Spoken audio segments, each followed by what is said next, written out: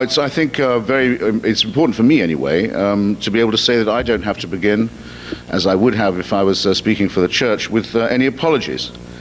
We don't have a lot to apologize for. It wasn't we who framed Galileo. It wasn't we who said that God wanted the Crusades. It wasn't we who mounted the Inquisition. It wasn't we who sponsored Pavlich, Salazar, Mussolini, Dollfuss, Hitler, Vichy, Franco, and the rest of it. And it wasn't we who preached the Easter sermon saying who was responsible for the death of a mythical figure and creating ludicrous pain to real people in the real world. We don't have to begin by proving that our institutions and our beliefs are human, as all human institutions are, that we are only mammals, as His Holiness the Pope is only a mammal. We don't make a mystery where none exists. We say that we face the heavens and we find them empty, and that some of us, at any rate, are not alarmed to find this emptiness, and would be more alarmed to find the heavens full of permanent supervision and invigilation, and that an ethical life may be led by someone with no supernatural means of support, without the fear, if it is a fear, or the hope, if it is a hope, of celestial invigilation. America is actually the country to which people came in the most of a hurry to try and find if that life could really be lived as a society. Some of them came to practice their religion freely. Many came to escape from persecution by other religions. Some came to be free from religion altogether. And that's why the Constitution is godless and doesn't mention the word, though it was not written by atheists. It was written by democratic theists and secularists. And that's why the meeting at Philadelphia, which decided these matters and decides them still for us, was a godless one, if not an atheist one. And that's why I think modern America should be a lot more anti-religious than it is. It should pay less respect, make much less reverence to religion than its mass media, to which I'm coming presently, do. Read one page of Stephen Hawking about the event horizon, about the possibility that we will soon know not where the universe originated, but where it is tended, and the event horizon to which we may all be headed. There is more to inspire awe in one page of Stephen Hawking than in any of the fantasies of Tertullian, imagining that he could go to the window of heaven when he was promoted there and look down for his consolation on the torments of the damned. There's much more to be awe-inspired by in a page of Hawking than any number of burning bushes or other such myths. Now it could be, and this part of the motion I think I might have to admit for debate purposes, that when religion is attacked in this country, that the Catholic Church comes in for a little more than its fair share. I may say I've probably contributed somewhat to that, and I'm not ashamed of my part in it. But doesn't the Catholic Church make rather large claims for itself? The Catholic Church claims to hold the keys of Peter.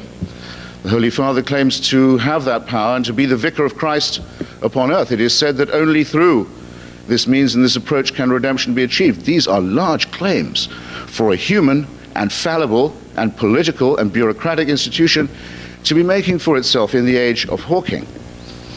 I think it's also the case that America is preeminently a country of, if not sexual license, as you might imagine from hearing Mr. Donohue. I mean, I'm surprised that you can cross the streets without copulating individuals and with dogs throwing buckets of water over them to keep the temperature down.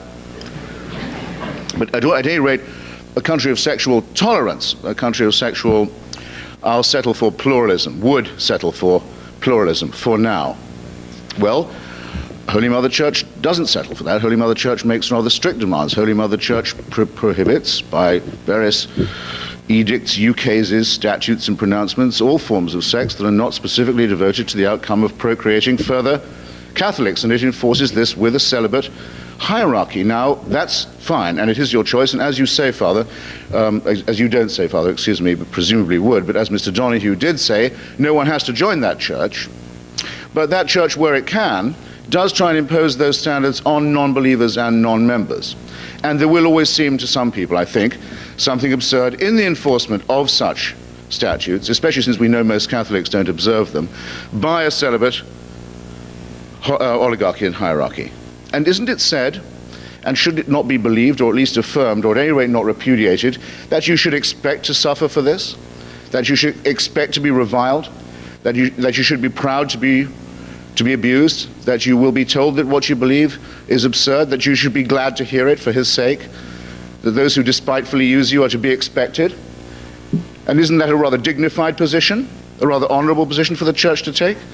Something that even an atheist and humanist and Marxist like myself can understand and respect.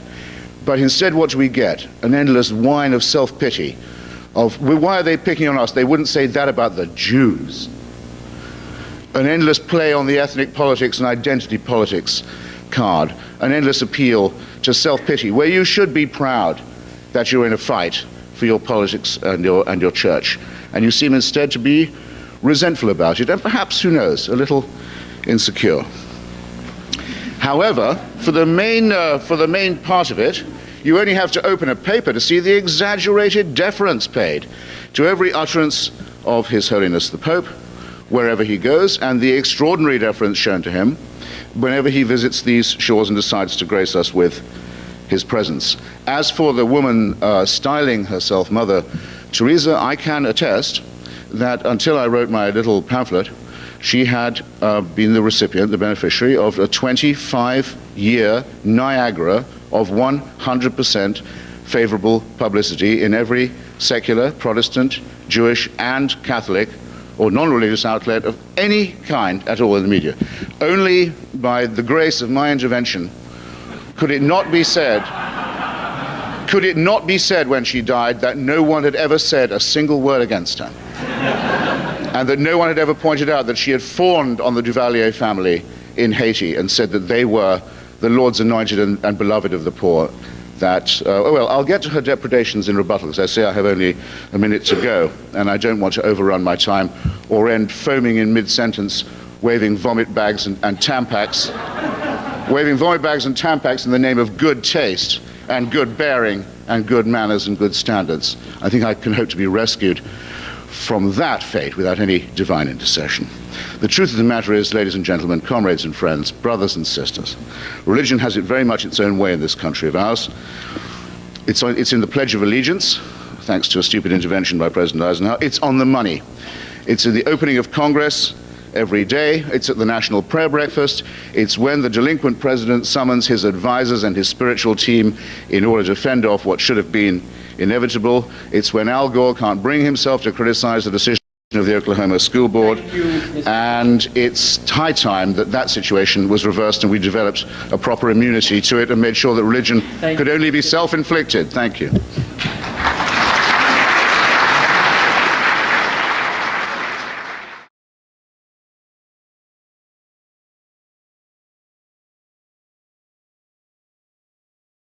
Comrades, how I'm going to use up 20 minutes for this argument, I do not yet know.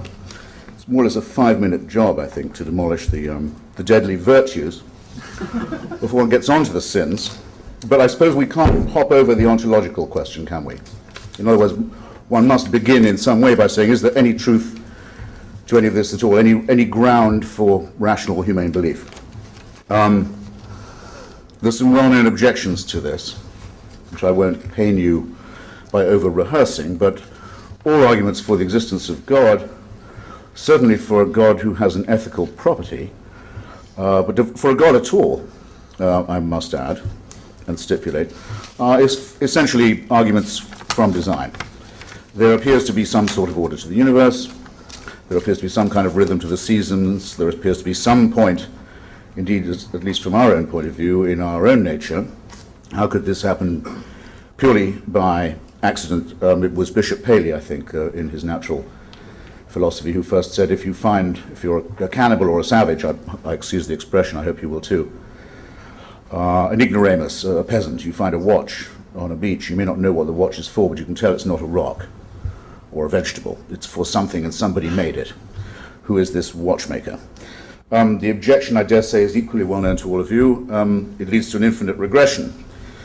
Who designed the watchmaker then? And who designed the watchmaker's watchmaker? It gets you actually nowhere at all. Even if you do believe it, it will only take you further back into what is mysterious, and I'm going to stress this point more than once, I think, what is essentially unknowable about the cosmos and the origin not just of species and of life, but of matter.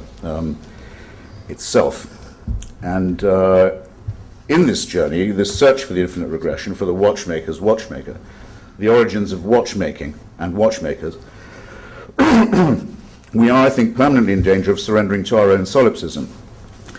How can anything, in other words, that leads to ourselves, our wonderful selves, be pointless or random? How can that be? The resistance to this has taken many forms.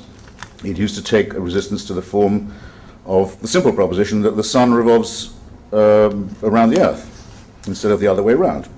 Excuse me, not a simple opposition to this, a simple affirmation of it. Of course, the earth is the center and man is the center of that. How could it be otherwise? We are God's children. He wouldn't arrange for us to speculate on anything as cruel as the possibility that it wasn't all on our behalves. But increasingly, we aren't even in the lucky position of those who condemned and threatened to torture Galileo. We don't even have an idea of who this watchmaker might be. We're being asked, in effect, to surrender ourselves permanently to someone whose identity we can't even speculate about. And that's why it annoys me, and I hope some of you too, that those who say they have faith so often present themselves with a shrug, with modesty, with humility. Pardon me, don't mind me at all, I'm just doing God's will. I'm on an errand for the Creator. I just invite you to consider carefully, ladies and gentlemen, comrades, how modest is that? Not terribly. And is there not therefore a moral flaw, as well as the self-evident scientific and logical ones, at the very beginning of the argument of those who say that faith is something worth having instead of what I maintain it to be, the surrender of the only thing, our curiosity, our irony, our skepticism, our willingness to inquire, our willingness to doubt ourselves, our willingness to come to conclusions that are not welcome to us. The only faculty, in other words, that distinguishes us from those beasts who can't tell a hawk from a handsaw or a watch from a turnip. More recently, the argument's become, again, I hope I don't patronize you with the obvious, rather more complex. What design exactly? We used to think we knew roughly, okay, you can tell what the solar system is like, you can predict its movements, it has some kind of organization to it, fine. Can this be for nothing? Good question. Who's going to say this about what we now know about the cosmos? All we know now, the most we know, is how little we know about it. It doesn't act in a predictable way. How does curved time, how does the black hole, how does the event horizon fit into this argument from design? The answer is plain. It doesn't fit at all. It's completely incongruent with it. Everything we know, in other words, is arranged against the way we feel. Well, which is going to give way? The thought or the feeling? The emotion or the intellect? The religious have their answer ready-made. I don't. That's the big difference between us, I submit. In Genesis, which is a book held in common for no reason I can understand, by all monotheisms, there are, for example, no microorganisms. When the non-human kingdom is created, there are no microorganisms in it. Microorganisms are very important. They can kill you, for one thing. They're very intricately designed, for another. Religious belief went through various phases about this. When no one knew they were there, they used to say, well, if there's plague, God must want people to die. Except why don't they all die? Or why do some good people die and some bad people not? As an epidemiological observation, not very brilliant. Sometimes in bad moments they say, well, the plague, obviously there's plague because the Jews are putting poison in the water. The rabbi knows this history very well, as no doubt some of you do too.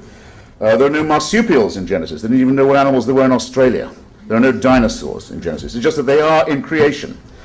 What am I making by way of an observation here? The simplest possible one.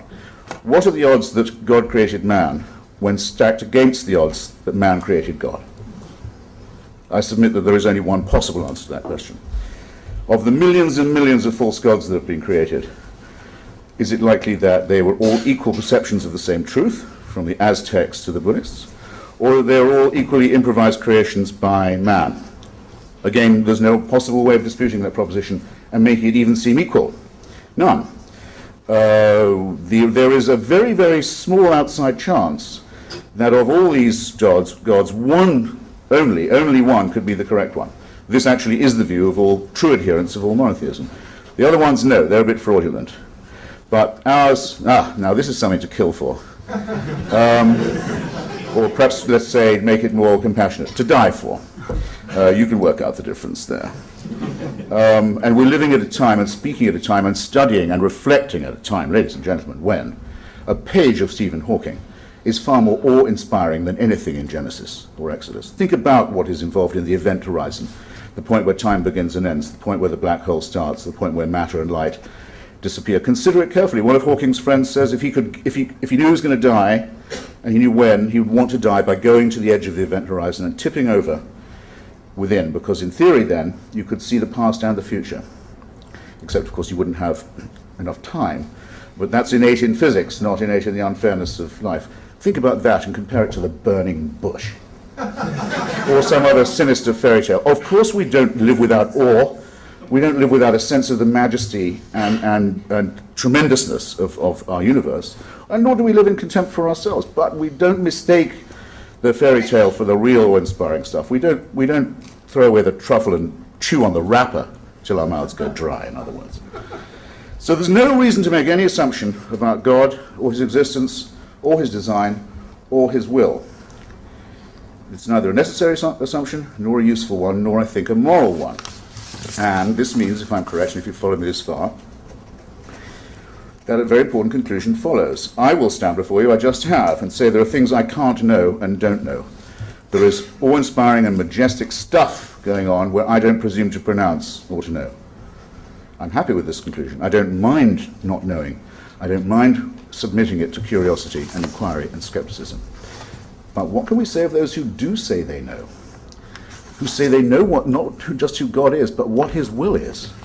And not just in the macro stuff about the non-creation of marsupials, for example, but in what to eat, and on what day, and what to wear, and what tactics to adopt between the sheets.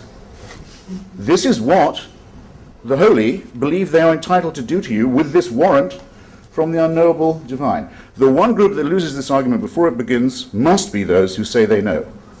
They can be dispensed with. We can begin only from those who are willing to subject themselves to uncertainty and to skepticism, and the religious rule themselves out of that argument, as it were, a priori. The phrase mind-torched whack jobs that's in the introduction to this paper this evening naturally upset me very much. I hate to be offensive or to see religion lampooned. That's why I didn't call my book on Mother Teresa Sacred Cow, though I'll always somehow be sorry. Something in me will always feel sorry that I didn't do that. But why is it? Perhaps we should ask ourselves. Belief in religion does not make you a mind-torched whack job. But the appeal of this extraordinary pressure from the supernatural and the unknowable and the numinous and the distortions it imposes does seem to have a tremendous influence on mind-torched whack jobs. It's very seldom you come across a mind-torched whack job who isn't hearing voices and claiming to have instructions from God. Now, here's what I submit to you, and I do it uncynically, I hope. How can we tell that they're not telling the truth? How can we sort out their claim to have heard voices and been given divine instructions from anyone else's? Mr. Abu Musad al-Zarqawi, who is currently trying to take a very important country into a spiral of misery and poverty and shame and fascism, has, I'm thrilled to see, renamed his jihad organization Monotheism and Jihad. How can I tell, how can anyone in this room tell whether his claim to be speaking Quranic truth is any better or any worse than anyone else's? For me, it's an open question. It's unverifiable, it's unprovable, it's unfalsifiable. These are all tests of the weakness of an argument, of course, but anyone who grants the first premise that it may be known, that it may be argued from holy books, that we may have divine instructions, is in no position to tell him that they're right and he's wrong. The only way of winning this argument is to consider all those claims on the same footing and the same basis and reject them, not in turn, but collectively, seriatim. How much am I trespassing on my allotted time? You're great. You have 10 minutes. That's very good if you say so. And the 10-minute bit is good too. There's the pseudo element in religion, in other words, and the maso element, if you will. I'll start with the masochistic, who wouldn't. They say, the Muslim says, Islam means surrender. It says, I feel just lucky to be able to say to God, do what you will with me, I'm unworthy. You were good enough to create me from a clot of blood, I am less than the dust. I surrender to your will, they say. The Christians mire themselves and attempt to mire others in a swamp of guilt and shame. They apologize for their existence, born in sin, wretched sinners to begin with. No invention, no quality, no rights of independence, no no triumph of standing on 2 feet and using the brain. No, no, wretched, scum, condemned, born into a losing struggle, riffraff, groveling, saying, thank God someone was nice enough to be tortured to death 2,000 years ago without my permission so that I will live forever. Abject, serfdom, inviting it, self-hatred, misery. Judaism, rending the clothes, asking to atone, groveling and heaping dust on the shoulders, and indeed praying with thanks if you're a male Jew that you're not a female one. Abject peasantry. That's the masochistic bit. I find it more unattractive than I'll have time to say, but I hope you'll get a rough idea of how I feel about it. But okay, suppose someone thinks, okay, someone was good enough to die for me, I owe him, I'll live this abject, shuffling life. Fine. Wouldn't it make you happy if you thought that someone had gone to all that trouble to save you and you were saved? Wouldn't you feel good? I don't know what it's like to think this nonsense, but suppose I did. I suppose it would be like being in love. That it would be a wonderful secret that you had, that even if the IRS came for you or whatever it might be, they couldn't take this away. You'd be happy with it. It would be something to you. It would be real. Does it make them happy? The question answers itself. They can't be happy till everyone else believes it too. Is this a sign of moral security, comrades, or insecurity, would you say? To what length will they go or not go to make sure that everyone else believes it? Because then they feel, perhaps if everyone believed it, I might be right. Any length is the answer to that. Ask any of them, any length. By their deeds you can know them. Any length. This is dangerous stuff, in other words. It's not just foolish or untrue. It's positively dangerous. There's an attractive bit, but it's cynical. When they don't do the argument from design, they do the wager. That's Pascal, as I'm sure some of you know. We can't know if it's true or not. He's right about that. It's the only religious or ontological proposition that does begin from a correct premise, as a matter of fact. We don't know, but look, what if you bet it's true and you win? You might get who knows what. If you bet it's true and it's not true, what if you lost? Fine. This is the origin, as often with theological or theocratic argument, it's the origin of secularism. Let me put it to you generously then, the other way around. Suppose I think it is true. Suppose I do believe there's a divine creator and supervisor. Wouldn't I expect that he would approve of me more if when I was confronted with him I said, well, you didn't seem to provide any very persuasive evidence, and I didn't want to join the toadies and the serfs who just bet on you in the hope of winning the lottery. So shouldn't I expect, if any of your ethics as alleged are true, slightly preferential treatment? I'm already beginning, of course, to cringe and grovel a bit, but you see where I'm going with it. This is my response to Pascal, at any rate. It's better than Bertrand Russell's much more pragmatic response. He was asked, well, what will you do if you were ushered to the pearly gates and he's really there? And instead of saying what I would say, which is, I don't believe in her to begin with, he said, he'd say, oh Lord, I don't think you quite gave us enough evidence. This, I think, would not cut it in the case of either compassionate or uncompassionate God. But if you don't do the argument from design and the self-evident nonsense of that, you have to do the self-evident immorality of the wager. In other words, this is not a reinforcement of ethics at all. It's not. It's an appeal to immorality, or at least amorality, the very most amorality, I would say. It is an appeal to the most abject self-interest, and it doesn't deserve to be called by any other name. Now, I take a different position from all of these, and I'll briefly summarize it. I don't wish it was true. Many people, including many of my atheist friends, say it'd be nice if it was true, but I just don't believe it. There's no evidence for it. Sometimes that position is also called agnostic. We can't know. I say, thank God it isn't true. What if it were true that you were born, lived your entire life, died, and carried on living under a permanent, inescapable, cradle to grave and beyond, round-the-clock surveillance? Who wants this to be true? That's what I want to know. Who wishes this was true? Who desires that to be the case? What could be more hellish? It's the definition of unfreedom. It's the origin of totalitarianism. I've been to North Korea, for example, where you have the right, as a North Korean, to get up in the morning and go to bed at night praising the leader all day. Just like it says in the Bible, endless praise for the Lord, all the time. We only get this at Christmas. And not so bad, well, some of us get it all the time, but there's no escaping. But you can die in North Korea and get out of it that way. if you're very brave and very lucky, you can defect from North Korea. But if you are a believing Christian or Jew or Muslim, you can't. You want it to go on. You want it never to stop, the chance to abase yourself at the feet of someone who only, it seems to me in a fit of absence of mind, created you at all. What kind of horror is this? So the only argument that I think one is left with, the only argument a self-respecting person can actually give his endorsement to, is that of anti-theism, or one might say mesotheism, as opposed to the celestial Pyongyang that's offered us even by the most gentle of our shepherds, or would-be shepherds.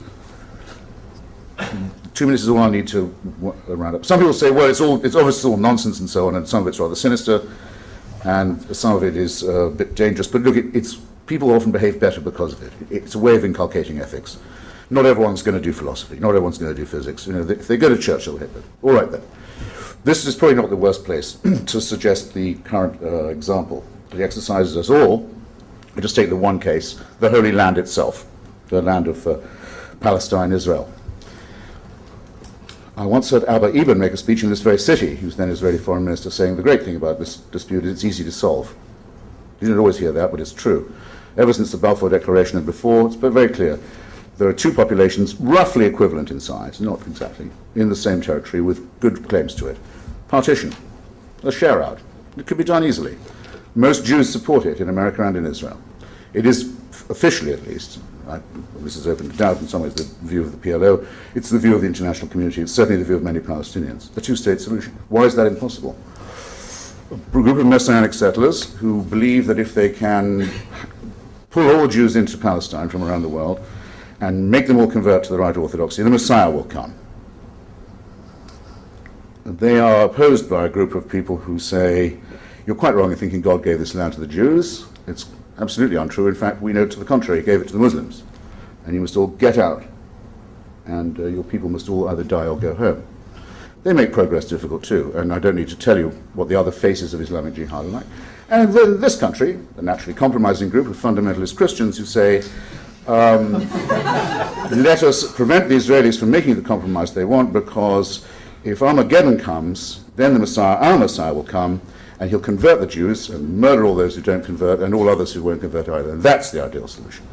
These three monotheisms have made life unbearable, unlivable in this small territory that they claim as holy. This must be the most prayed over, the most religious territory in our history. See what religion has done to that. And they're quite willing to have the life destroyed of everyone in this room on this proposition, any one of the three or in combinations. Not only willing to do it, but eager to do so. I submit to you, ladies and gentlemen, with a record like this, we have to begin using our brains a bit more. And we have to conclude, I think we are left with no other conclusion, that human emancipation, the story of human freedom, the story of our becoming upright and thoughtful and courageous begins where religion leaves off. And the sooner we outgrow it, the better. And the more we organize to defeat it, the healthier we shall be. So I invite you to join me in this struggle, which I promise you will last the rest of your lives, but will be worthwhile. Thank you.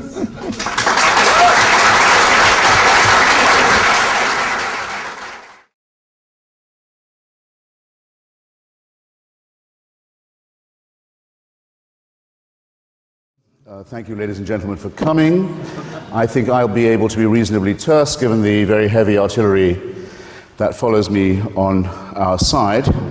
I think it might perhaps have been felt when I was chosen that the case for atheism should not be made by the spokesman for its moderate wing, Richard Dawkins.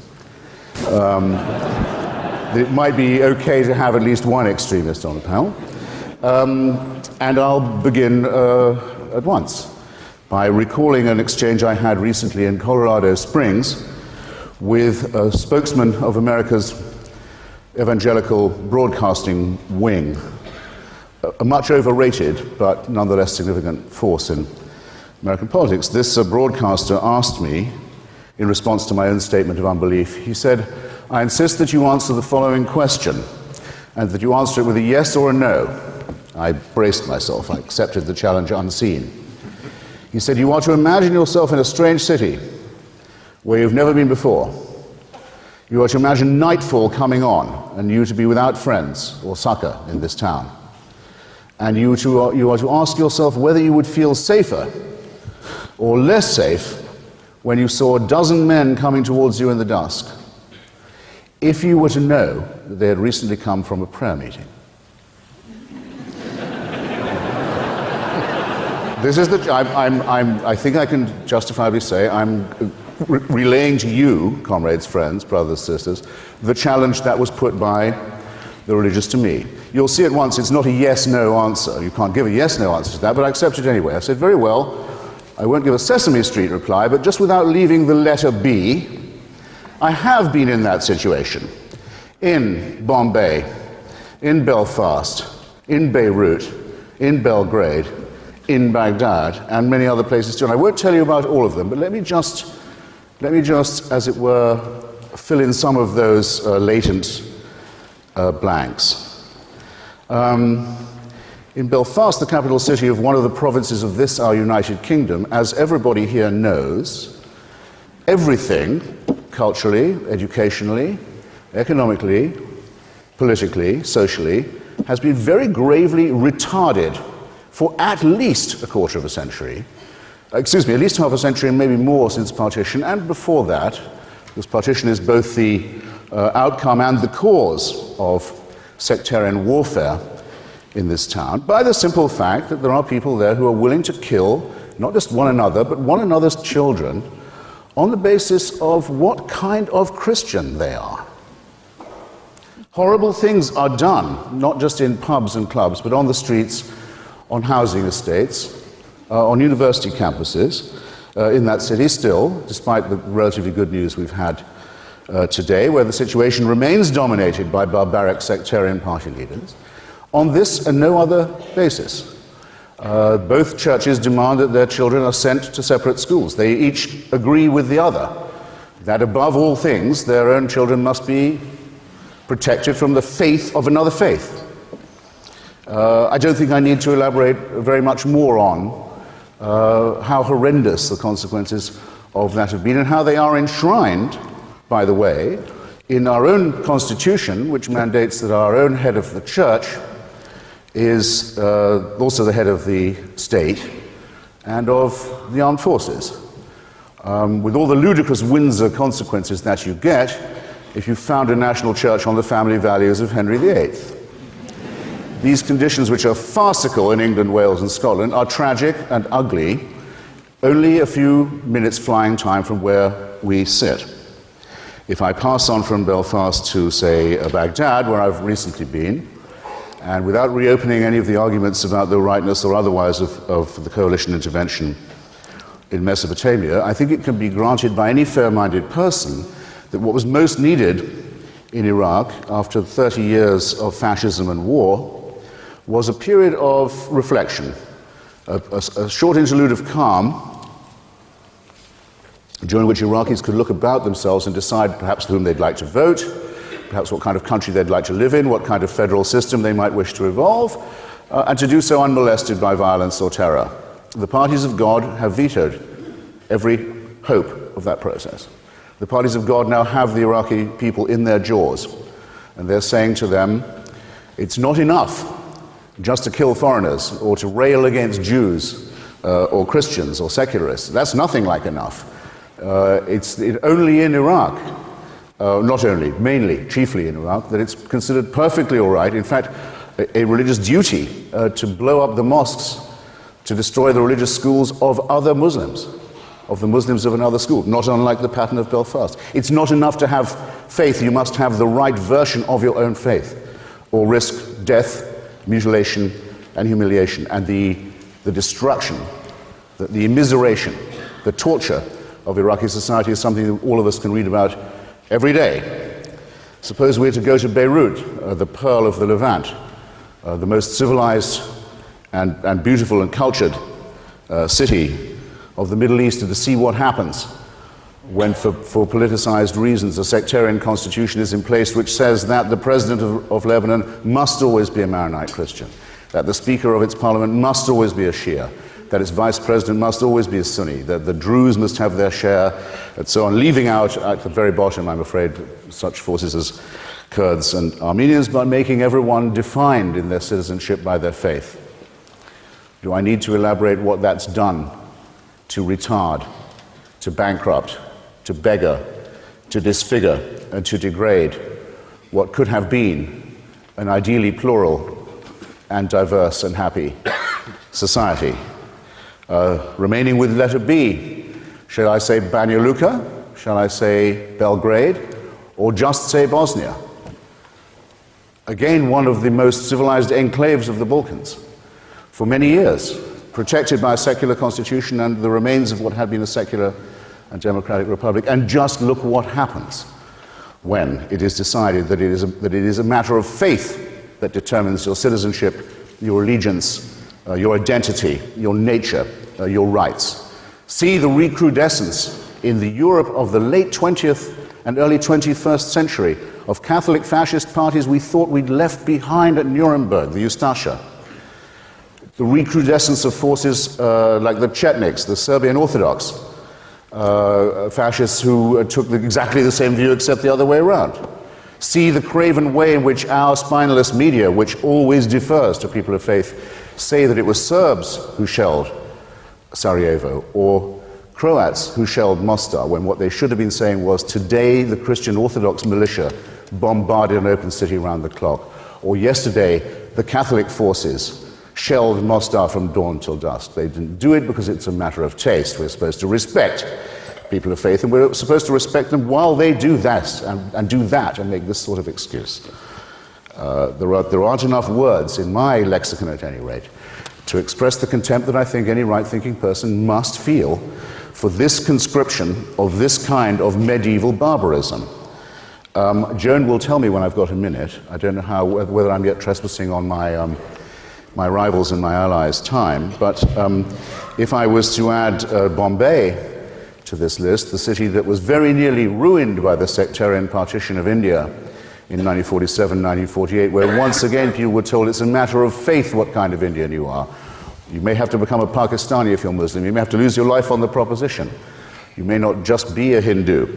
Bombay more or less survived this, the terrifying ethnic cleansing and the pogrom that ensued when the subcontinent was mutilated and maimed and partitioned on this basis in the hopes of a genuine Indian unity and independence, ruined by way of appeasement of people of faith. But Bombay sort of recovered until recently, when now its name has been changed, its minority citizens persecuted, intimidated, driven out by a new Hindu nationalist party, the Shiv Sena, that says that, again, if you do not follow the right God, if you don't accept the supernatural as a real force in everyday life, you are not worth whatever it takes to become or to remain or be treated as an ordinary, democratic, civilized human being in, again, one of the great cities of Asia.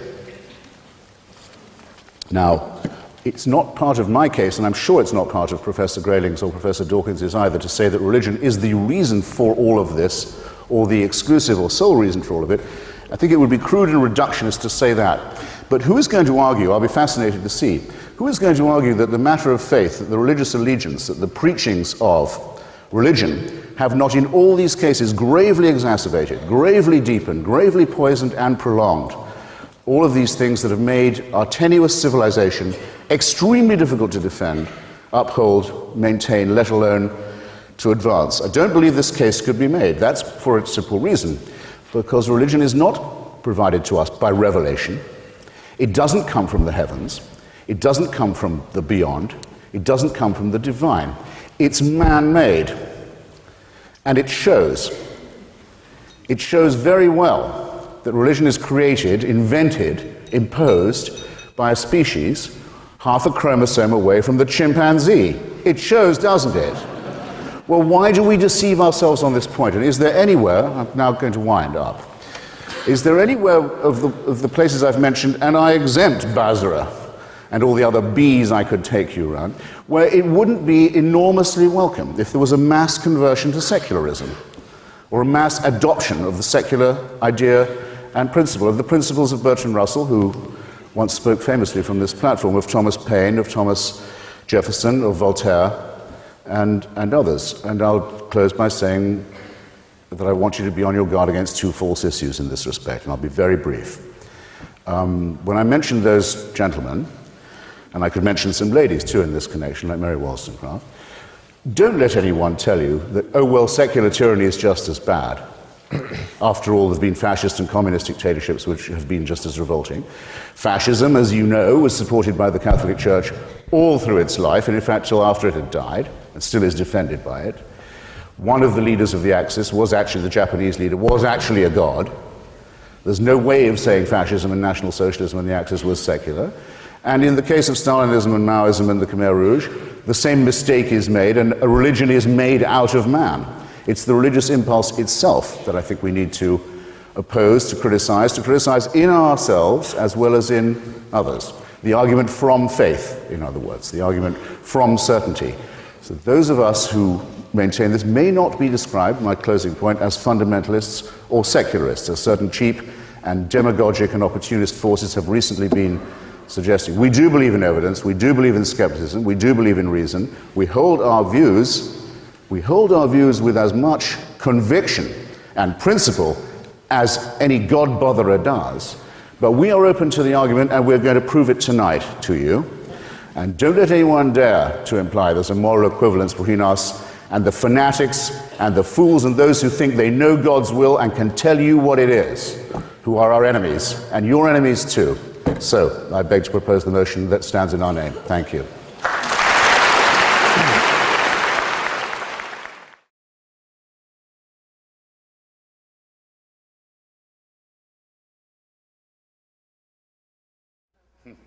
Christopher, I would like to start with you. What have you got against God?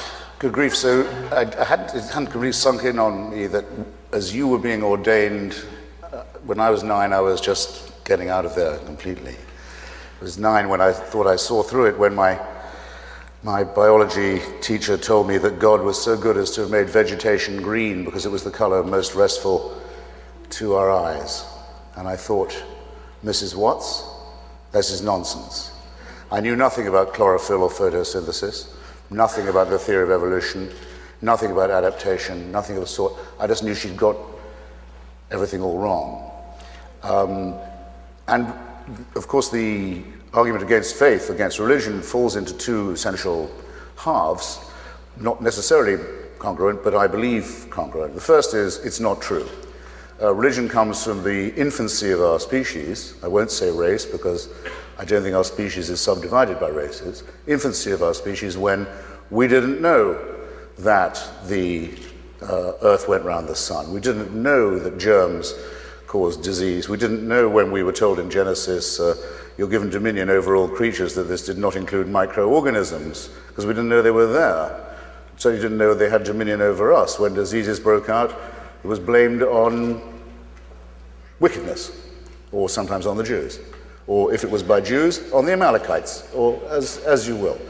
We didn't know anything about the nature of the Earth's crust, how it was cooling, earthquakes, storms, all of this were a mystery. Well, we are at least to that extent a reasoning species. Even a conspiracy theory is often better than no theory at all. The mind searches for form. We're now stuck with the forms that we found in our infancy, in our primitive, barbaric past. Well, that could be fine. Still, no nation can be without mythology or myth or legend. And there are people who say, well, it's not exactly true. Virgins don't conceive. Okay. Bushes don't burn forever. Although why that would be so impressive, I've never understood many things. Dead men don't walk and so on and so on. Okay, it's not really true. It does come from a rather fearful period of the Dark Ages, but at least it's nice to believe it. It teaches good precepts. This, I think, is very radically untrue. I give in my book the example, which I'll give you now, of a person very much influential on my youth, and I know on the Reverend's too, Dr. Martin Luther King. My friend Taylor Branch's book about Dr. King, I would rather call him Doctor than Reverend, because I'm sorry to say I think it's a higher title of honor. Taylor Branch's trilogy about him is called Parting the Waters, The Pillar of Fire, and At Jordan's Edge. And everybody literate here knows the story of Exodus and understands what Dr. King meant when he demanded that his people be free of bondage. But if you think about it for a second, it's a very good thing that the good doctor was only using this metaphorically.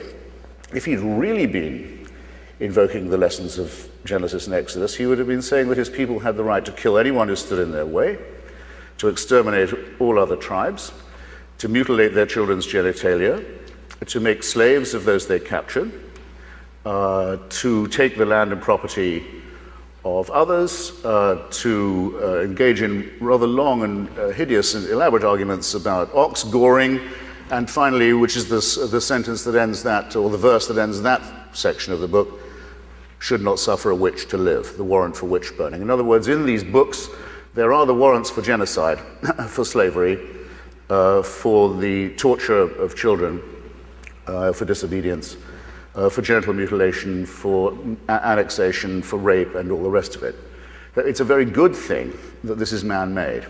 There are those who say that they wish they could believe, and I suppose a decent atheist could say that if only for lack of evidence he wishes he or she could. I can't be among their number. I'm very glad it is not true that there is a permanent, unshakable, unchallengeable celestial supervision. A divine North Korea in which no privacy, no liberty is possible from the moment of conception, not just till the moment of death, but until well after. I've been to North Korea, and now I know what a prayerful state would look like. I know what it would be like to praise God from dawn till dusk. I've seen it happen. And it's the most disgusting and depressing and pointless and soulless thing you can picture. But at least with North Korea, you can die and you can leave. Christianity won't let you do that, because I mentioned another thing about the Old Testament. The Old Testament may have, any Jews and Christians who like it may like this too. They may have genocide, rape, racism, all the rest of the things I've mentioned, but it never mentions punishment of the dead. When you're done, when you're in the mass grave into which you've been thrown as an Amalekite, it's over. Not until gentle Jesus, meek and mild, is the concept of hell introduced. Eternal torture, eternal punishment for you and all your family for the smallest transgression. I have no hesitation in saying this is a wicked belief. I've also no hesitation in saying, and I mustn't trespass on the Reverend's time, that we don't need it in two senses. One is it's wicked. Two, we have and always have had a much superior tradition. We know that Democritus and Epicurus worked out in ancient Athens the world was made of atoms, that the gods did not exist and certainly took no interest in human affairs, and would be foolish to do so, and would be wicked if they did. We have the tradition that brings us through Galileo and Spinoza and Thomas Paine and Voltaire and Thomas Jefferson and Bertrand Russell and Albert Einstein, men of great wisdom and insight, by all means struck by the awe-inspiring character of our universe, by all means open to devotional music and architecture and poetry, by all means aware of the transcendent, but look through the Hubble telescope if you want to see something that is awe-inspiring. And don't look to blood-stained old myths. Now, why now? Why am I doing this now, people ask? Well, I'll tell you why now, because in the last few years it's become impossible to turn a page of a newspaper without being, as the religious would say, offended. In other words, I don't think I sound self-pitying if I say that I'm offended that a cartoonist in a tiny democratic country in Scandinavia, Denmark, can't do his job without a death threat, and that no American magazine or newspaper would reprint those cartoons, either to elucidate the question or in solidarity. I'm offended that civil society in Iraq is being destroyed, leveled by the parties of God. I'm offended that people in this country believe that they have the right to advocate the teaching of garbage to children under the fatuous name of intelligent design. I believe that we're... I thought you'd never clap. Just as I believe that where religion ends, philosophy begins, where alchemy ends, chemistry begins, where astrology ends, astronomy begins, and now the people will say, well, let's give equal time to astrology in the schools. It's nonsense, dangerous and sinister nonsense. The Pope says, AIDS may be bad, but condoms are much worse. What kind of moral teaching is this? And how many people are going to die for such dogma? You see what I mean? I'll be very brief. There's an end to this, an end particularly to the cultural cringe that says that if someone can claim to be a religious spokesman, they are entitled to respect. I have to say it in your presence, sir. I think that the title Reverend is something people should be more concerned to live down than to live up to. Thank you. Thank you.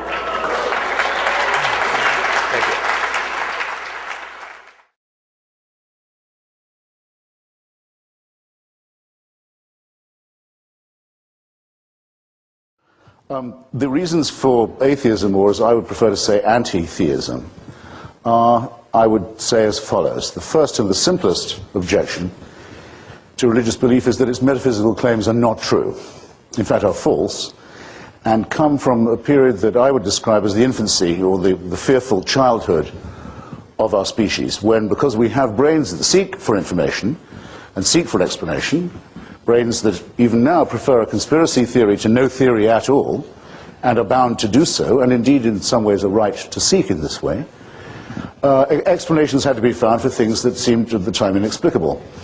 And in the absence of crucial information. We didn't know, we had no way to know that the Earth went around the sun. Didn't know that there was a germ theory that would explain disease.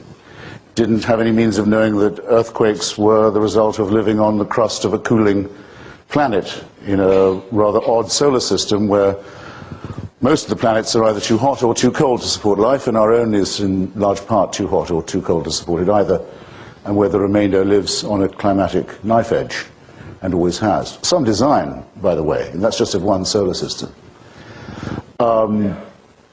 We didn't know that matters of this kind, earthquakes, waves, disasters, were not punishments. It was quite possible to listen to those and even to believe those who thought that they could explain.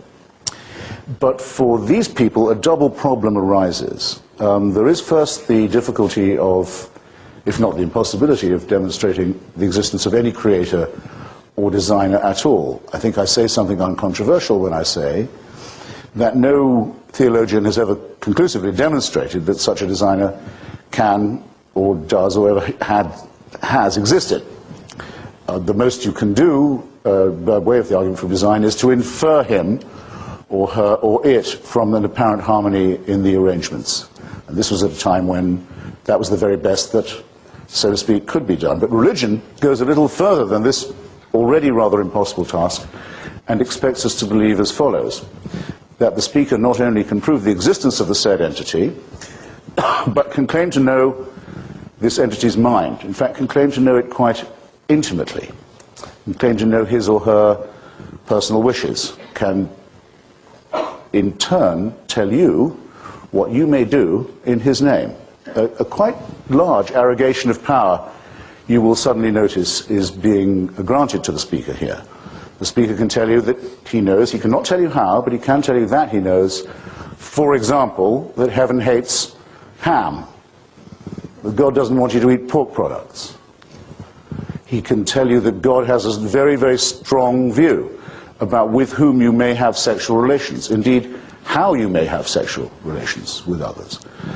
He can indicate, perhaps a little less convincingly, but no less firmly, that there are certain books or courses of study that you might want to avoid or treat with great suspicion. Now, this suggests to me already a design. I think I can see a design shaping up here, and I think I can see who designed it and created it. I think it was man-made. I think the whole inference, because you can certainly see a design at work, is that this is human.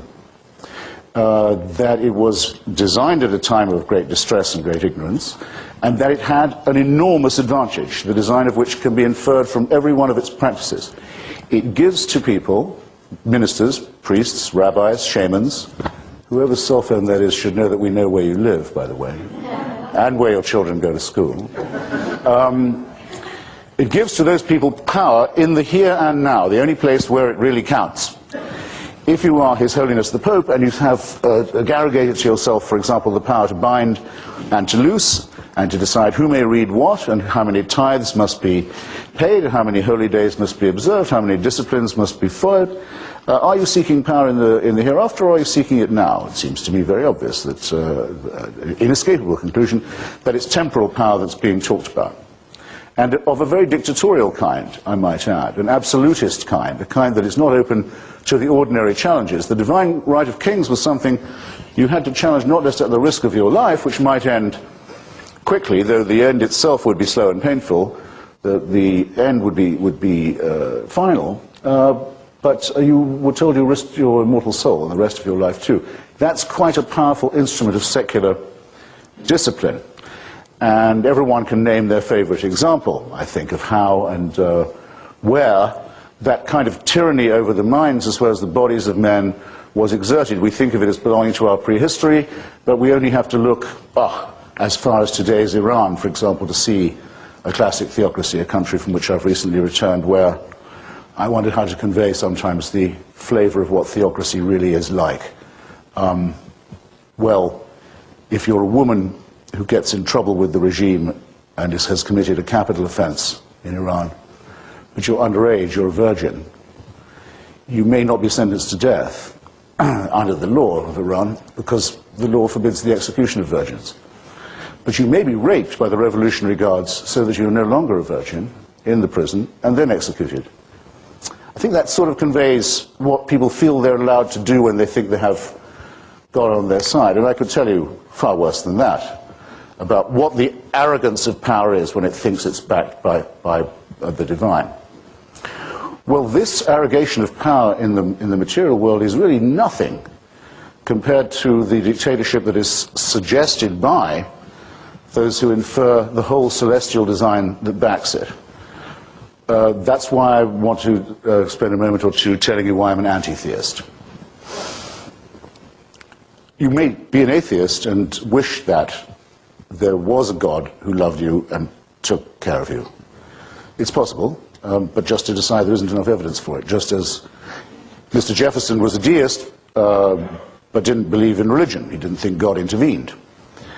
These positions are equally compatible. I know several atheists who would happily say that they wish it were true, but that they can't find that it is believable. My own view is that it's very fortunate for us that it isn't true, and I shall say why. If there was a supervising creator who took a personal interest in your life, what you would have from the moment of your conception, at least in one interpretation, would be a permanent, inescapable, unchangeable, unalterable, unchallengeable rule which would involve round-the-clock surveillance and supervision of every single waking and sleeping moment of your life. The abolition of any privacy in your life or even in your mind and your most private thoughts. The most complete form of totalitarianism ever imagined. And indecent, too, when you think of how many private moments would have to be supervised in this way and invigilated permanently. And that would go on not just for the rest of your life, as it would if you lived in Iran. It would go on after you died. In fact, after you died, the real invigilation would begin. They'd only have started with you at the moment when you left this vale of tears. The two offers are, at that point, as you will know, at least from all two of the leading monotheisms, either an eternity of praise and servility, everlasting praise and adoration of someone who has only done his job by creating you, hasn't been invited to do so, a proposition that sounded more like hell to me when I first heard about it, or a very much more unpleasant one, derived not from the Old Testament but from the New. There's no hell in the Old Testament. There's genocide, there's racism, there's slavery, there's child mutilation, there's everything else you could wish for, but there's no punishment of the dead. Not until the arrival of the gentle Nazarene is it suggested that for a crime you probably were forced to commit, because after all you're created a sinner, you're created sick and commanded to be well, the essence of the totalitarian principle. But for that you might face an eternity of torture, to which there will be no end. Now, I think this is a horrible proposition. I think those who wish for it are wishing for slavery and servility, for the abdication of their own responsibility, for the dissolution of their minds, the abolition of their individuality. I'm therefore very glad to say that there is no evidence for it at all. We can relax. I've been to all three axis of evil countries, actually, in the last 4 years, including North Korea. I'm the only writer who can claim to have done this, and Iraq. And it took me a long time, but now I do know what it would be like. Well, the question is, how to answer the question I had when I was little, what would it be like to have to praise someone all the time, from the moment you got up till the moment you lay down again? And that would be your only right. and your only recreation, and it would be the only culture that you had, because in North Korea that's what you get to do. In North Korea you can praise the dear leader and you can praise the great leader. The great leader and the dear leader are in fact the same person. They're reincarnations of each other according to the dogma. The place is only one step short of a trinity. The dear leader, who we lampoon, dwarf, is only the head of the party and the army, not of the state. His father's head of the state. Father's dead now, has been dead for some years, but he's still the head of the state and will be forever. North Korea is therefore what one might call, I tried to call, a necrocracy, or a mausolocracy perhaps, or a thanatocracy, and you have the right only to praise and adore and thank for every single thing that you get. You owe thanks to these people. That's what it would feel like. The most unending pointlessness, the most unending nothingness, nullity, smashing of the personality, destruction of everything that counts as self-respect or dignity. But at least you can die and get out of North Korea. And you cannot do this with Abrahamic religion, which I therefore renounce as something essentially evil.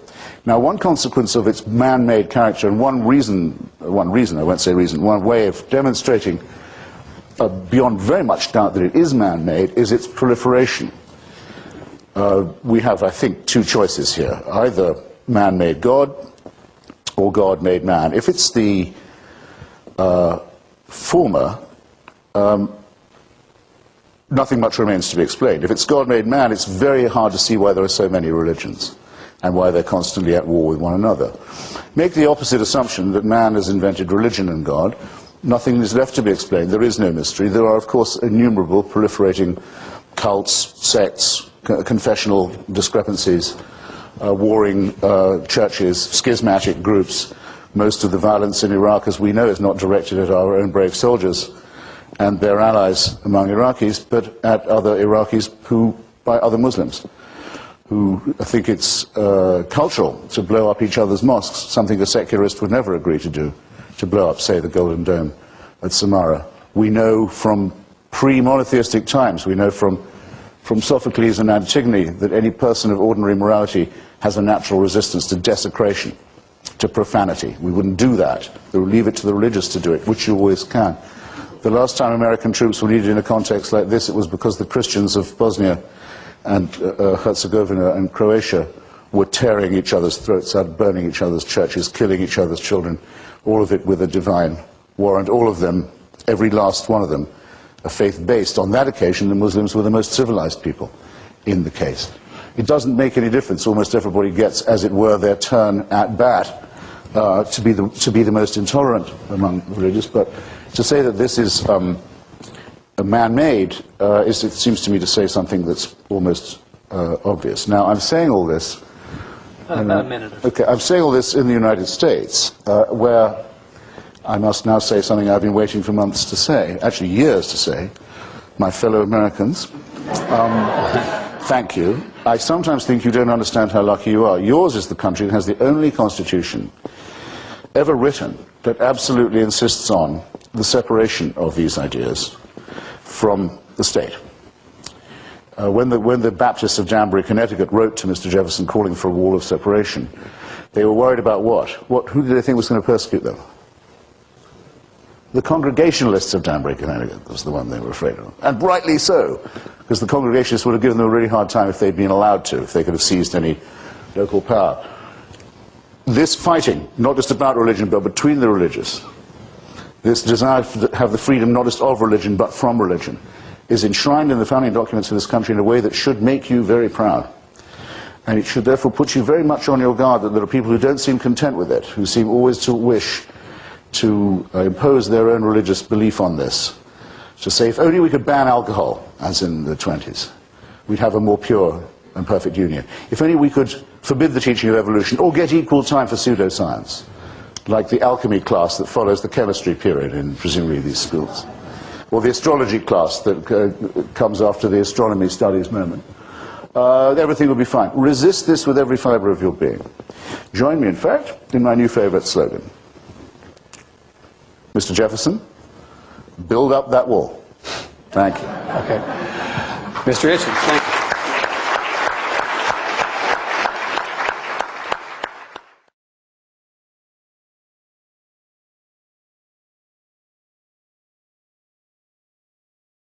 The case to be made against religion is, at first, strictly logical one. Our brains as mammals are so arranged, so formed, that we need to think of ourselves as pattern-seeking. We think and look and try and find shape to matters. For example, this city was once burned to the ground amid appalling scenes of carnage as the result of a conflict in which both sides firmly believed that God was in their camp. They were both Christian. They weren't even discrepant kinds of Christian, really. It wasn't like the 30 Years' War between Catholic and Calvinist. It was between very similar kinds of Protestantism. Deo Vindice was the motto that Confederacy. Abraham Lincoln came close enough to saying, but not quite saying, that God was on the other side. Argued that it would be nice to know who was on God's side. In my view, these are non-questions. They may be important to us. We may wish to give ourselves enormous importance and consider ourselves to be the center of events, but God didn't even notice this conflict going on. Not just because there's no such person. As W.H. Auden begins his wonderful poem, The More Loving One, where he says, in a phrase that some have a couplet that Joseph Brodsky believed could be itself the foundation of a religion, where he says, if affections unequal be, let the more loving one be me. Here, I believe that poem says, looking up at the stars, I know quite well that for all they care, I can go to hell.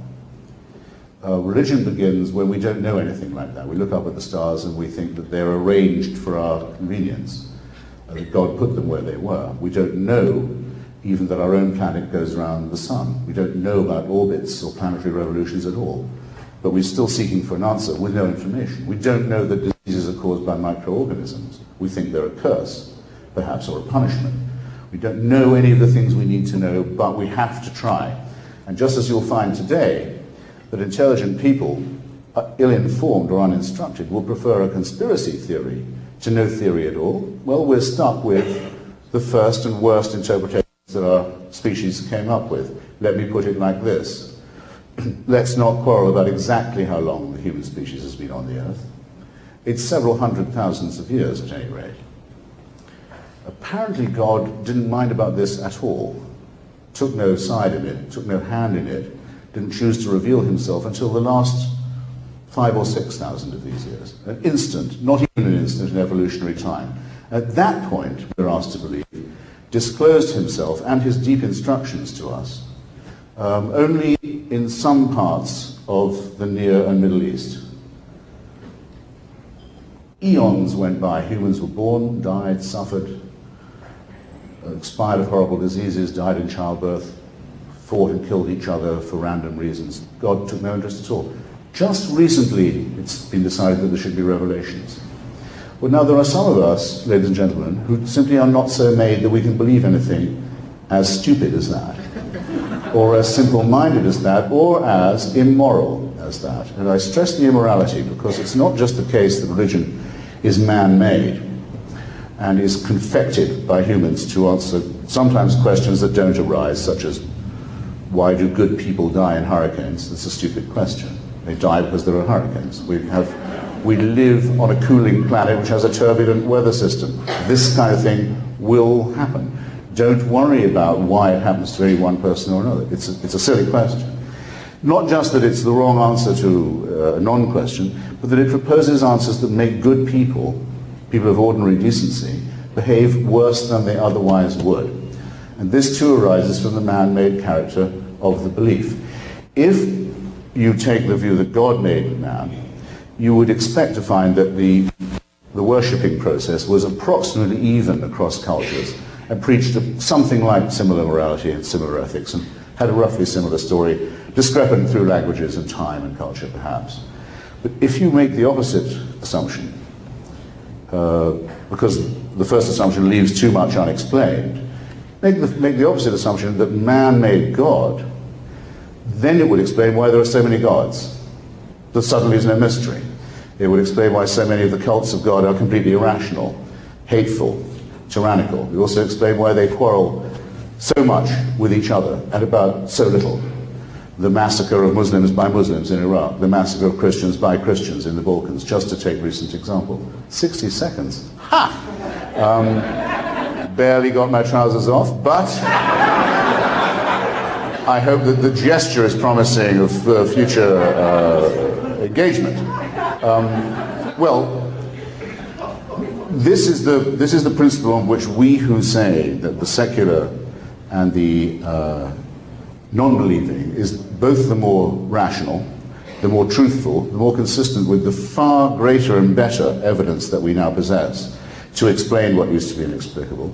And also, I'll just take 30 seconds if I may, to claim that of course we understand the numinous, we understand the transcendent, we understand the need for music, for poetry, for architecture, for wonder, for awe, for philosophy. We can see through the Hubble telescope more marvelous things than the burning bush could ever offer us. And ever since Lucretius and Democritus and Epicurus and the discovery the world was made of atoms and that the gods don't care about us, if they exist at all, they're too smart to bother with our quarrels. We have a tradition unfolding through Galileo, through Spinoza, through Jefferson, through Einstein. And you who, unlike my humble self, were lucky enough to be born Americans. I only took my oath last month. By the way, I wanted to say this for a long time, my fellow Americans.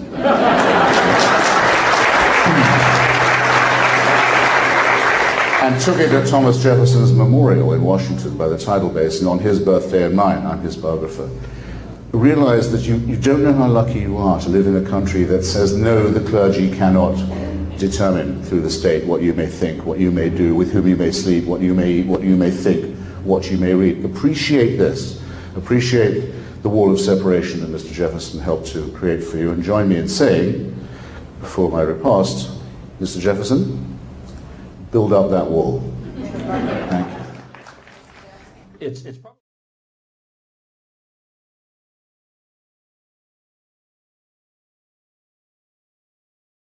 find out. When I debate with Jews and Muslims and Christians, I very often find, I say, well, do you really believe there was a virgin birth? Do you really believe in a Genesis creation? Do you really believe in bodily resurrection? And I get a sort of Monty Python reply. Well, this is a little bit metaphorical, really.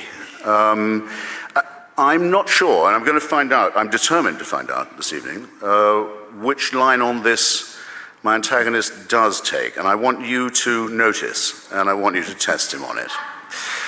Because I think it's fair, and I'm going to talk to him and to you as if he did represent the Christian faith. I can't do all three monotheisms tonight. I may get a whack at the other two in the course of the discussion. I can only really do his. I'm going to assume that it means something to him and that it's not just a humanist metaphysics. And I think I'm entitled to that assumption. The main thing I want to dispute this evening, because I'm either drowning in time with 20 minutes, it's either too much or too little, is this. You hear it very often said by people of a vague faith that, well, it may not be the case that religion is metaphysically true. Its figures and its stories may be legendary or dwell on the edge of myth, prehistoric. Its truth claims may be laughable. We have better explanations for the origins both of our cosmos and our species now, so much better so, in fact, that had they been available to begin with, religion would never have taken root. No one would now go back to the stage when we didn't have any real philosophy. We only had mythology. When we thought we lived on a flat planet, or when we thought that our planet was circulated by the sun instead of the other way around, when we didn't know there were microorganisms as part of creation and that they were more powerful than us and had dominion over us rather than we them, when we were fearful, the infancy of our species, we wouldn't have taken up theism if we'd known now what we did then. But allow for all that. Allow for all that. You still have to credit religion with being the source of ethics and morals. Where would we get these from if it weren't for faith? I think if, in the time I've got, I think that's the position I most want to undermine. I don't believe that it's true that religion is moral or ethical. I certainly don't believe, of course, that any of its explanations about the origin of our species or the cosmos or its ultimate destiny are true either. In fact, I think most of these have been conclusively, utterly discredited. credited, but I'll deal with the remaining claim. Is it moral, again, I can only do Christianity this evening, is it moral to believe that your sins, yours and mine, ladies and gentlemen, brothers and sisters, can be forgiven by the punishment of another person? Is it ethical to believe that? I would submit that the doctrine of vicarious redemption by human sacrifice is utterly immoral. I might, if I wished, if I knew any of you, or you were my friends, or even if I didn't know you, but I just loved the idea of you. Compulsory love is another sickly element of Christianity, by the way. But suppose I could say, look, you're in debt, I've just made a lot of money out of a God-bashing book. I'll pay your debts for you. Maybe you'll pay me back someday, but for now I can get you out of trouble. I could say, if I really loved someone who'd been sentenced to prison, if I could find a way of saying I'd serve your sentence, I'd try and do it. I could do what Sidney Carton does in A Tale of Two Cities, if you like. I'm very unlikely to do this unless you've been incredibly sweet to me. I'll take your place on the scaffold. But I can't take away your responsibilities. I can't forgive what you did. I can't say you didn't do it. I can't make you washed clean. The name for that in primitive Middle Eastern society was scapegoating. You pile the sins of the tribe on a goat, you drive that goat into the desert to die of thirst and hunger, and you think you've taken away the sins of the tribe. A positively immoral doctrine that abolishes the concept of personal responsibility on which all ethics and all morality must depend. It has a further implication. I'm told that I have to have a share in this human sacrifice, even though it took place long before I was born. I had no say in it happening. I wasn't consulted about it. Had I been present, I would have been bound to do my best to stop the public torture and execution of an eccentric preacher. I would do the same even now. No, I'm implicated in it. I myself drove in the nails. I was present at Calvary. It confirms the original filthy sin in which I was conceived and born, the sin of Adam in Genesis. Again, this may sound a mad belief, but it is the Christian belief. Well, it's here that we find something very sinister about monotheism and about religious practice in general. It is incipiently, at least, and I think often explicitly, totalitarian. I have no say in this. I am born under a celestial dictatorship which I could not have had any hand in choosing. I don't put myself under its government. I am told that it can watch me while I sleep. I'm told that it can convict me of, here's the definition of totalitarianism, thought crime. For what I think, I may be convicted and condemned. And that if I commit a right action, it's only to evade this punishment. And if I commit a wrong action, I'm going to be caught up not just with punishment in life for what I've done, which often follows axiomatically, but even after I'm dead. In the Old Testament, gruesome as it is, recommending as it is of genocide, racism, tribalism, slavery, genital mutilation, the displacement and destruction of others, terrible as the Old Testament gods are, they don't promise to punish the dead. There's no talk of torturing you after the earth has closed over the Amalekites. Only till when gentle Jesus, meek and mild, makes his appearance, are those who won't accept the message told they must depart into everlasting fire. Is this morality? Is this ethics? I submit, not only is it not only does it come with the false promise of vicarious redemption, but it is the origin of the totalitarian principle which has been such a burden and shame to our species for so long. I further think that it undermines us in our most essential integrity. It dissolves our obligation to live and witness in truth. Which of us would say that we would believe something because it might cheer us up, or tell our children that something was true because it might dry their eyes? Which of us indulges in wishful thinking, who really cares about the pursuit of truth at all costs and at all hazards? Can it not be said, do you not in fact hear it said repeatedly about religion and by the religious themselves that, well, it may not be really true, the stories may be fairy tales, the history may be dubious, but it provides consolation. Can anyone hear themselves saying this or have it said of them without some kind of embarrassment without the concession that thinking here is directly wishful. That yes, it would be nice if you could throw your sins and your responsibilities on someone else and have them dissolved, but it's not true, and it's not morally sound. And that's the second ground of my indictment. Michael, you will tell me when I'm trespassing on the time of Dr. McGrath, won't you? On our integrity, our basic integrity, knowing right from wrong and being able to choose the right action over a wrong one, I think one must repudiate the claim that one doesn't have this moral discrimination innately, that no, it must come only from the agency of a celestial dictatorship, which one must love and simultaneously fear. What is it like? I've never tried it. I've never been a cleric. What is it like to lie to children for a living and tell them that they have an authority that they must love, compulsory love, what a grotesque idea, and be terrified of at the same time? What's that like, I want to know? And that we don't have an innate sense of right and wrong. The children don't have an innate sense of fairness and decency, which of course they do. What is it like? I can personalize it to this extent. My mother's Jewish ancestors are told that until they got to Sinai, they'd been dragging themselves around the desert under the impression that adultery, murder, theft, and perjury were all fine. They get to Mount Sinai only to be told it's not kosher after all. I'm sorry. Excuse me. We must have more self-respect than that for us, for ourselves and for others. Of course, the story is a fiction. It's a fabrication exposed conclusively by Israeli archaeology. Nothing of the sort ever took place, but suppose we take the metaphor. It's an insult. It's an insult to us. It's an insult to our deepest integrity. No, if we'd believed that perjury, murder, and theft were all right, we wouldn't have got as far as the foot of Mount Sinai or anywhere else. Now we're told what we have to believe.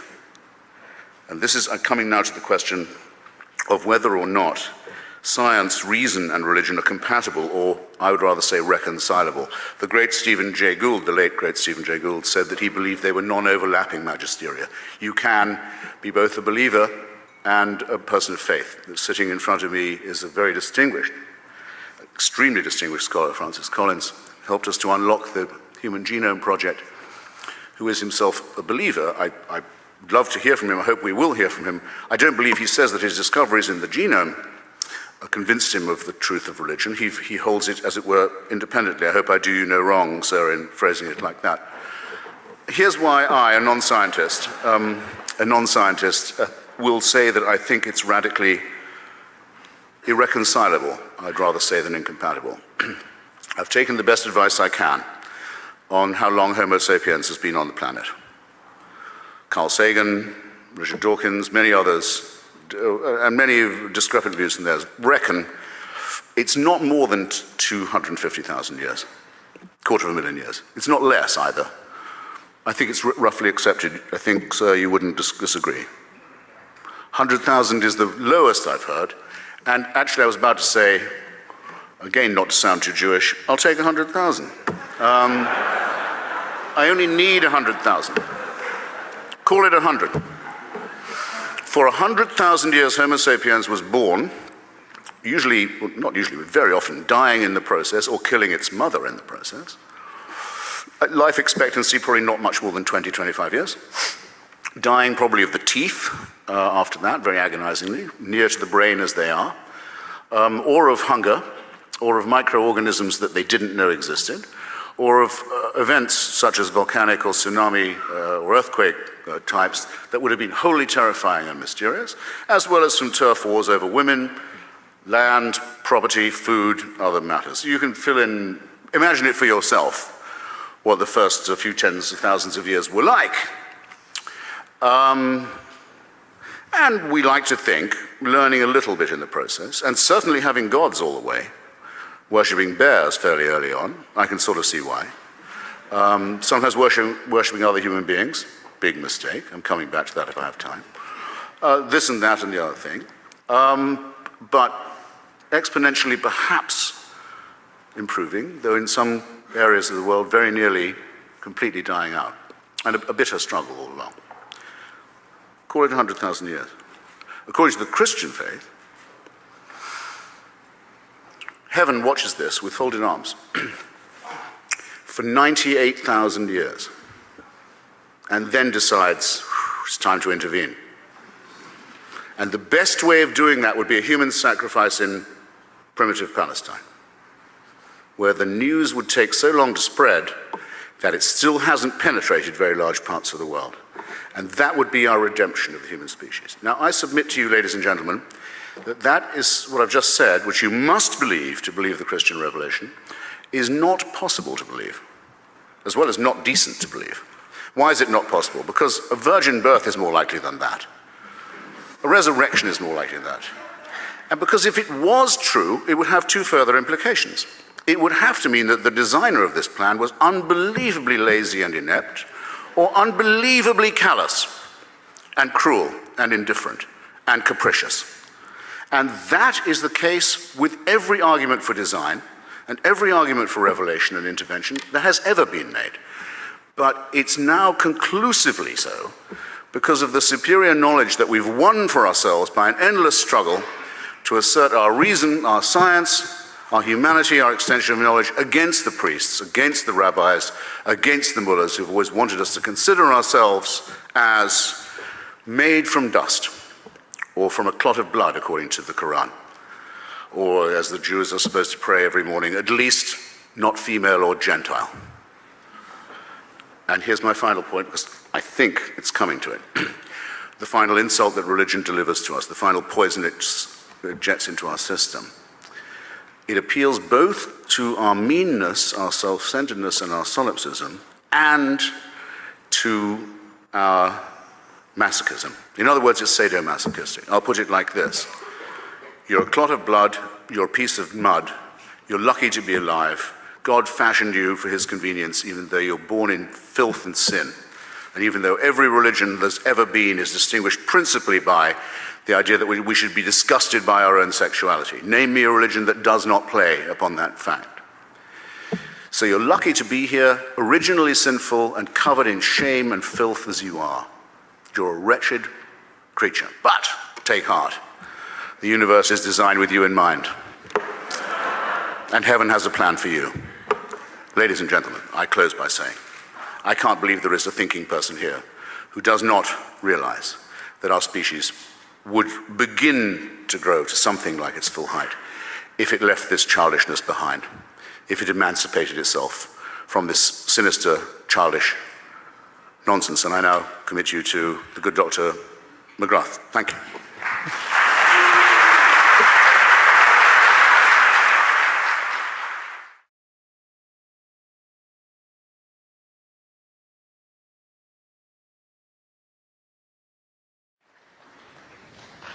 Well now, Mr. Chairman, ladies and gentlemen, comrades, friends, brothers, sisters, I would be self-sacrificially a Christian if I cut into my own time, limited as it is, to pay any compliments, so I won't, except to say that Dinesh is one of the most formidable debaters I've ever encountered on any subject, that he has the further great advantage of actually believing in this stuff.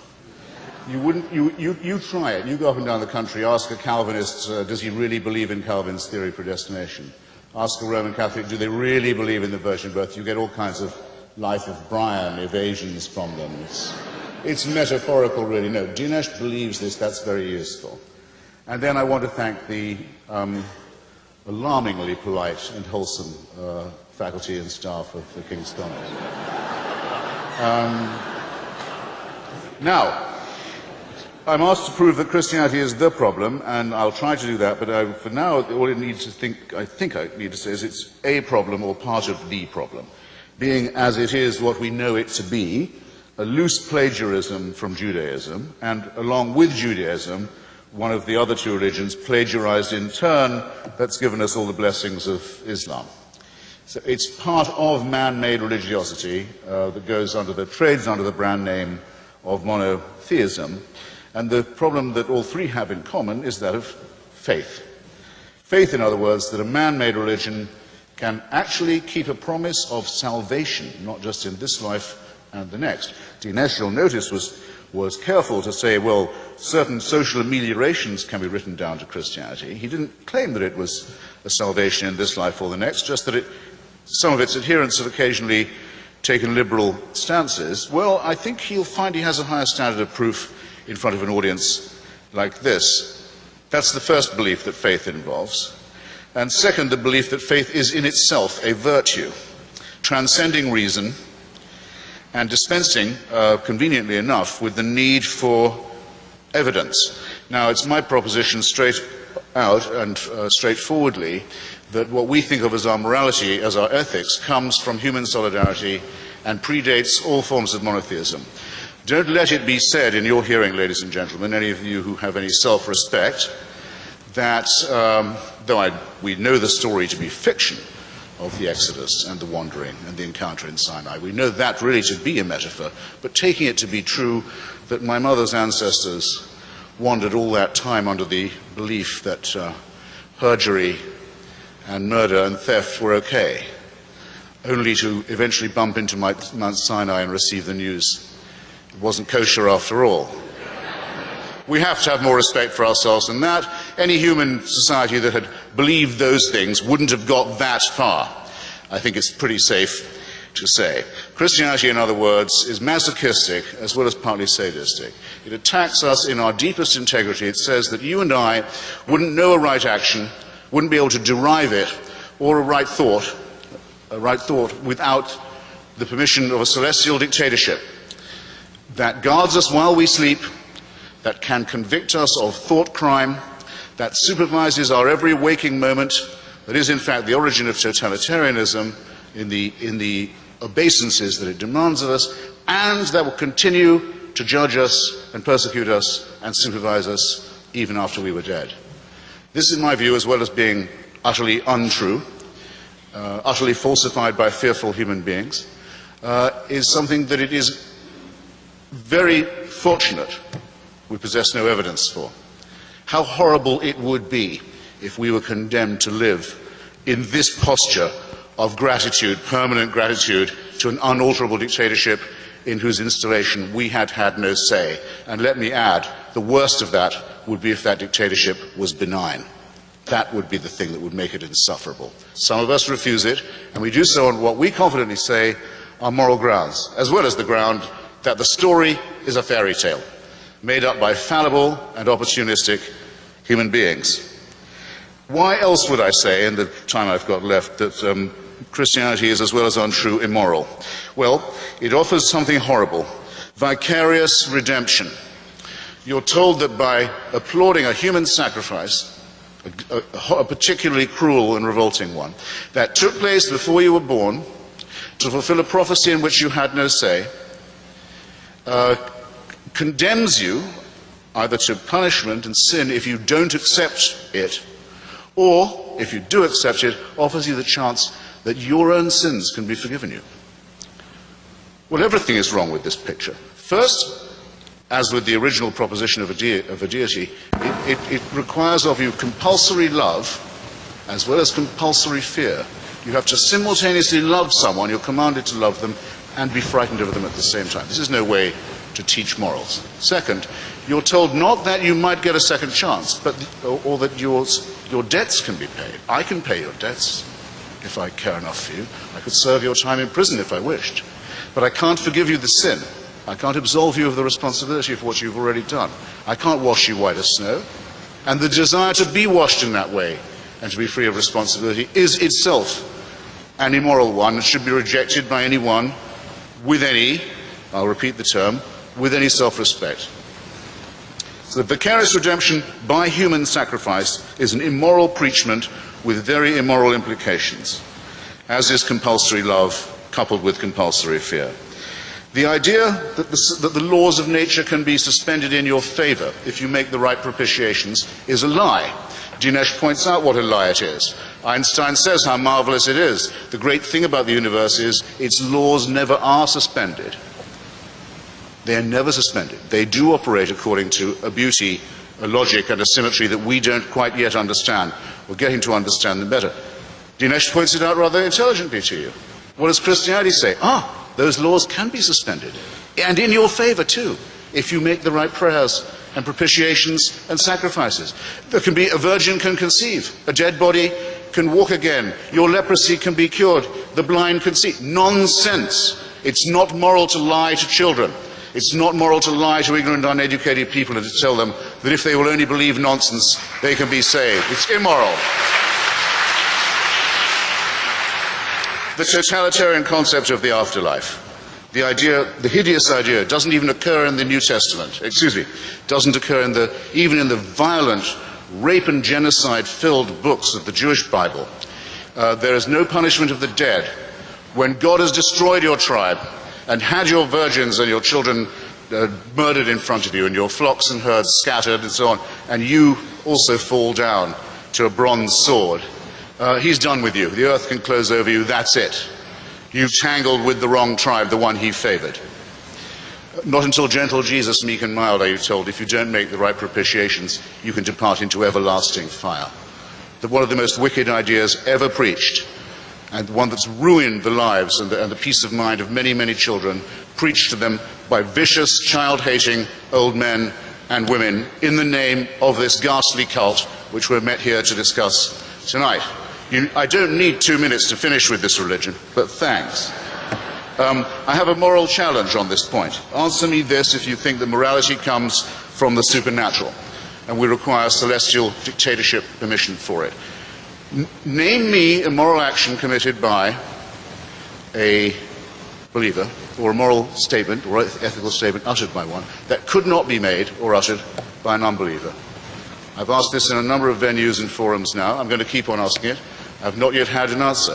If I was to ask anyone in this room, however, could they name a wicked action performed or a vile statement made by someone attributable only to their religious faith, there isn't a single person here who'd have to hesitate for a second in discovering what that was and saying it. Why is it incompatible with knowledge and science? It's for this reason. We calculate that the human species, Homo sapiens, has been around now. Carl Sagan thought perhaps 200,000 years. I would say 100,000. Not more, not less. In order to believe the Christian message, you have to believe this. For those 100,000 years, people were born, died, usually many of them in childbirth, either the mother or the child. Life expectancy perhaps 20 years, 25. Died of microorganisms they didn't know existed. Genesis doesn't mention them because the people who write Genesis don't know there are microorganisms. Earthquakes would have been terrifying. Tsunamis, volcanoes, mysterious events. War and famine superimposed on this. You can all fill out this picture for yourselves, I'm sure. That was our life. For tens of thousands of years, on and on it went.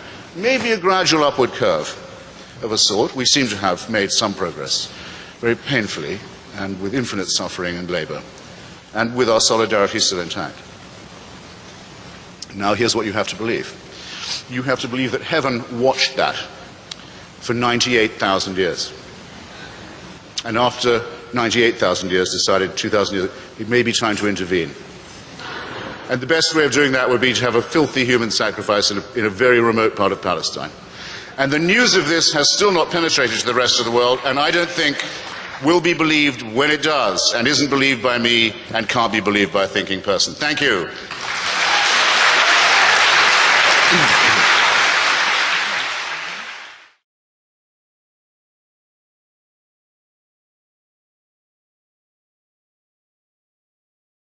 Introduction.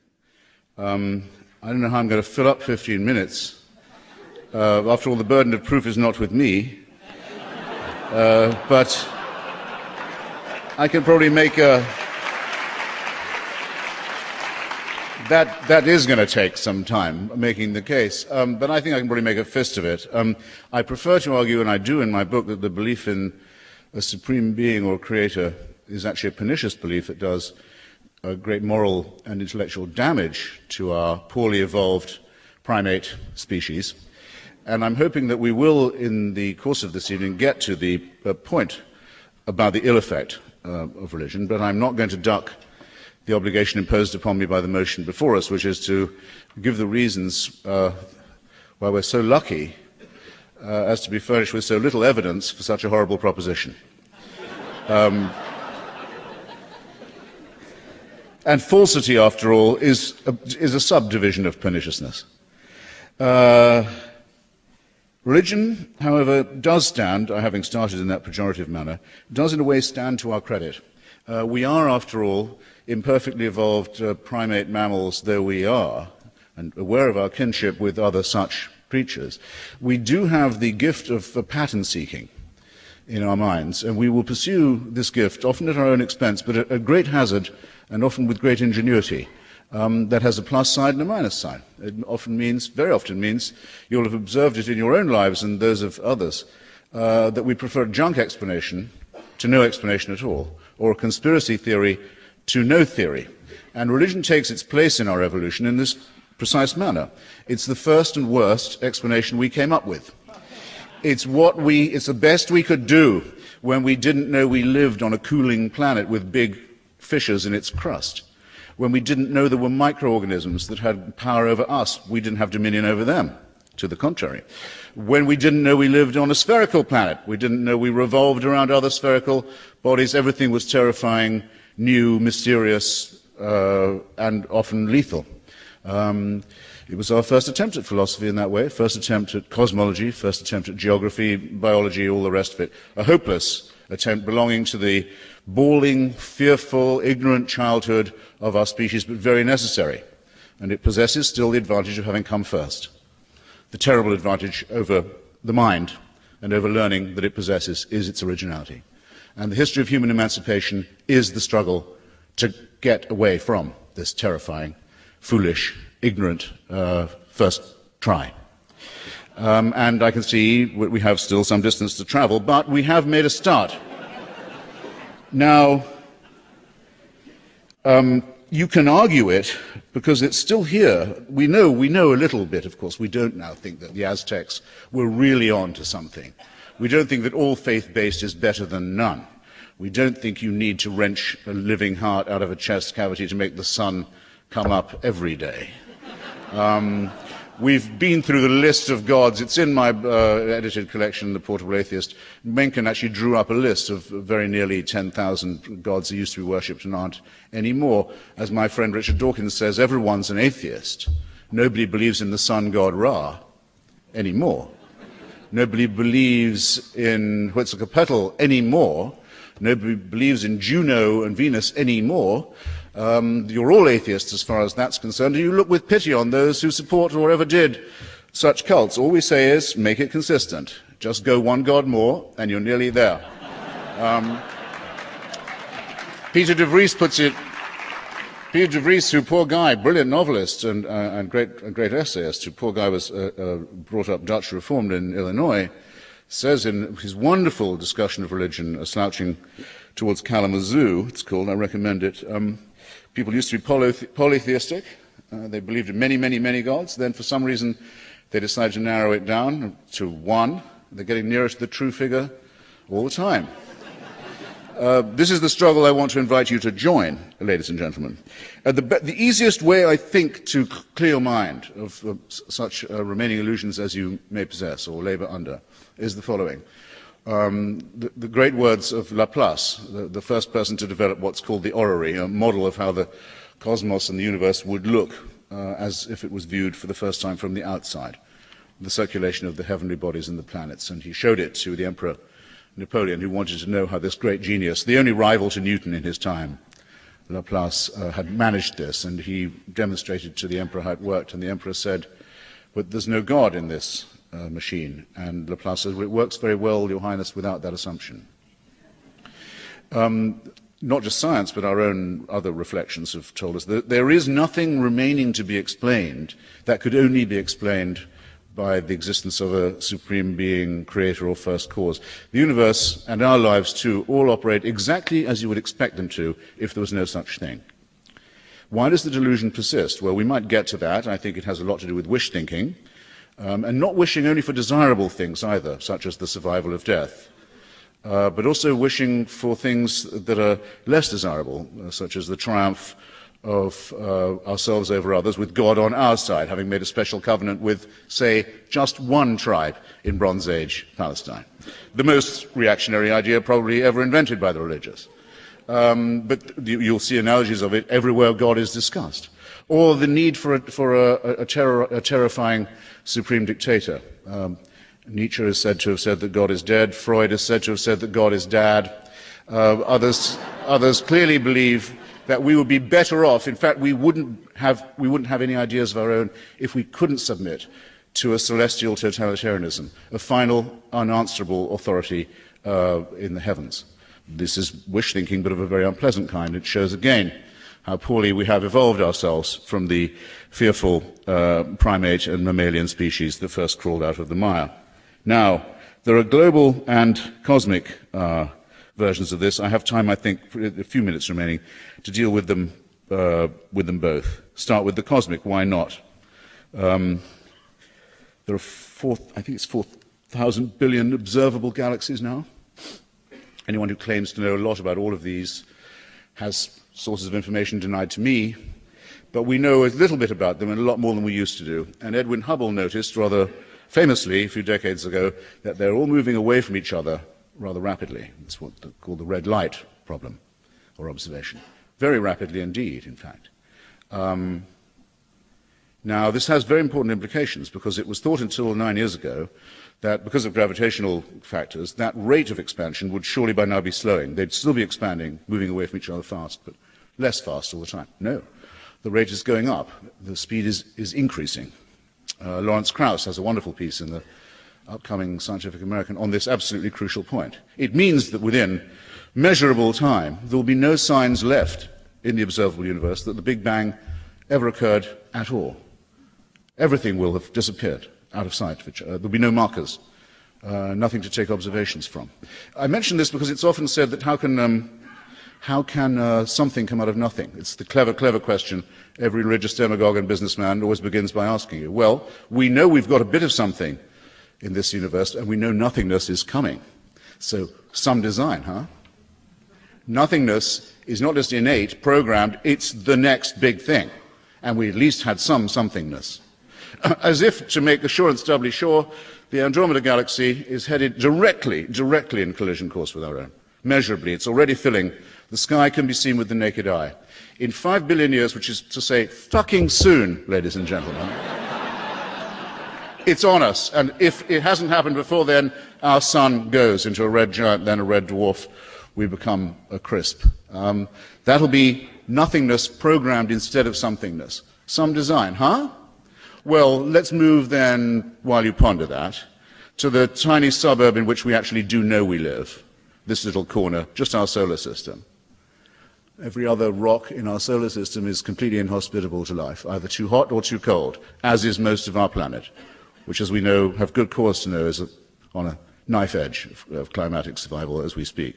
We could become extinct at any moment. In fact, when we still lived on the savannah of Africa, the environment to which we were adapted and have fled, but where we still betray the scars of our lowly origin by the coat of fur we grow in the womb and then shed, by the appendix, by our terrible dentition, and by many other things. Our adrenal glands are too big, our prefrontal lobes are too small. We're not the finest primates that could have evolved. It's estimated by the people who've done the DNA work on this that we were down as a species to less than a few thousand because of climatic events and other nightmares and catastrophes before the decision was made to abandon the savannah and seek cooler territory. We could very easily have joined the 99.9% of every other species that has ever been in existence on this tiny planet and become extinct. That close. What are we flattering ourselves about? What is so great about our anthropic principle that we should attribute this to a design or a designer? Some design, huh? And some designer too. Who but a serf wants it to be true? Who but someone who doesn't like to do their own thinking wants or needs this to be true in the face of all, not just some, but all of the available evidence before us? I've put it like this. It's the only hypothesis of my own that I've ever come up with. It's a version of, on this point anyway, it's a version of Joseph Schumpeter's hypothesis about creative destruction as the energy of capitalism. In order to believe in, not in a deistic God, in other words, a creator, a first cause, an imponderable starter, which of course only leads you to an infinite regression, because how could there be a starter who wasn't himself started or herself begun? Who created the God? Who made the creator? Who invented the inventor? Who designed the designer? Any fool can see the fallacy peering right over the shoulder of this hypothesis. But suppose that's not just a theistic question, but, a deistic question, but a theistic one. A God who answers prayers, a God who intervenes, a God who didn't just start this, but cares how it winds up, who cares what you do to your private parts, or to those of your children, and insists on their being mutilated, who knows what you should eat and what day of the week, who knows with which gender you may or may not recreate yourself or be recreational with, and so forth. The deist has all their work still ahead of them to prove that there is such a being. Here's what you'd have to believe to be a theist. I've already shown the absurdity of deism, I hope. To be a theist, you'd have to believe this. How long do you think, ladies and gentlemen, I have 3 minutes, shan't, I hope, need them all. How long do you think the human species, as a distinct Homo sapiens, has been on the planet? Anyone want to shout a guess? Okay. Well, Richard Dawkins thinks 250,000 years, 250,000. That's considered to be on the high end. Francis Collins, who's become a friend of mine, a very, very devout Christian, who, as you will know, sequenced the Human Genome Project and did the final report on the full-out discovery of that unravelment which showed us our kinship with other creatures and indeed with other non-creatures, other forms of vegetation and junk that's in our, undoubtedly proves us to be part of the creational soup. He thinks minimum 100,000. He's not quite sure if it's 250,000. All right, I only need 100,000. 100,000 years since we dared to became separate from the Cro-Magnons and the Neanderthals as our own species, Homo sapiens. Here's what you have to believe to be a theist. For 100,000 years, humanity is born. Perhaps 25% of it dies in childbirth or very shortly afterwards. Life expectancy, I don't know, 25 for a very long time. Infant mortality, extraordinary, after childbirth deaths, I mean. Killed by microorganisms we didn't know existed, by earthquakes that we thought were portents, by storms that we didn't know came from our climate system, by other events that arise from being born onto a cooling planet with deep cracks in its crust, faults in its crust. Then man-made things, turf wars, fights over women, fights over territory, over food, and so on. Very, very slow, gradual, exponential upward progress, we might like to think. Pretty slow, but at least we can claim, out of our own self-respect, man-made. And for the first 96,000 years of this experience, heaven watches with folded arms. Us go through this with indifference, without pity. And then around 4,000 years ago decides, gee, it's time to intervene. And the best way of doing that would probably be in Bronze Age Middle East, making appearances to stupefied illiterate peasants, which could later be passed on. The news would get to China after about 1,000 years of that. 2 minutes. That's what you have to believe. Aren't you glad you can't be made to believe that? Aren't you glad there's no theocracy anymore within range of you that can make you believe that? Do you know what it's like living in countries where you can be made to believe it? Do you know what the penalties are for not believing it? They're just exactly congruent with the stupidity of the belief itself. We would be better off, ladies and gentlemen, if we grew out of it. We would be better off if we'd grown out of it a long time ago. I've only had 15 minutes to show its falsity. The rest of the evening, I hope, can be devoted to its wickedness. But the falsity is part of the wickedness too, and thanks for hearing me out. Thank you.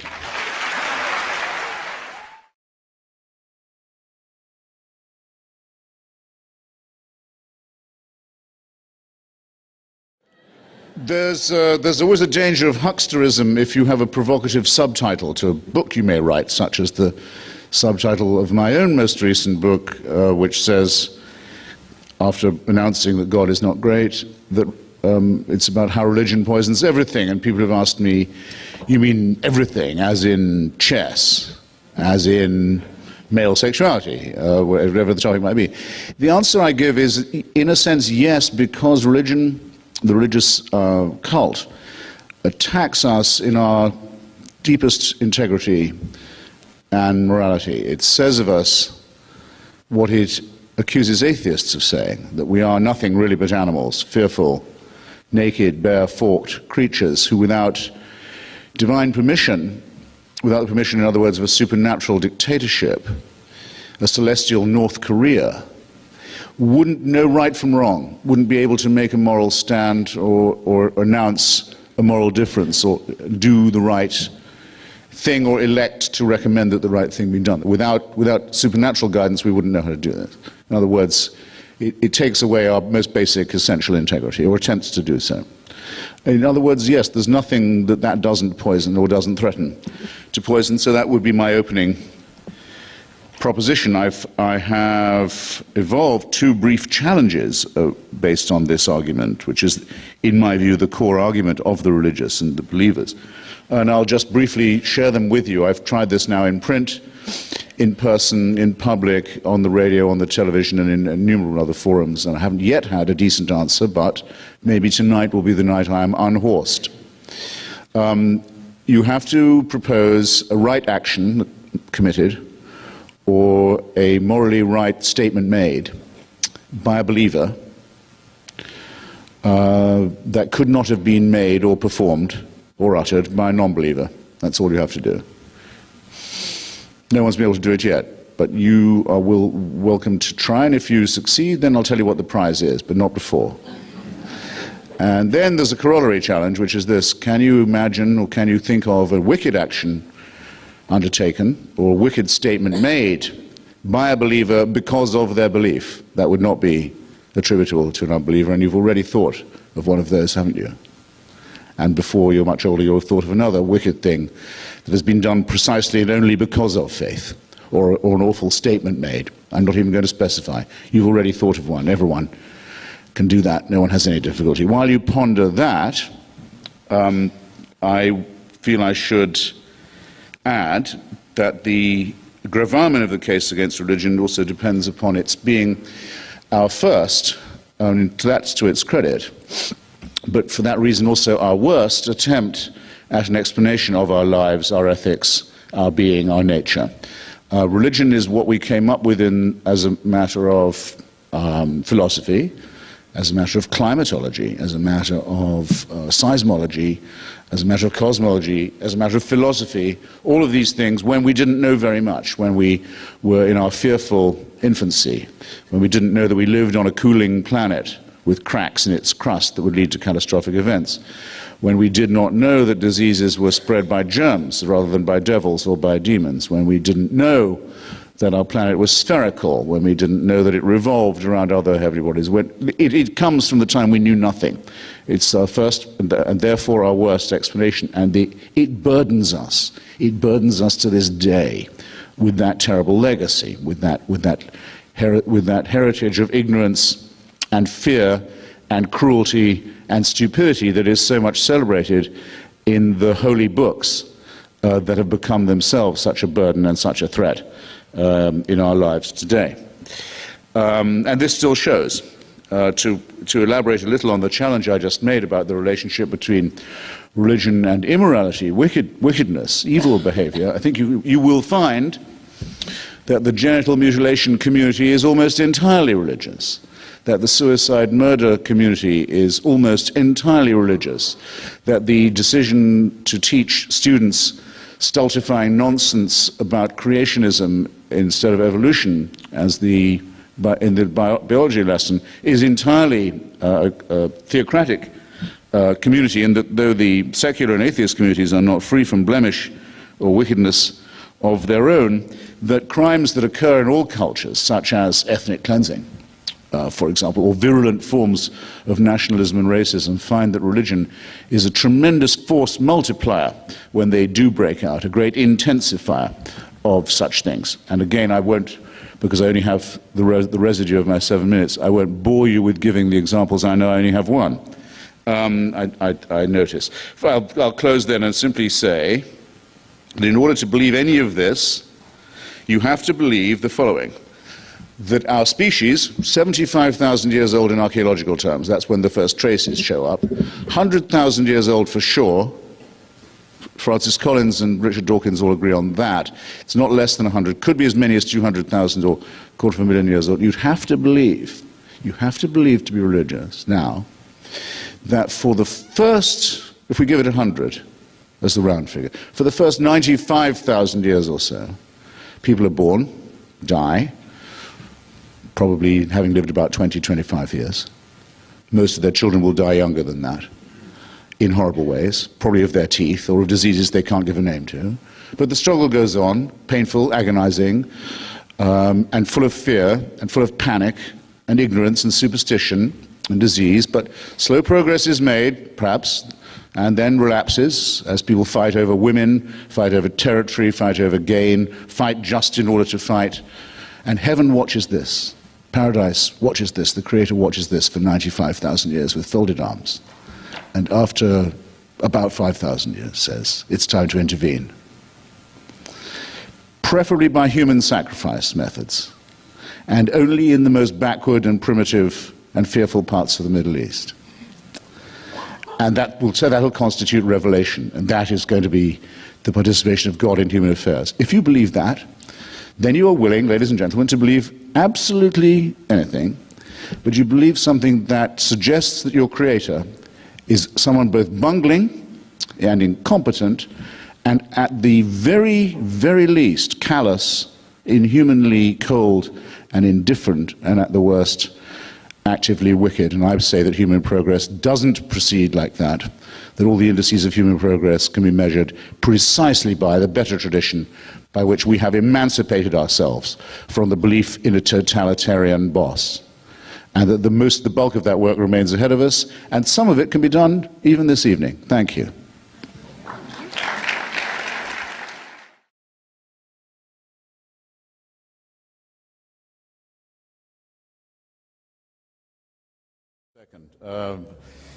Listen, Dinesh and I have been around this block before, as probably some of you already know, and sometimes we discuss and debate whether or not there is a historical truth to religion. In other words, did any of this stuff ever happen?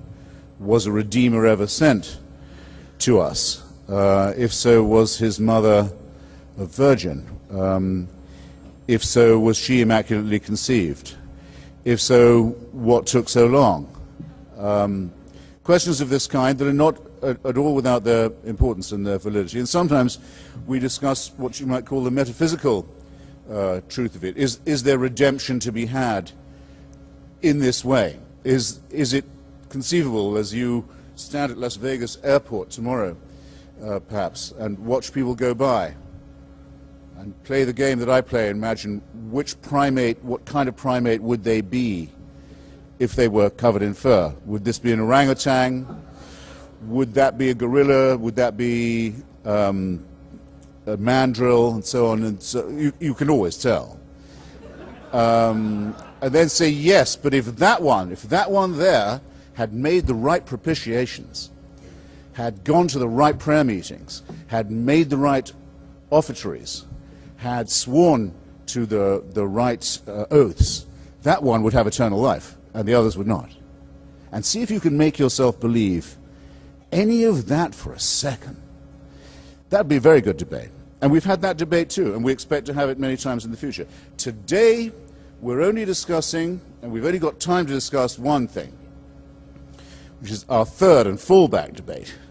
Does this stuff, even if it's all bullshit, even if it's all made up, even if it's all entirely man-invented, does it at least make people behave better? It may not be true. It may indeed be completely false. It may be fabricated. But does it have a moral effect? Does it make people treat each other more kindly? Okay? That goes nowhere near the metaphysical and the moral truth of the matter. In other words, as Lady Bracknell is supposed to have said, I don't care what people do, as long as they don't in the street and frighten the horses.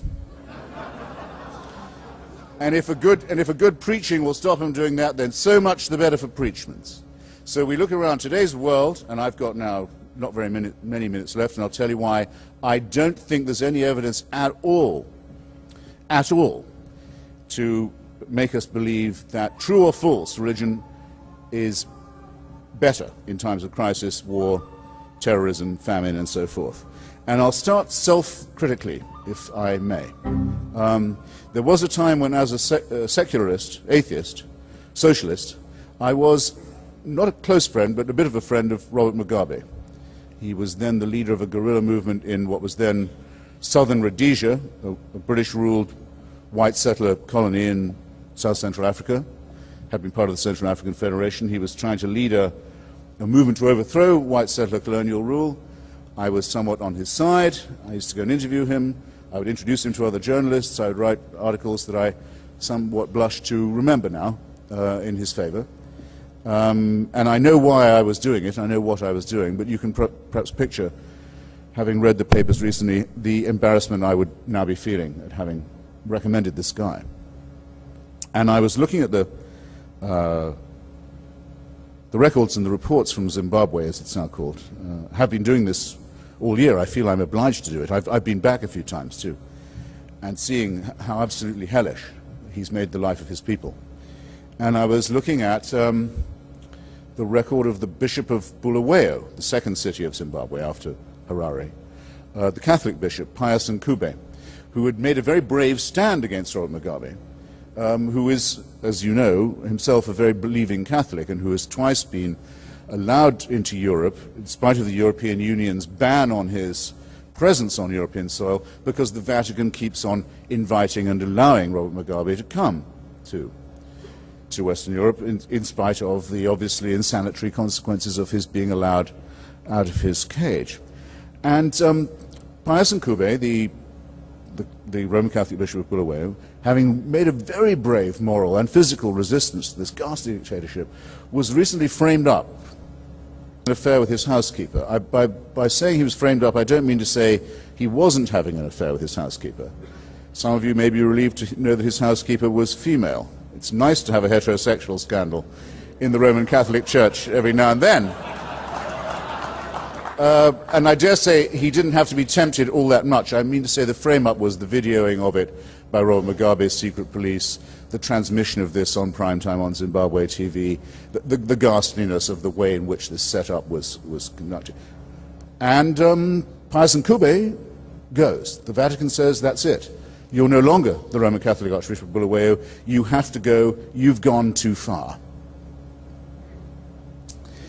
Robert Mugabe, the communicant, the daily Catholic communicant who thanks God for his electoral victory, which you may have seen recently, celebrated so warmly by his people, has not been forbidden the sacraments, hasn't been excommunicated, Now, Pius Nkube, the Bishop of Bulawayo, had an affair with his housekeeper. Robert Mugabe has subjected his entire country to torture, famine, theft, expropriation, death, death squads, and the rest.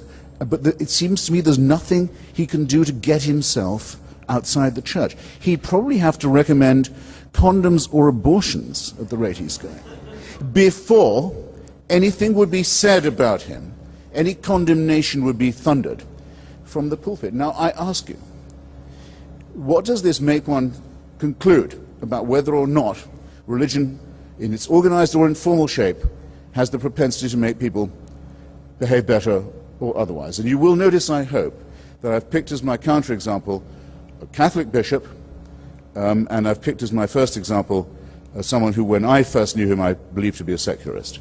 So I hope you won't think I've picked a soft or easy target. Let me move on a little, just since we're doing a tour d'horizon of our troubled globe at present. Not everyone notices this, but I do. The recent recrudescence of something very sinister and very menacing, that is to say, despotism of the old form in Russia, one-party rule, KGB rules, KGB standards for the treatment of dissent, for the treatment of the press, for the treatment of opposition politicians, for the treatment of neighboring countries as far distant as Georgia and Chechnya and Latvia and Lithuania. The return, in other words, of what used to be called Great Russian chauvinism under Putin and Medvedev is accompanied by something that was always the accompaniment of Great Russian Tsarist tyranny and, by the way, Stalinist tyranny before.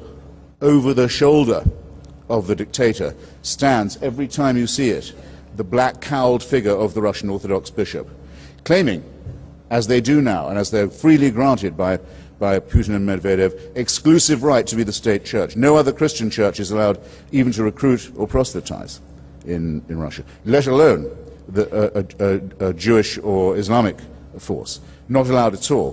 When Medvedev takes his oath of office as president, he takes it with an archbishop holding an icon up for him to kiss. You may remember that in the very strong field of stupid remarks made by President Bush, probably the stupidest, this is a very competitive selection, was his meeting with Vladimir Putin, where he said, as soon as he saw that he was wearing his grandmother's crucifix, he could look into his eyes and know that he was a sincere and decent man.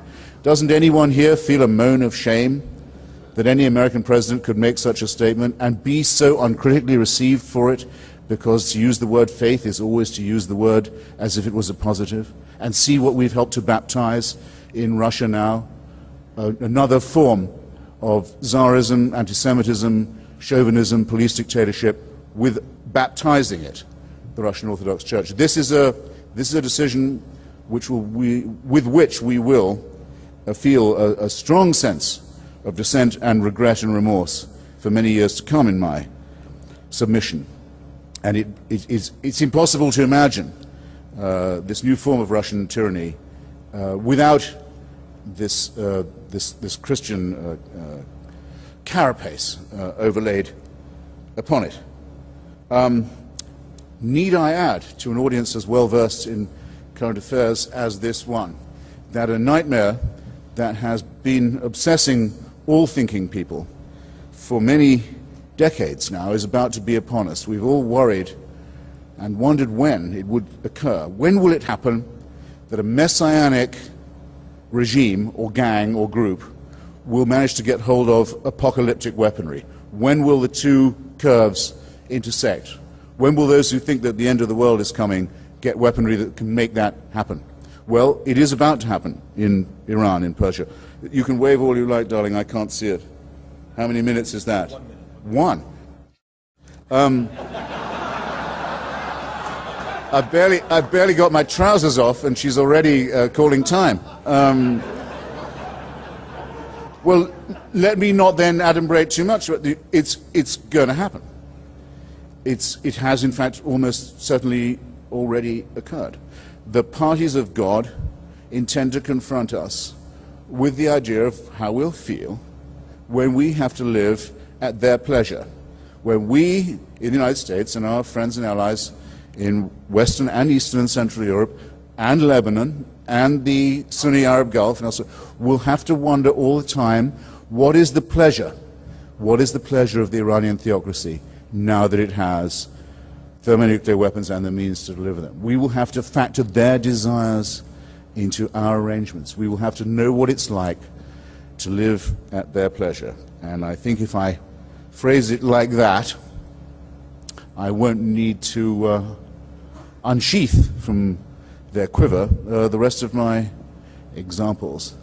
That is why I say in my book, and that's why I say in all my, that the origins of totalitarianism are theocratic, that the original totalitarian temptation, the original totalitarian proposition is that we can refer all our difficulties, all our wishes, all our desires, all our hopes, all our dreads and fears to an unalterable dictatorship, a celestial North Korea in the sky that supervises us from dawn till dusk, that subjects us to constant surveillance while we're asleep, before we are born, after we are dead, and that not until we can get rid of this diseased desire for dictatorship, this hatred of our own freedom, this wish for tyranny in our own heads, do we stand the smallest chance of emancipating ourselves, our children, our allies, our friends, our comrades, and our descendants from the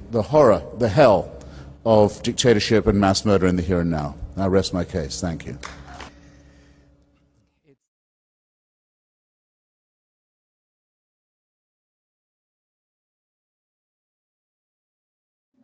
I should say first it's a great honor to be in the capital of the great state of Virginia. I'm in a small way a biographer of Thomas Jefferson, and his memorial, as you know, omitted the mention of his presidencies and vice presidencies and preferred to focus on his work at the university and his authorship of the Virginia Statute on Religious Freedom, which is the embryo and basis of the First Amendment to our Constitution, which makes this the only country in the world that has ever decided that God and constitutional matters should be separated. And it's in defense partly of that civilizational impulse that I rise this evening to satirize the idea that we're here by somebody else's permission and owe that person an explanation, which is what it is to be a theist, if not a deist at any rate.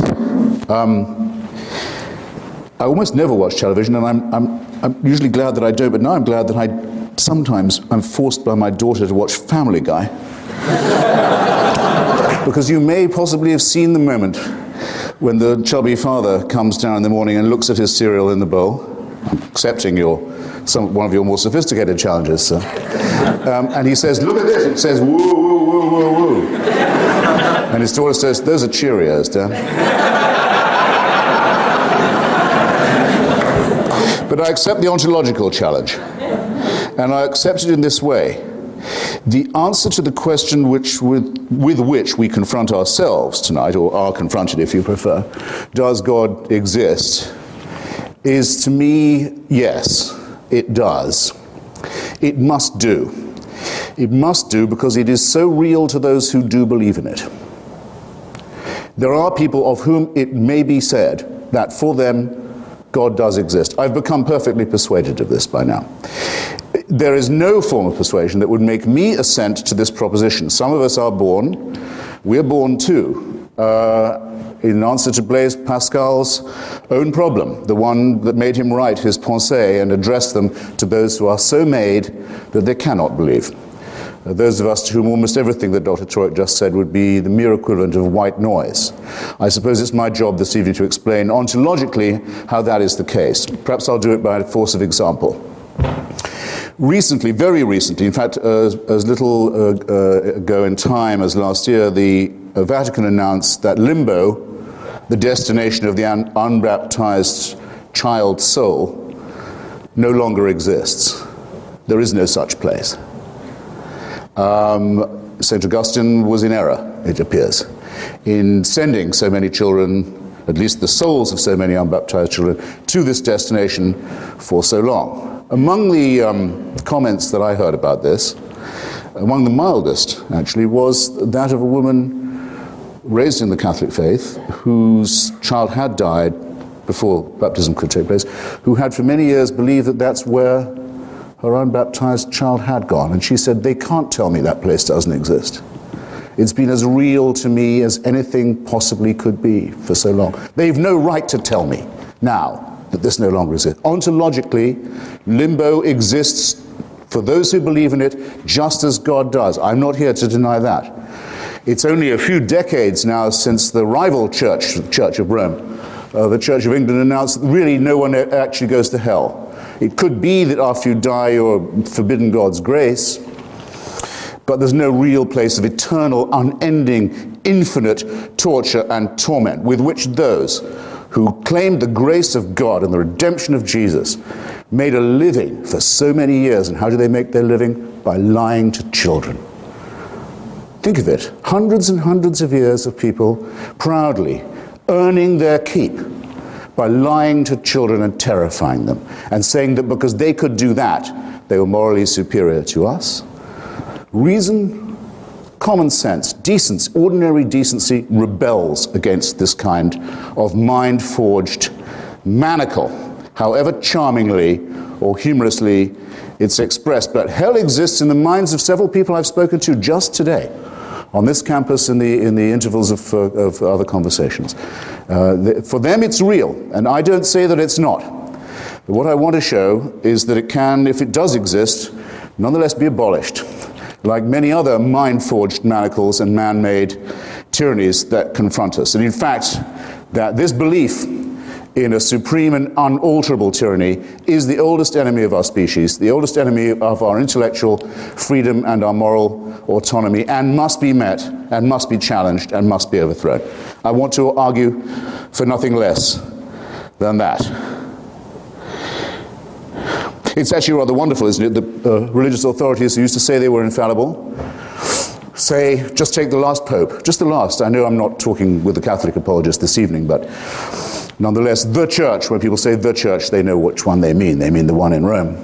The one where when Stephen Hawking was invited and was asked at the conference on the church and science, is there anything he'd like to see in Rome while he was there, he said he'd like to see the records of the trial of Galileo. Don't please be invoking Mr. Hawking, by the way, as if he was a deist. The last pope, just in the last decade of his tenure, apologized. He said, we were wrong about the Jewish question. We probably shouldn't have said for so long the Jews were responsible for the murder of Christ. We were probably wrong in forced conversion of the peoples of the Indies, as they were thought of, the isthmus and the southern cone of our hemisphere. We were certainly wrong. We owe an apology to the Muslims for the atrocities of the Crusades. We owe an apology to the Eastern Orthodox churches for the incredible butchery to which they, our fellow Christians, were subjected by us, the Roman Catholic Church. And we probably owe an apology to the Protestants for saying so many awful things about them and torturing and burning and killing them too. So having now said we were completely wrong and completely cruel and completely sadistic and completely violent and retarded human civilization for that many centuries in that many countries and continents, we're quit. And now we can go back to being infallible all over again.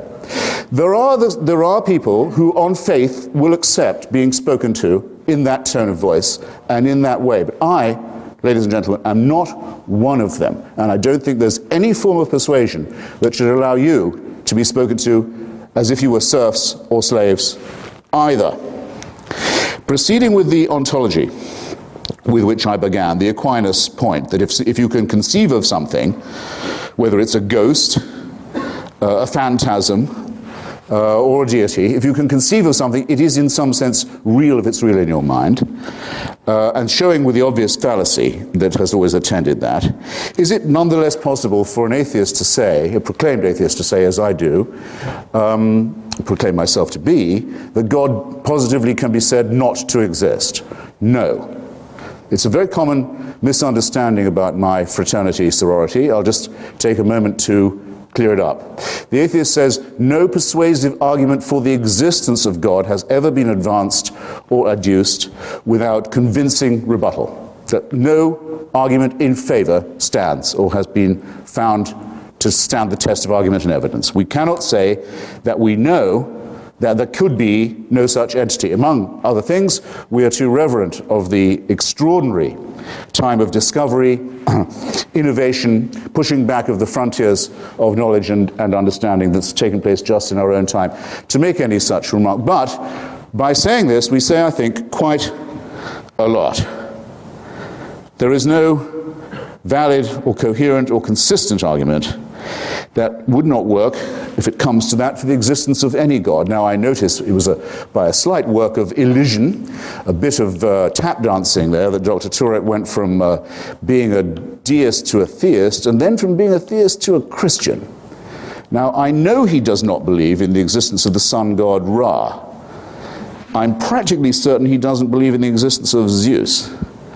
If you'll pick up a copy of my Portable Atheist, a selection of the finest writings by non-believers down the years, and just turn to the 3 pages where Mencken, H.L. Mencken, lists the easiest to name 3,000 gods that used to be worshipped and that no longer are held to exist by anybody, you'll spare me the trouble of reading them out. No, he thinks he doesn't just know, Dr. TUREK, that there is a God. He knows which one is the right one from a potentially infinite list, actually from a list that's as long as the number of people there are or have ever been in the human species, because if you ever argue with a theist or a deist, as I do every day, you'll find they all believe in a God of their very own. Indeed, they often say a personal God. Indeed, they often say a personal savior. So out of what are we reifying a concept that applies to all of us? Out of nothing but wish thinking and nonsense and fear and ignorance, and above all, and I'm not quitting on this point, servility. Everyone in this room is an atheist. Everyone can name a God in which they do not believe. Let them advance the case that the one in which they believe is the superior one. Let Dr. TUREK be the first person I've ever met to do that convincingly this evening, and I will show him due respect. I don't think the task can actually be undertaken. Now, the same tap dancing hopes you will not notice that deism and theism are two quite different things. The deist argument says that there is so much order apparent in nature and in the cosmos and in the universe that it might be unwise to assume that such order has no one interested in ordering or designing it. That assumption might be an unsafe one. The philosopher Paley, in his Natural Theology, said design implies a designer. He came up with the very famous image of the watch. If you come across a watch, if you're a primitive tribesperson in the Sahara, you may not know what it's for, but you know that it's not a rock or a vegetable. You know it has a purpose, and someone made it that way. Until quite recently, that was the default position of most intelligent people, including Mr. Jefferson, who, despite his intermittent atheism, in my judgment, was a theist. I'm so sorry, was a deist. He would debate with, among the many skills he had, was a very advanced level of paleontology. He would debate with the greatest paleontologist of his time, the Count de Buffon. How comes it? How can it be that we find seashells so high on the mountains of Virginia? How can this be? Not even the most intelligent people of that day, and it's very recent, it's an instant in historical time, had any idea how that could be. There isn't anyone in this room who wasn't educated and brought up knowing exactly how that is. It's just a shame that Jefferson and many other intelligent and humane and well-educated literate people just couldn't see that far. He wasn't to know, though Darwin was born in his day, on the same day, actually in 1809 as Abraham Lincoln, the very same day, the two great emancipators, Darwin being, in my judgment, the greater of the two. Now we know this proposition to be true, the proposition that was ridiculed so pathetically, I have to say, I thought, by Dr. TUREK. There is no explanation for the origins of our species, for the origins of our cosmos, for the origins of our globe itself. There is not one explanation left which requires the existence of a deus ex machina. In every case, we have a better or sufficient explanation. I think that assertion of mine will stand any challenge this evening. I'm looking forward to hearing some more of them. Of course, Darwin used creationist images. He actually set out to vindicate Paley's theology. Thought he could do it by his study, taxonomical study of nature. Einstein used God images when he spoke of the extraordinary majesty of the cosmos. It's in us. It's in our vocabulary. It's hardwired in us, you might almost say, to use images of awe-inspiring, godly, Mozartian, you might say, or even Shakespearean images when talking about these things. But when we come down to the actual analysis of them, we find that we don't need the prime mover at all, and that most of the prime mover explanations, if not all of them, have been positively misleading. So that the deist may propose a designer, and I may not be able to show you convincingly that there could be no such person, but the theist has all their work still ahead of them. From this designer, how do we get to the designer who answers prayers? Did you hear a thing? I mean, just a phrase, even an implication, even a suggestion from anything my opponent said, that you could, by an argument from design, prove answered prayers? Or prove that someone born of a virgin was therefore the son of a god? Or could prove that resurrections occur, and that by people being tortured to death thousands of years ago, we are now redeemed, that we are vicariously forgiven our own offenses by human sacrifice? How does deism help you to that? It doesn't. It quite simply doesn't and cannot. And the attempt to build from one to the other is a conjuring trick of a very vulgar, I think, kind. We live in the childhood of our species, so when Stephen Hawking says that if we could understand the event horizon that surrounds the black hole, we would, in some sense, know the mind of God, he proves that our vocabulary is still that of our infancy. He makes no concession to the idea of a theist or theocratic dispensation. I'd better ask now how I'm doing for time. Good. I'm not sure I'm going to need all that. But I'd like to try and reply and fight on my feet when I can.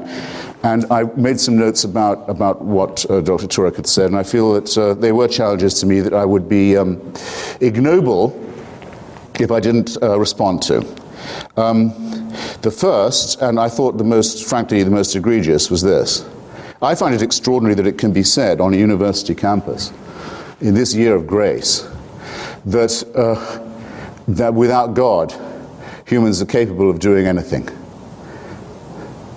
That there is no moral restraint upon us if we don't concur in the idea that we are the property and creation of a supreme being. I'm making the assumption that all of you check in every now and then with some kind of news outlet and have a view of what's going on in the rest of the world. Isn't it as plain as could be that those who commit the most callous, the most cruel, the most brutal, the most indiscriminate atrocities of all do so precisely because they believe they have divine permission? Shall I answer my own question? Shall I insult you by adding more? Who can't think of an example of this kind? Let me put the question in another form that I've put in now. Every forum from YouTube to C-SPAN, to the wireless, to the print, to the radio, to the television, and innumerable forums to those who say that without God there can be no morality. You are to ask yourself two questions. You are to name a moral action undertaken, or a moral and ethical statement made by a believer. I dare say you can do it. You are then to say that you can not imagine a non-believer making this moral statement or undertaking this moral action. Can you now think, can any of you think, don't have to answer now, you have all night, and you have my email. And I've done this with everyone from the Archbishop of Canterbury to even lower people. You name me the ethical and moral actional statement that a believer can make and an unbeliever cannot, and there's a prize. And I'll tell you about that later. Now there's a second question. Think of something wicked that only a believer would be likely to do, or something wicked that only a believer would be likely to say. You've already thought of it. The suicide bombing community is entirely religious. The genital mutilation community is entirely religious. I wouldn't say that the child abuse community is entirely religious. I wouldn't. But it's bidding to be entirely religious. It operates on the old Latin slogan, "No child's behind left." How dare anybody, how dare anyone who speaks for religion say of us, the secular and the non-believers, that we are the immoral ones? It is itself a wicked thing to say. Itself an absolutely indefensible thing to say. No. The decapitation on the bus is going to be done by someone who thinks God is telling him to do it. Smerdyakov is actually the stupidest character in Dostoevsky's novel. He's the one who makes this proposition. Everyone has to understand that it is those who feel that the divine is prompting them, who feel they're permitted anything and everything. And it is those who are the leading, most salient, most violent, most vicious opponents of the values and civilization that Thomas Jefferson stood for and promulgated.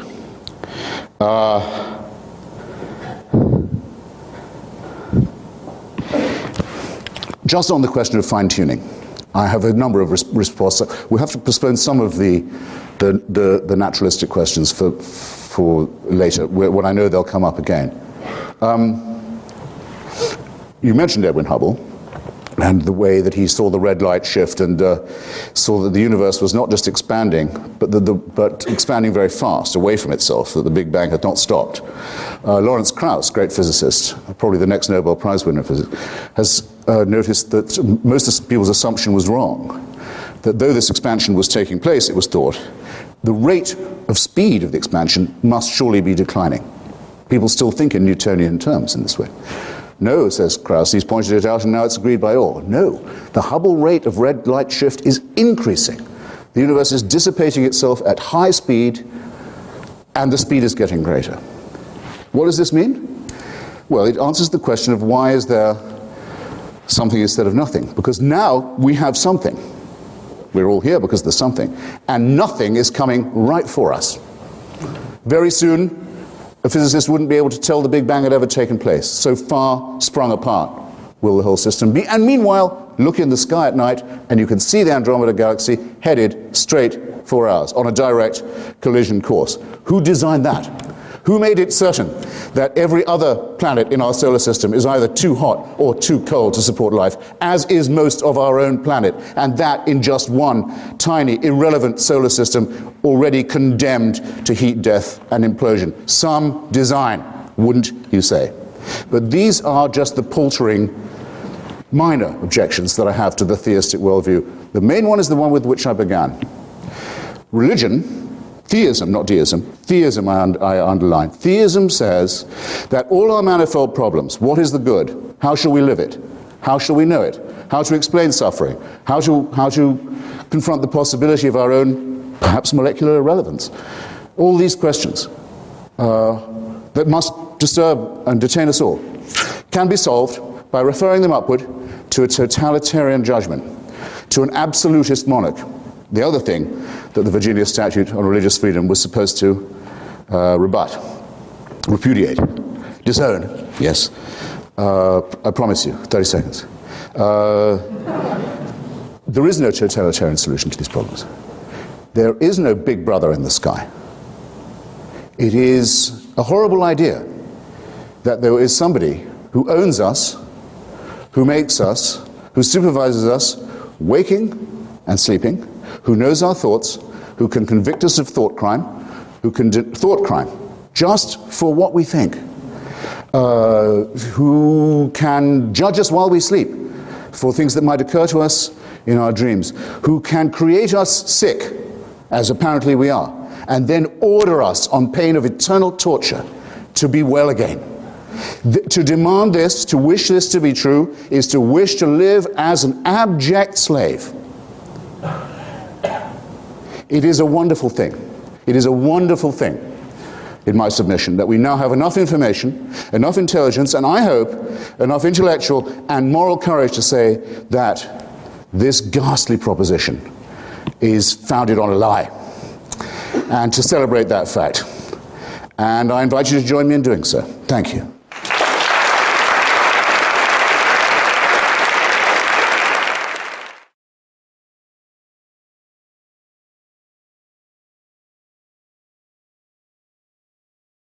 Chris, why is Christianity bad for the world? First, because it's based on a fantastic illusion. Let's say that the consensus is that our species, we being the higher primates, Homo sapiens, has been on the planet for at least 100,000 years, maybe more. Francis Collins says maybe 100,000, Richard Dawkins thinks maybe 250,000. I'll take 100,000. In order to be a Christian, you have to believe that for 98,000 years, our species suffered and died, most of its children dying in childbirth, most other people having a life expectancy of about 25, dying of their teeth, famine, struggle, bitterness, war, suffering, misery, all of that. For 98,000 years, heaven watches it with complete indifference. And then 2,000 years ago thinks, that's enough of that, it's time to intervene. The best way to do this would be by condemning someone to a human sacrifice somewhere in the less literate parts of the Middle East. Let's appeal to the Chinese, for example, where people can read and study evidence and have a civilization. Let's go to the desert and have another revelation there. This is nonsense. It can't be believed by a thinking person. Why am I glad this is the case? To get to the point of the wrongness in the other sense of Christianity. Because I think the teachings of Christianity are immoral. The central one is the most immoral of all. That is the one of vicarious redemption. You can throw your sins onto somebody else, vulgarly known as scapegoating, in fact, or originating as scapegoating in the same area, the same desert. I can pay your debt if I love you.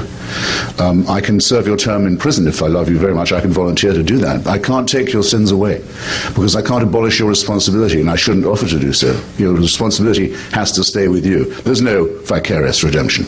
There very probably, in fact, is no redemption at all. It's just a part of wish thinking, and I don't think wish thinking is good for people either. It even manages to pollute the central question, the word I just employed, the most important word of all, the word love, by making love compulsory, by saying you must love.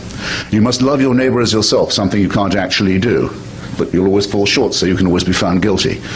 By saying you must love someone who you also must fear, that's to say a supreme being, an eternal father, someone of whom you must be afraid, but you must love him too. If you fail in this duty, you're again a wretched sinner. This is not mentally or morally or intellectually healthy, and that brings me to the final objection. I'll condense it, Dr. Olasky, which is that this is a totalitarian system. If there was a God who could do these things and demand these things of us, and who was eternal and unchanging, we would be living under a dictatorship from which there was no appeal, and one that could never change, and one that knows our thoughts and can convict us of thought crime and condemn us to eternal punishment for actions that we are condemned in advance to be taking. All this in the round, and I could say more, it's an excellent thing that there's absolutely no reason to believe any of it to be true. Okay, Doug.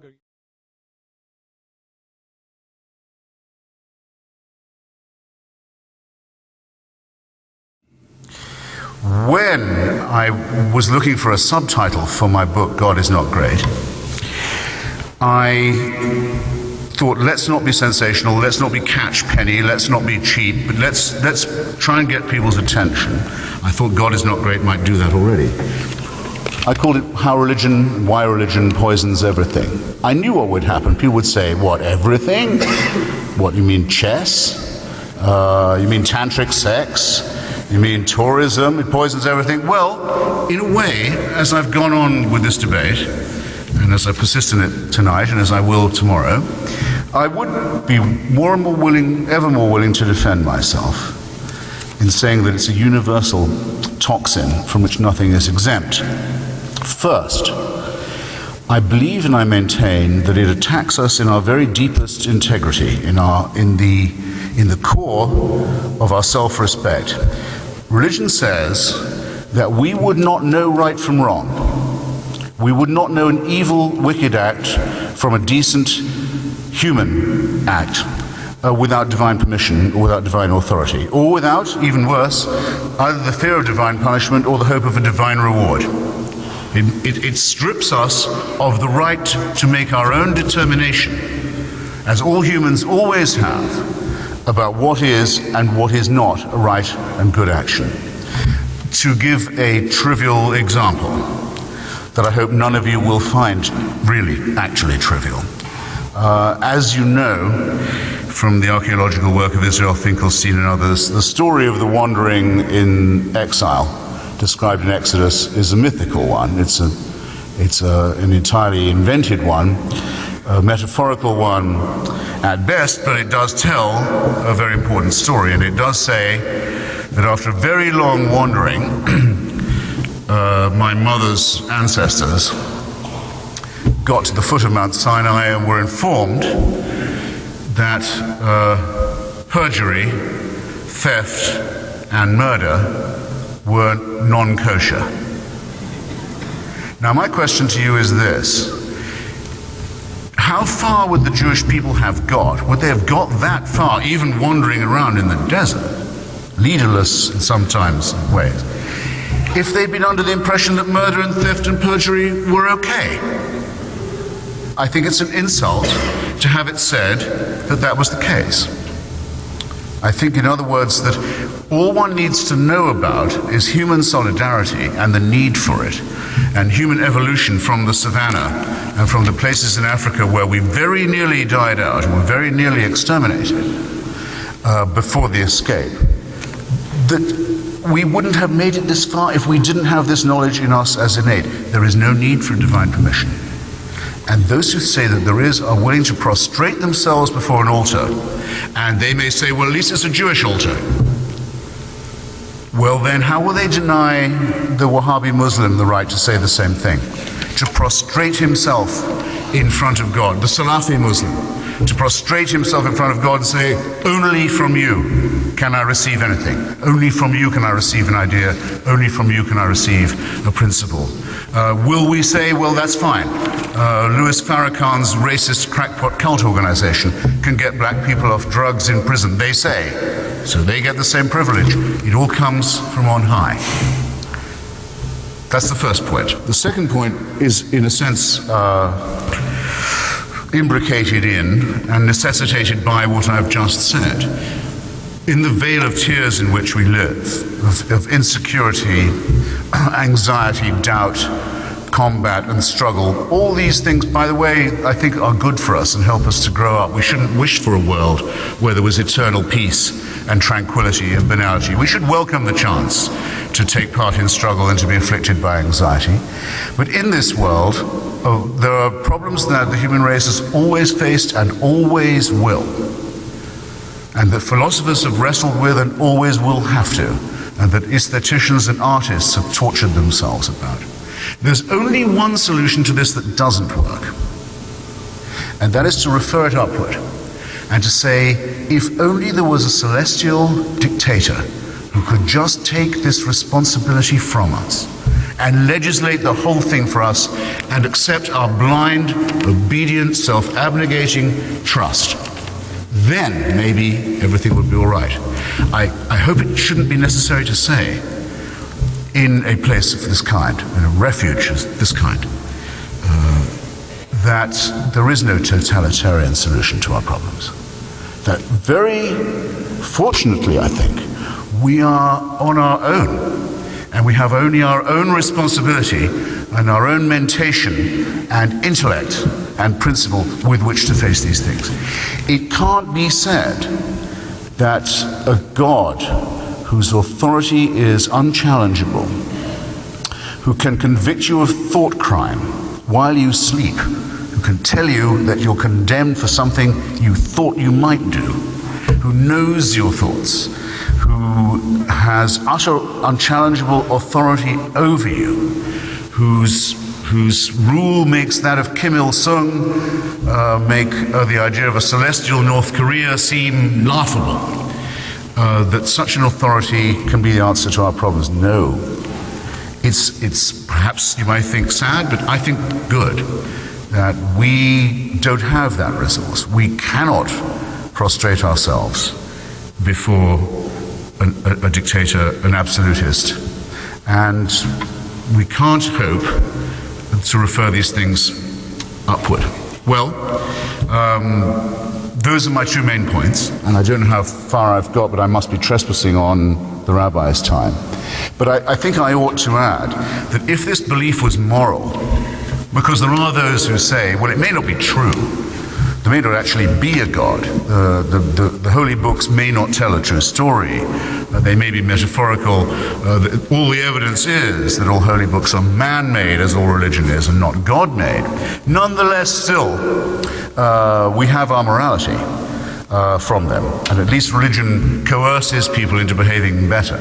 They don't, as an English duchess once said, they don't fornicate in the street and frighten the horses. That's all she asked of the lower orders. I think, again, we're being asked to insult ourselves and to disrespect ourselves and to think of ourselves as servile, as slave-like, as abject and lacking self-respect. We don't need permission to act morally. Religion takes morality from us. Human solidarity is the basis of morality. We would not have come this far. We couldn't have lived this long. We couldn't have evolved this much if we didn't know that we had to look out for one another, and that well before Rabbi Hillel enunciates the golden rule, that the same instruction is found in the Analects of Confucius. Do not do to others what would be repulsive if done to you by another. These are insights that we possess innately as of right. And the last time that right was called divine, and that the idea that rights could only be derived from the divine, it was the divine right of kings, which replaced the idea of a celestial, unalterable dictatorship in heaven and said that it was the permission for totalitarian rule also by other human beings here on earth. And if you ask yourselves, ladies and gentlemen, brothers, sisters, comrades, friends, what is the greatest threat?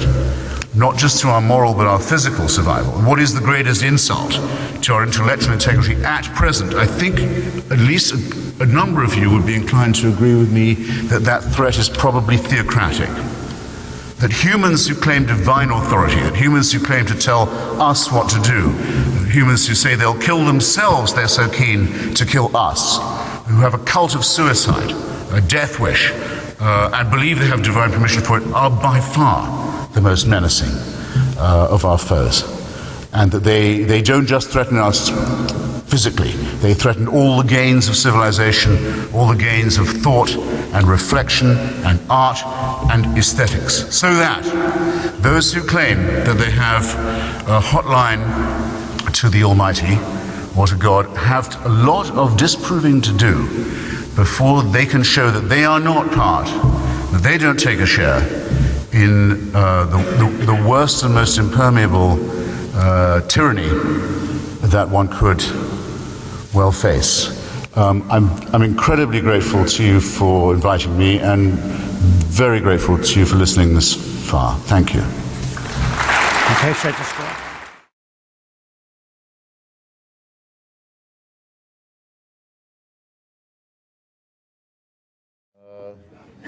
By the way, does anyone here have the nerve to put up their hand and say they know why it's called the World Series? There's always one smart ass. You be quiet for a second. It took me 25 years. I immigrated here 27 years ago. Why do they call it the World Series? It's a game no one else plays. Maybe Dominica, perhaps Haiti, Japan. Okay, Canada, but come on, World Series? What?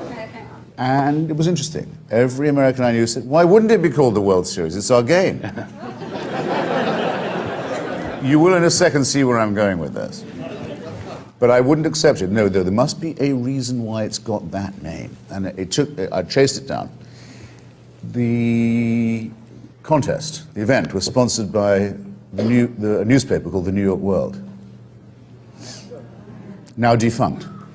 Everything's gone about the New York World. No one remembers it, no one reads it. But the World Series survives as a kind of ghost remnant of this. It could have been called the Post Series, but I don't think Americans would have been so proud of it.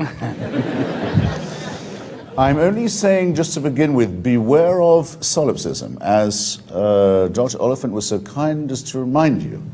Don't ever think you are the center of the world. Be very careful of assuming that you are the object of a divine design, that there's something special just about being you, that that's all you have to prove. That why wouldn't a person such as yourself have God on their side?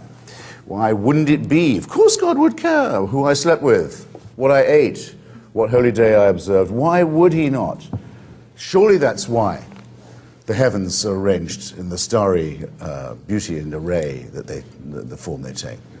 And then you read Hamlet's reflections with Yorick at the side of the grave, and you are forced to wonder if maybe, even though it's a less beautiful thought, it could be that the galaxies are not arranged with you in mind. Well, I've already got ahead of myself by not thanking you for having me here, and for not thanking Dr. Oliphant for his extremely warm and generous introduction. When I first published my polemic against theism, I told my publishers I didn't want the conventional New York tour. I didn't want to go to New York, Washington, Chicago, Berkeley, San Francisco, and so forth. I wanted to go to the South, and I wanted to go to colleges that were devout, and I wanted to ask for a challenge wherever I went. And I have to say I've been very impressed and touched by the willingness of people to accept this challenge and to invite this abusive hospitality into their own. And all I ask in return is that this aisle be permanently named for me. with a large plaque long after I'm gone. All right. The problem of relativism, the problem that Douglas Wilson has been assailing you with correctly, the problem of saying that really judgment is impossible, that no one value is greater than another, that sub specie aeternitatis, under the eye and scrutiny of heaven, nothing really matters. It doesn't really, who cares who wins the Second World War? Who cares whether black Americans become full citizens or not? Who minds? Why would we care? Why is that?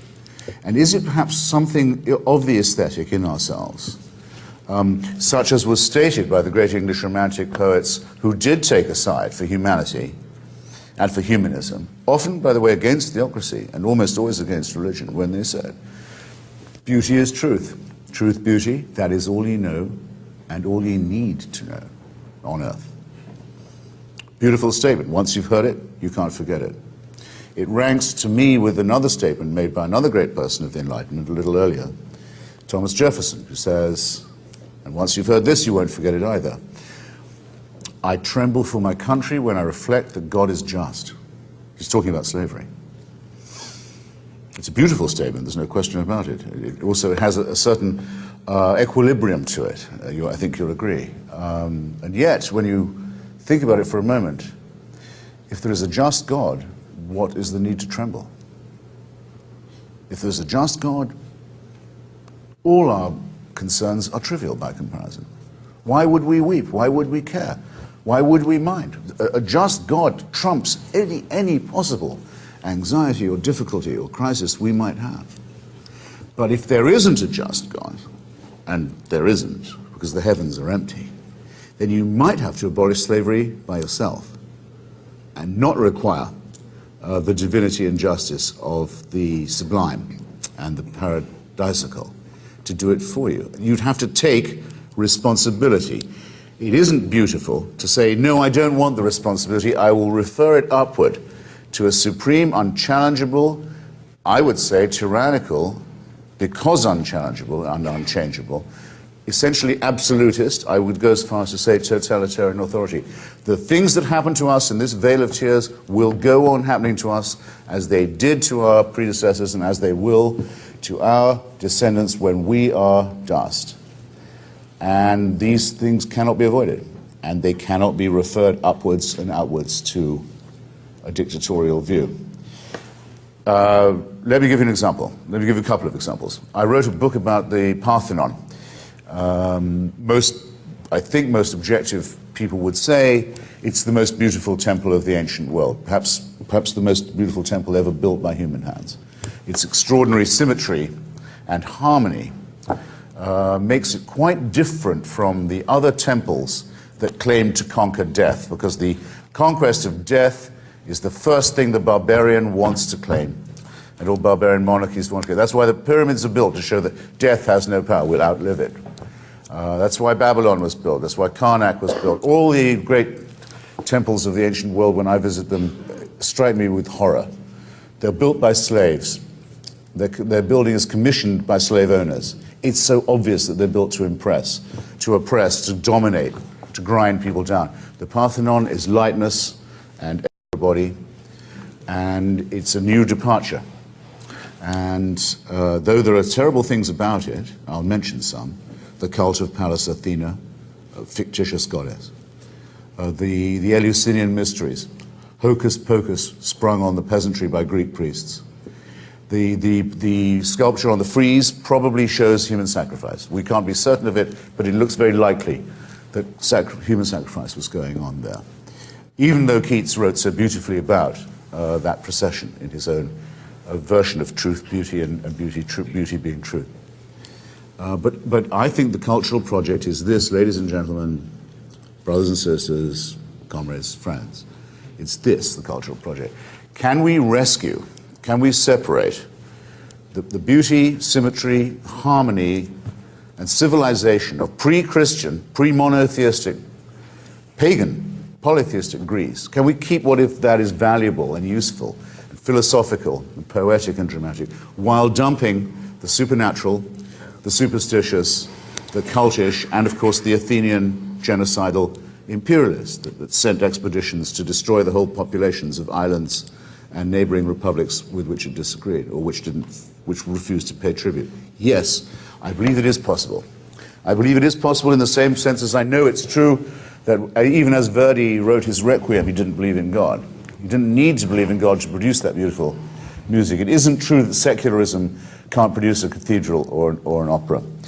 It is true, however, that a secular civilization will have to keep what is valuable of the beauty and symmetry of religious art and devotional architecture, while rejecting the supernatural and the superstitious. You see, the supernatural and the superstitious are not the same as the numinous and the transcendent. I don't come before you, atheist and materialist as I am, as someone who simply says that Douglas Wilson and I are two competing bottles of Dr. Pepper. Nor do I come before you as someone who says I was created out of dust, or as the Quran would say, out of a clot of blood, that I'm an abject serf, that I'm a piece of nothingness fashioned out of garbage by a capricious, tyrannical God. That's even a worse insult. I'd rather be Dr. Pepper than that, I have to tell you. Me too. But now let's contrast the numinous and the transcendent to the superstitious and the supernatural. Francis Collins, my new friend, Christian believer, C.S. Lewis fan, commissioner of the Human Genome Project, great physician, great scientist, great humanitarian. He says, he's a pantheist in effect, I think. He goes on a long hike into the mountains and he comes at one point, I think it's in your home state of Washington, I may be wrong, but I think it's in the Pacific Northwest. He comes on his hike to a point where there's a triune waterfall, a 3-in-1 waterfall falling and yet arrested in its fall because it's frozen. It's a frozen water trinity. Anyone who understands harmony, symmetry, the beauty of nature will understand what Dr. Collins is saying. He says, in his own account, he says, at that point when seeing it, I fell to my knees and I accepted Jesus Christ as my personal savior. Some of you may have had similar experiences, I don't know. I'm immune to this kind of thing, but I'm not indifferent to it. Where does he get off with such a non sequitur? It is, of course, very beautiful to see a 3-fingered frozen waterfall. What if it had been 4 fingers and not a trinity? Would he not have accepted Jesus Christ as his personal savior? Did you see the slack-jawed, gaping propaganda of the World Trade Center when everything was all cleared away? At the bottom of the girders, there was a cross standing there. All buildings are built with a crosshatch of steel. It's well known they go like this, like all windows. It would be amazing if there wasn't a cross there. If it was a star and crescent made out of melted steel, I'd be really impressed. And so would the people who blew up the building and want you all to die. If it had been a Star of David, okay, I'd have been slightly impressed too. Only very slightly, for my mother's sake. Now, let's be serious. This stuff is not true, and it's not beautiful, and it's not symmetrical. It is superstition. It is the way the mind searches for form and will find it if it's looking for it, and looks for symbols, and looks for miracles and revelations where they're not really there, and is terribly easily satisfied by tiny little bits of pseudo-magic. But if you want to be awe-inspired, ladies and gentlemen, and let me just tell you that those of us who do not believe we are divinely created, let alone divinely supervised, are not immune to the idea of awe and beauty and the transcendent. Let me invite you to look for a moment at the pictures taken by the Hubble telescope. Some of you may have done it. If you haven't done it now, or yet, do it soon. The extraordinary revelations of swirling, yet somehow beautiful new galaxies in color and depth and majesty like nothing I think the human eye has ever seen. Turn away from that if you wish and gaze at a burning bush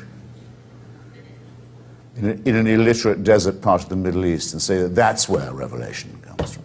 I don't believe you'll be able to do it. Or read a page of Stephen Hawking, on the absolute magnificence and consistency and underlying beauty. As Einstein says, the great miracle of physics is there are no miracles. It all carries on, holding together all the time. There are no interruptions in its order. There are no suspensions of it just to please Joshua or just to please some sect or tribe or group. No, it's much, much, much more impressive than that. I know I've talked for a little too long, but I'm going to do this if it kills me. Hawking has a colleague who looked at the event horizon of the black hole. Do you know what I'm talking about? You know what a black hole is, at any rate. If you could travel towards a black hole, not yet possible to do, if you could, in theory, the event horizon is the point at which the black hole is pulling everything into itself.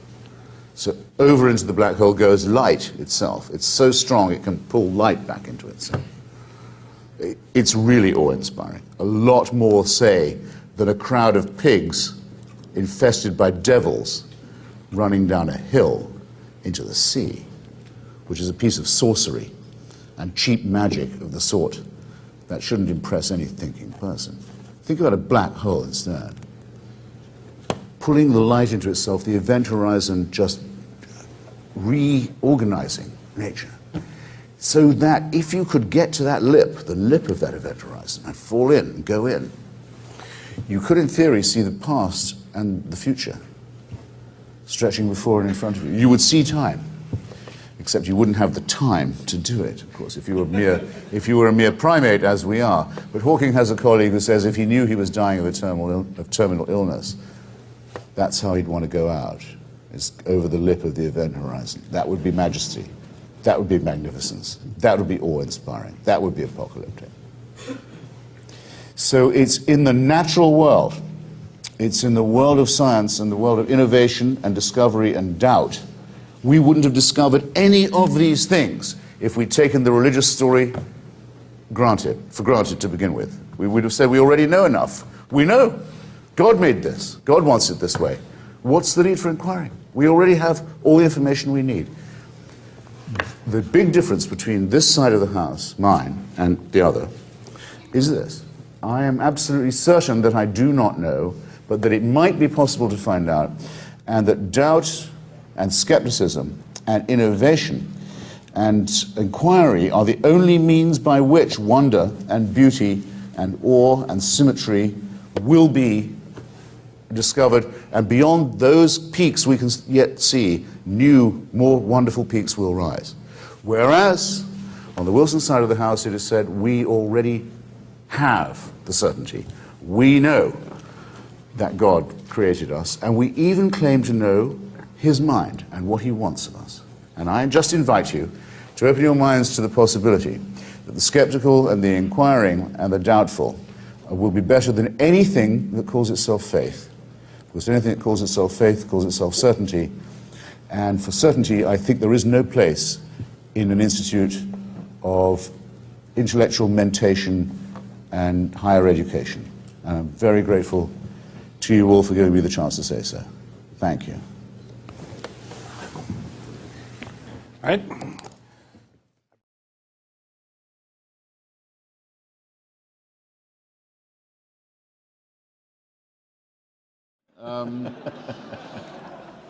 Thomas Aquinas, like me, didn't believe in astrology, or rather he didn't think you should try it because it would only let the demons in.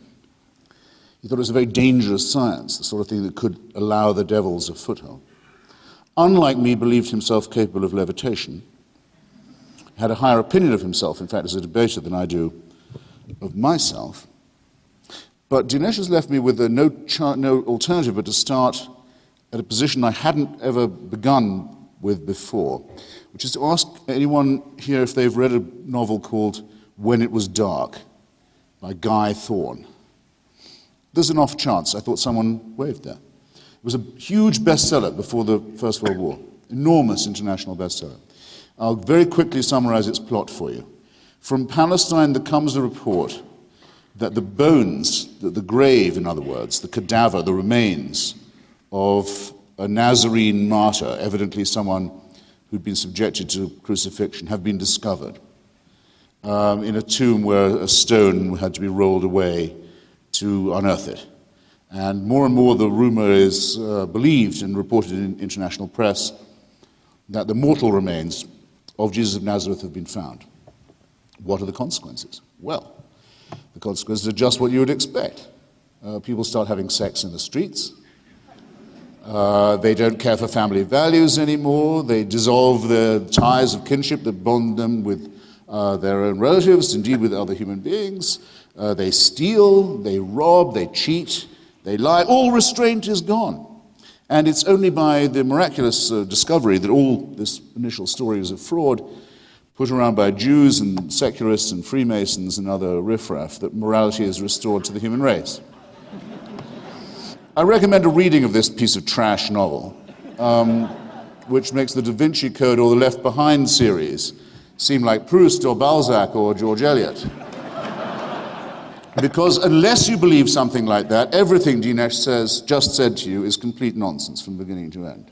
I invite you to the thought experiment. If it could be shown to you that the figure of the Nazarene was in fact, as we believe, entirely mythical, as was the figure of his mother, as was the figure of Vishnu, as was the revelation supposedly given to the illiterate Arabian merchant, peasant Muhammad, the man calling himself the prophet, as was the existence of Moses and the legend of the Exodus. If all of this can be shown as it can be, I haven't time for it, but I'll take any challenge on any of these points, to be an entirely man-made legend, would you really look at your neighbor differently?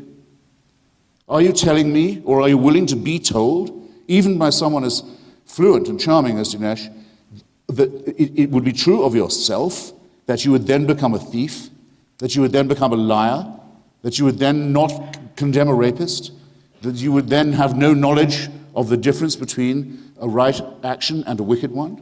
I don't think there's anyone in this room who could be so abject, so wanting in self-respect, so masochistic, so subject, and I'm coming back to this, so servile, as to believe any such thing.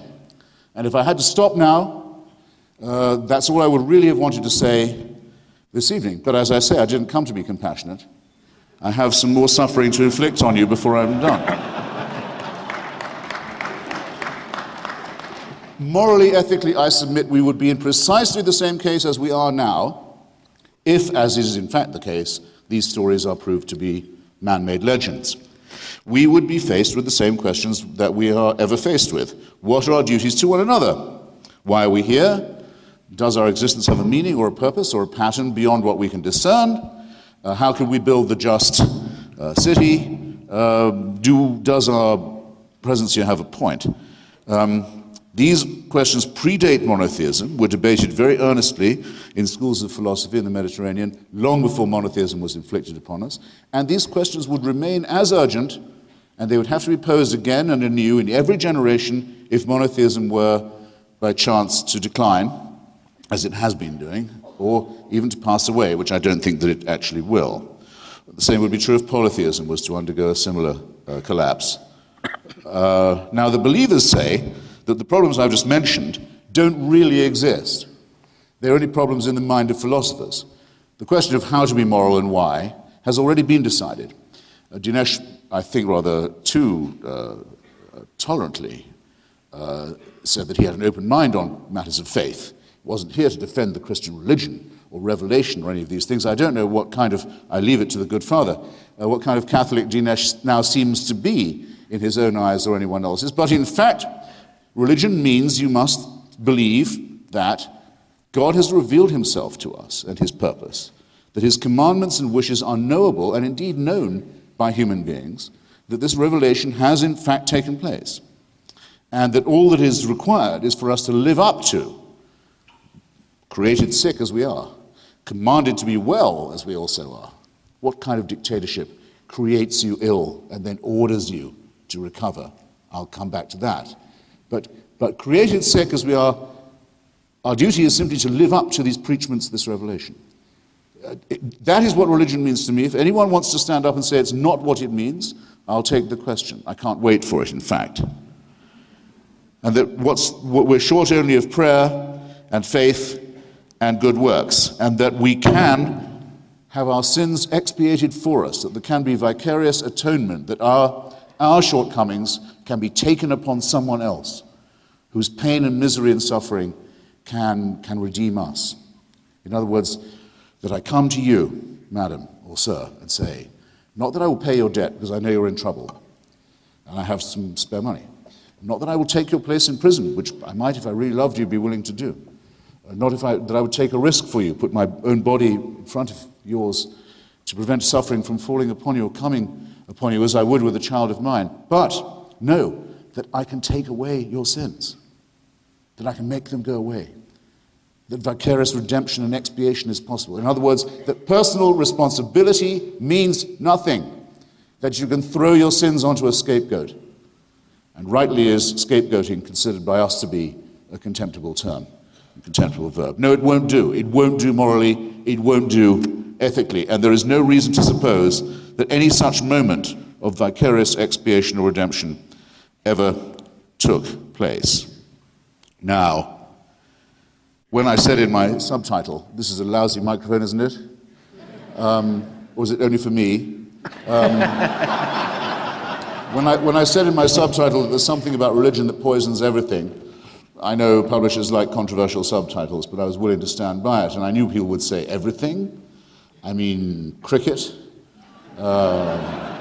tantric sex, Chinese food. Yes, I sort of do mean, in a way, everything. For this reason, it attacks us in our deepest integrity, in some of the ways I've just tried to describe. It says we don't ourselves have any innate knowledge of what's good or wicked. We couldn't, on our own responsibility, out of our own self-respect, decide upon an action in this way and decide to defend its integrity. We would need divine permission and maybe even a human sacrifice or two to ram it home for this to occur.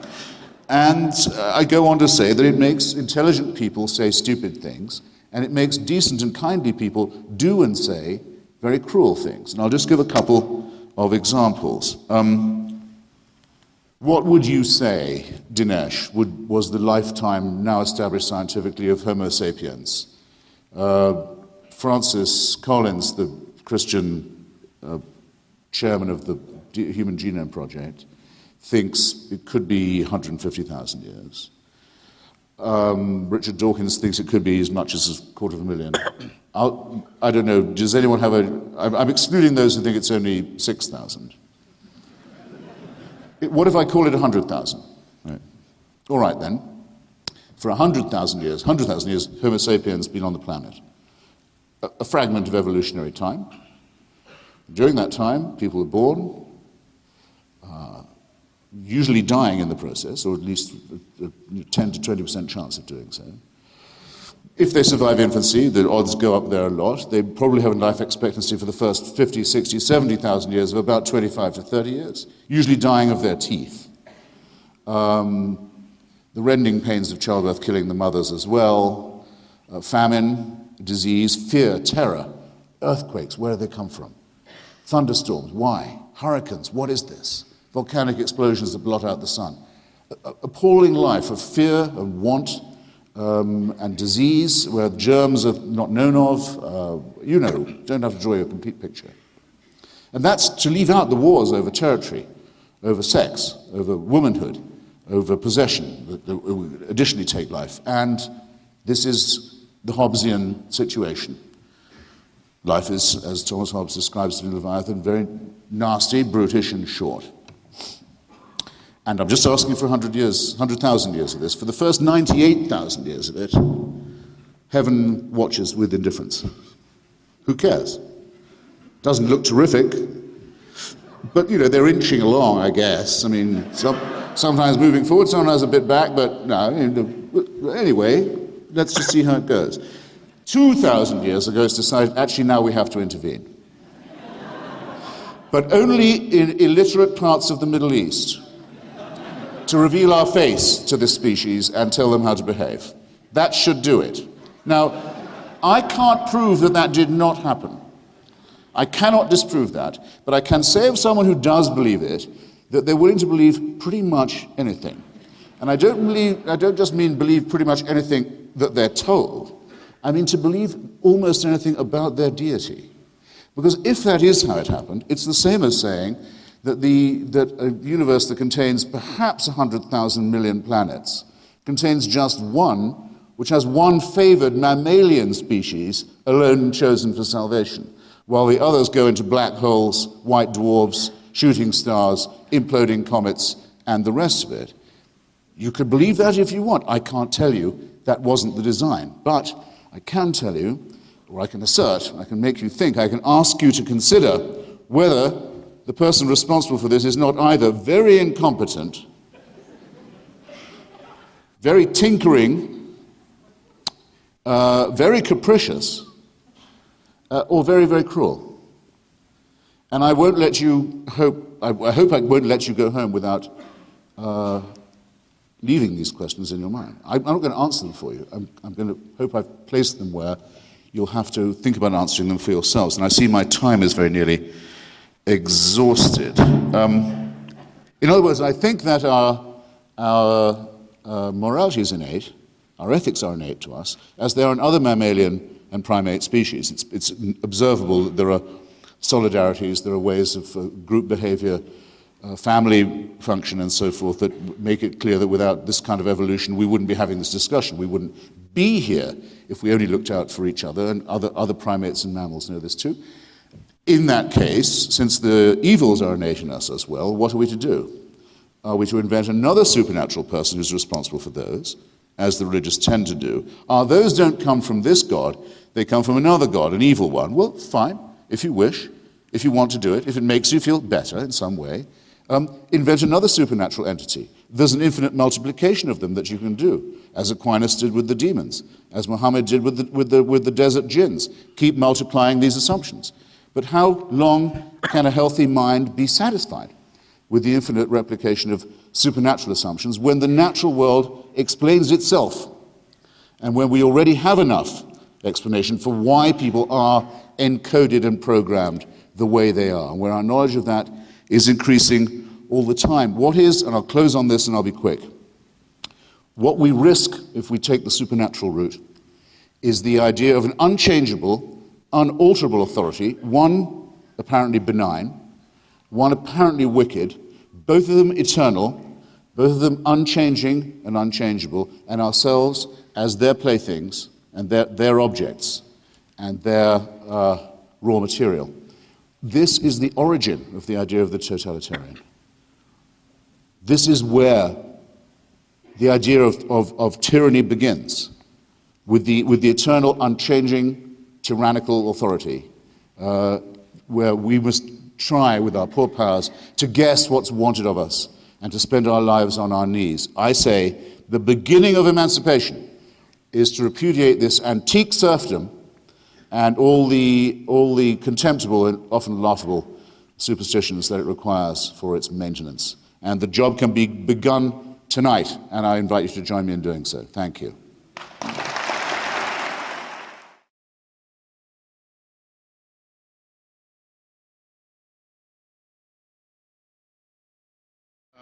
Second, I want to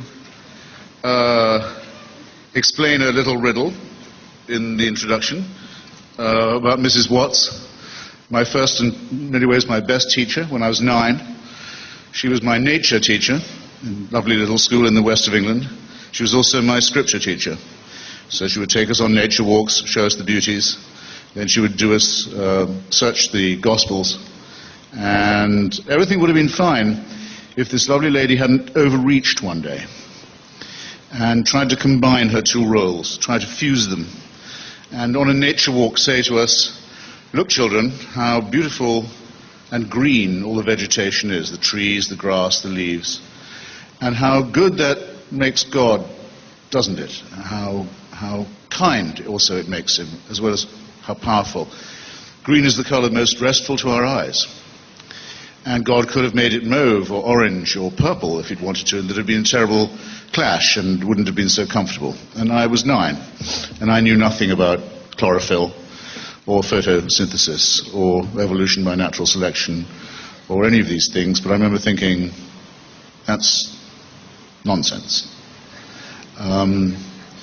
The eyes have adapted to the environment, not the environment to the eyes. And from that moment onwards, I've been able to see through all arguments from design, however subtly they're put, or by however clever a person. Now, the subtitle of my book is that religion poisons everything, and some people come up to me and say, or ask me at meetings like this, come on, lighten up, can you be serious? Everything? Do you really mean everything? I mean Italian cooking, fried green tomatoes, chess, tantric sex, whatever.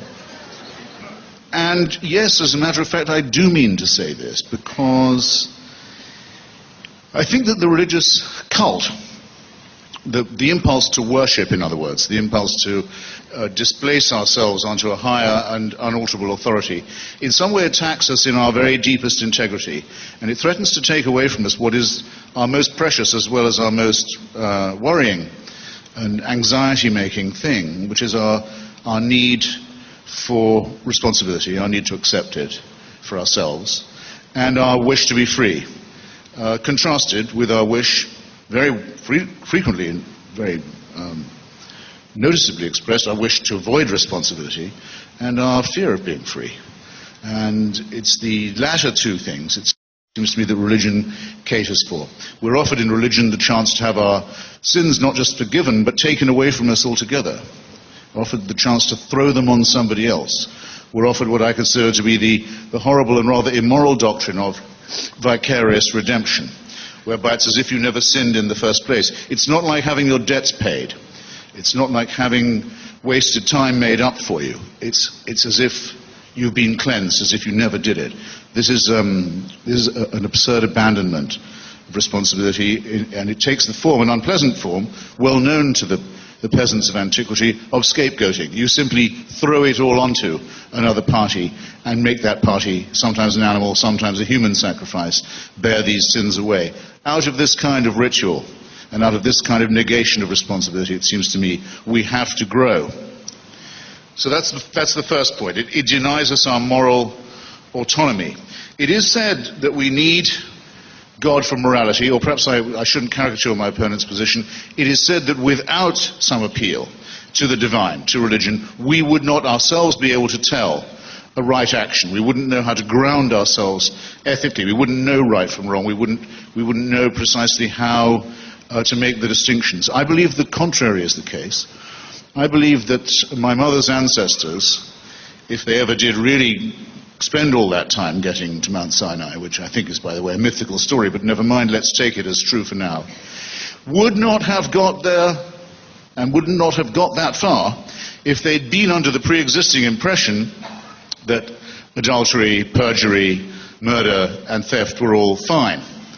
It's rather from religion, from us, excuse me, from human solidarity, from the knowledge that all societies have, that they cannot possibly evolve if they countenance murder or perjury or theft. That religion takes its morality. The stuff that's in the Ten Commandments, Dinesh, that isn't to do with human morality is often highly immoral. For example, it's forbidden even to covet other people's goods or achievements. And by the way, among their goods are included their wives, their womenfolk, who are lumped in with chattel, which goes to show that these commandments are created by men and not by gods. They're created by the agricultural and masculine values of the time. It's not a small point. But there's nothing, for example, to condemn the abuse of children. There's only a vague demand that parents be respected. After all, this is coming from, apparently, a father. There's nothing against racism. There's nothing against slavery. There's nothing against genocide. Partly because in these and ensuing chapters, all those things, racism, genocide, slavery, are actually going to be not just recommended, but enjoined, made an actual injunction on the children of Israel. They're going to be told to do these things. So it seems to me very obvious that what is known as religious morality is partly man-made, and it shows. It shows that it's made by a greedy and cruel, partly evolved, fairly highly evolved, let's not run ourselves down too much, primate species that turns out on examination to be, as we now know, 1/2 chromosome away from a chimpanzee. Well,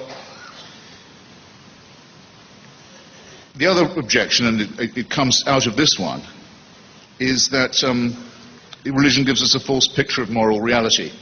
If it were true that religion was the source of morals and ethics, then you'd have to be able to answer the following two questions that I'm going to pose to you, and take your time to answer them, and we have plenty of time to discuss this when we move to the public phase of this evening. You have to name for me a moral action committed or an ethical statement made by a believing person, by a person of faith, that I couldn't make as an unbeliever. Okay? I've challenged the Archbishop of Canterbury on this in public, and many other spokesmen of many religions, and I've not yet had a persuasive answer. You have time. Think of something I can't do that's moral, or I can't say that's moral or ethical, because I'm not a believer. Take your time.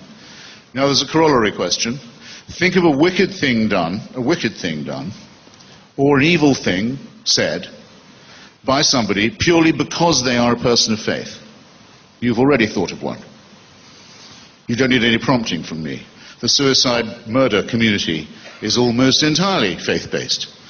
The genital mutilation of children is exclusively religiously motivated. Sins that hadn't been thought of before, things that we've hardly had time to think of condemning, are actually advocated by men of God, and often in the name of God, as a matter of obedience to his will.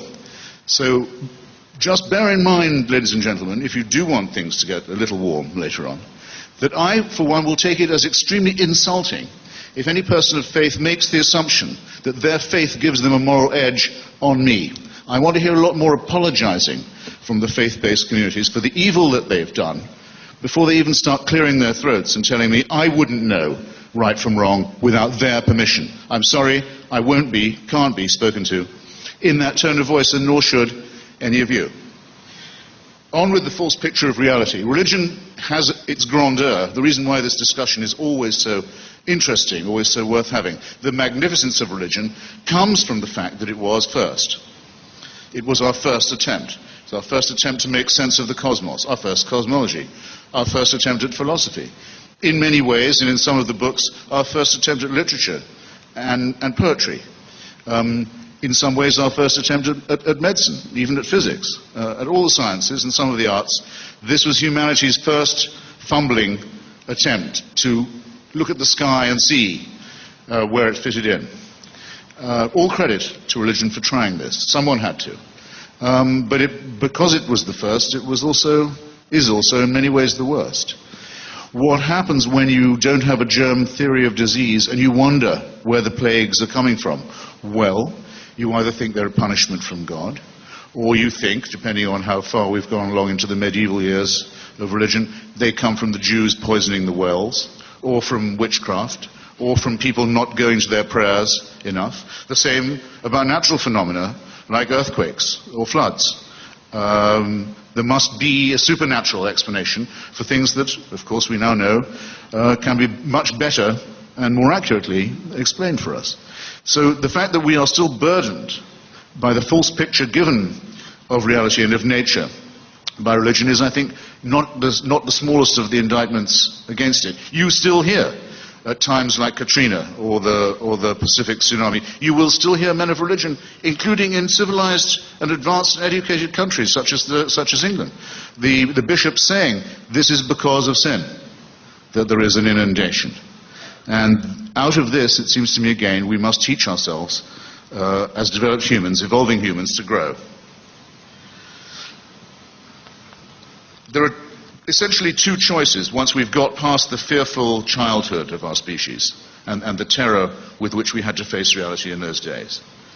We can either say of ourselves and to ourselves that we are here because of a divine design, or we can admit that we are here because of processes we don't fully understand, but that are cosmological in the first instance, the Big Bang, and Darwinian, to give it a shorthand, the consequence of evolution by natural selection and random mutation in the second. Now, it's an interesting thing that religion now wants, having fought very strongly against cosmology, having fought against any discovery that threatened the idea of a man and God-centered Earth that was itself the center of the solar system, that was itself the center of the universe, and having fought very hard and still fighting against the idea of evolution by natural selection. The great thing about being religious is this: when the evidence against you becomes overwhelming, and you can see the amazing intricacies of the Big Bang and the extraordinary matter of the Hubble red light shift and the things we can now see through Mr. Hubble's telescope, and when you see the extraordinary variety of species, religion says, come to think of it, that is true. In fact, it shows that God was even more ingenious than we had thought him in the first place. What's my objection to this kind of argument? Well, of the many I could make, the first is simply this: it's completely impossible to refute. Because every time any new evidence comes to light, it's claimed for, well, it fits with the unoverthrowable theory that we already had. Some of you will have been taught already, I hope, that a theory that can be described as unfalsifiable is, to that extent, a very weak theory. And that seems to me to apply with overwhelming force to the religious or godly explanation of our presence here and the natural phenomena around us. I can imagine, a little pressed for time. Can you give me a rough idea? Okay, that's not long. I'm going to be very quick and say what I've been implying, and I was going to lead up to a bit more slowly, which is that this referring upwards of these questions of responsibility, of freedom, of inquiry, this referring upwards of them all the time to a celestial authority is, in my opinion, as well as futile intellectually, potentially very sinister, because what it suggests is that we are governed by a kind of celestial dictatorship, by an unanswerable to unchangeable authority in the sky that can watch us, keep us under permanent surveillance, keep us permanently under watch, can convict us of thought crime, can guard us while we sleep, and that carries on this process of surveillance and supervision even after we are dead. It seems to me this would be a horrible thing if it were true. It would be worse than any known tyranny has ever been. But that in itself puts me in mind of something, which is that most of the tyrannies under which humans have labored in the past and continue to labor under in the present have in their essence been theocratic. Because once you can give to any other group of mammals and primates, any other group of humans who are essentially no better than you, the right to say that they speak in God's name, that they know God's will, that they have God's authority and God's permission, then there is no limit to the kind of totalitarian misery that can be inflicted on you in the real world, in the very few years of existence and life and potential freedom that we absolutely know for a sure thing we do have, that are not part of the metaphysic, but that are our common property, are our birthright. And this has been true since the early theocratic tyrannies of the Aztecs, the Babylonians, through to the idea of the tyrannies of feudalism and monarchism against which the American Revolution was mounted, to many of the terrible 20th century tyrannies, fascism, Hitlerism, the South African system of apartheid, which was a branch entirely of the Dutch Reformed Church and its belief that there was a divine mission on their side, the Islamic Republic of Iran, which is shortly to get its own apocalyptic and Armageddon weapon, and other threats which make me think, and I'll rest my case here and wait for rebuttal, make me think that the battle against the religious illusion is part of a very important battle, not just for human emancipation, but actually potentially, if not really imminently, also for human survival, and therefore a battle that we dare not lose. Thank you.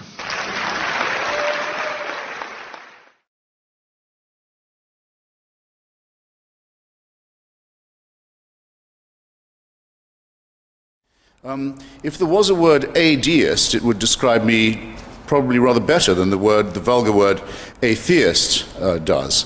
I don't have a special word for saying why I don't believe in Santa Claus, for example, or why I don't believe in the tooth fairy, or why I don't believe in astrology. I don't need a special word for that. I assume, with me, you assume that these are fairy tales, man-made fables, either for the frightening or the amusement of, depending on need, children.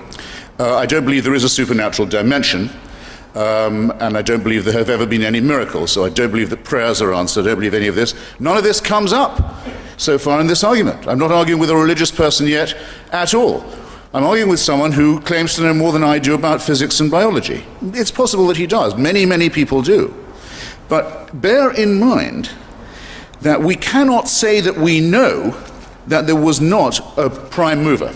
It's not within our compass pitifully ignorant as we are, only scrabbling on the lower slopes of the study of physics, as all of us are, even the best, we may not say that we know there was no prime mover. We may not say that. We can say that all the laws appear to operate without that assumption. It's very, very, very rare indeed to meet a physicist of any standing, from Einstein onwards, who is not at the most a Spinozist. In other words, someone who might say there could be a pantheism somewhere, there could be a force, but there is no way you can take a step from the laws of physics, the observable creation of the cosmos, that leads you to the belief that there is an intervening personal God who does answer prayers, who does watch over you, who does notice what you're up to, who does mind what you do, who you sleep with and in what position, what you eat and on what days of the week, what propitiations and sacrifices you will make, what commandments you will observe. There is no possible way, no one's even tried it, of getting from the laws of physics or biology to any such idea. So from the person who says, I'm a deist, I don't think all of this can be an accident, there must be some cosmic force, I say, I can't disprove it, though I think the cosmos functions without it, but you have all your work, sir, or ma'am, still ahead of you, before you can say that Jesus of Nazareth was a real person, let alone that he was the Son of God, let alone that his mother was a virgin, let alone that he was resurrected. None of these things, by the way, would prove he was the Son of God, if they did happen, nor would they prove that his doctrines were not erroneous. A resurrected person who was the son of a virgin could still be talking nonsense. There's no logic that says he must be right. If I'm having an argument with you, sir, and you say, you lose, boy chick, I say, how come? Because my mother never went to bed with another man. Your logic is faulty. I think my case could remain just as strong as ever it was. In default of that, I must say, rather bizarre intervention. Now, why do we have religion in the first place? Why are we having this discussion? Why does Frank feel the need to talk in this way? Because we are pattern-seeking mammals. It's part of our evolution. We look for patterns. We're designed to look for them. And if we can't find a good explanation, we'll come up with a bad one, rather than none at all. Most people would rather have a conspiracy theory than no theory. It's very observable that. There's a lot of junk science around before good science arrives. Before we have astronomy, we have astrology. Before we have chemistry, we have alchemy. All of these things are derivatives of religion, because in a very sinister verse of the Bible that used to upset me when I was being forced to listen to it as a little boy, it says, seek and ye shall find. Yes, that's exactly right. Seek and you will find. Seek for an explanation of volcanic eruptions when you're living in a primitive society, and you will think they're probably a visitation from an angry deity. And if you're told you can postpone the next eruption by throwing a few live babies into the lava down the crater, that's what you'll do. Religion has just started. Religion has just begun. Why do some people get the plague and others not? Because they're sinful. Where's the plague coming from in the first place? It's a punishment from God, and or, in early Christian society, the Jews have poisoned the wells. So we'll go and get them. Again. Because we already hate them because they killed our Redeemer. They committed deicide. All of them did. All of them. No one's exempt. Indeed, if you have to be a Christian, it's an article of their faith that we were all present at Calvary. We all drove in the nails. The Jews particularly so. And we all have to expiate this guilt for a crime that may or may not have been committed, but if it was committed before we were born. What is this? It's not physics. Okay? It's not biology. It's not science. It's faith. Why don't you fly under your true flag, sir?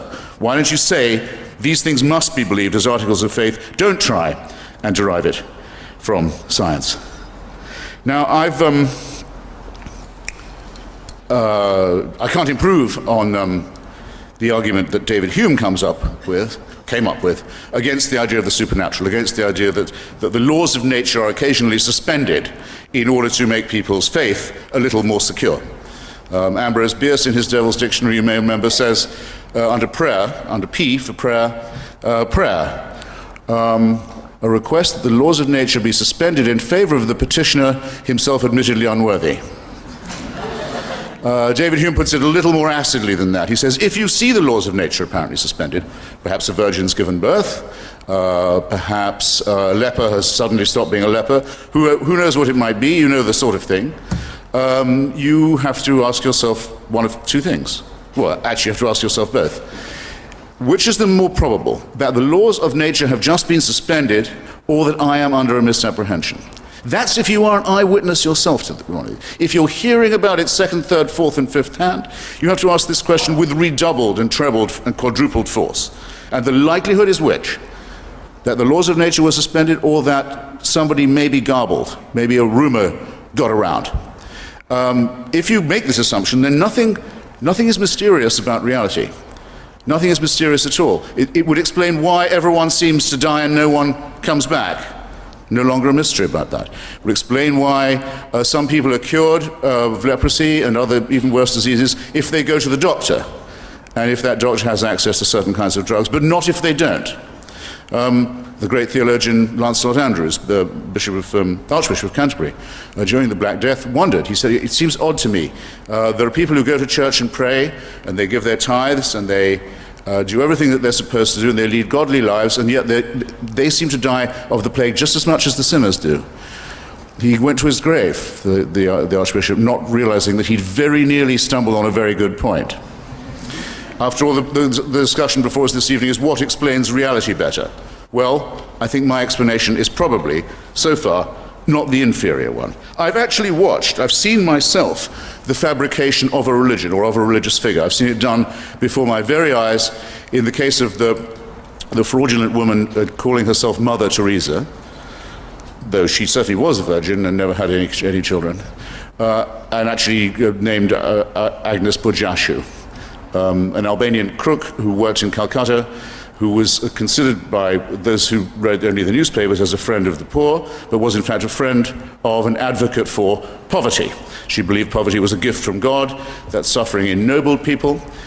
She didn't believe in this for herself, for poverty, because she took several $1 million from, among other people, the Duvalier family in Haiti, probably the most cruel deceivers and oppressors of the poor in the late 20th century, from the Charles Keating savings and loan racket in California, the so-called savings and loan scandal, from many, many other depraved rich persons, and used the money to build not a teaching hospital in Calcutta or a clinic, or for the relief of poverty or hunger or disease or anything of the sort, but to build over 150 convents in her own name to found an order that would glorify and magnify herself.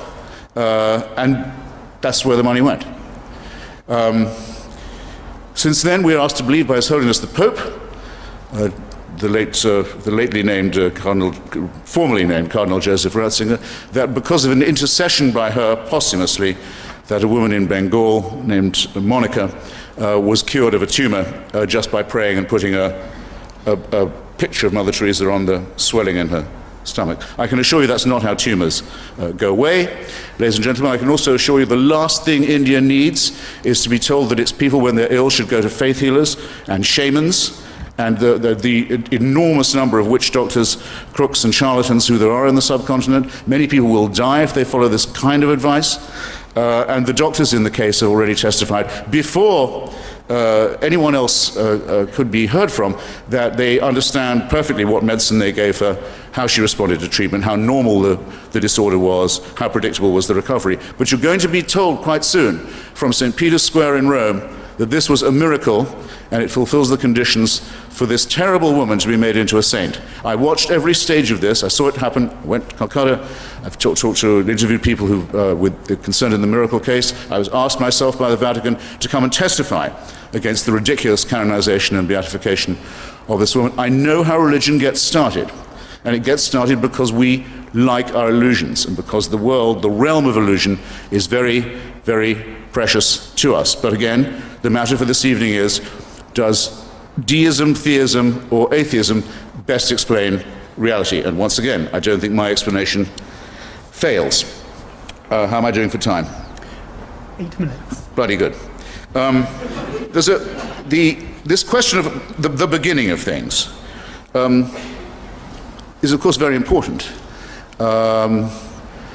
And if you think that it must have had a beginner as well as a beginning, that it's not just a design or an apparent design, but it must have had a designer, you are only asking for another question to be asked, which is who created this creator?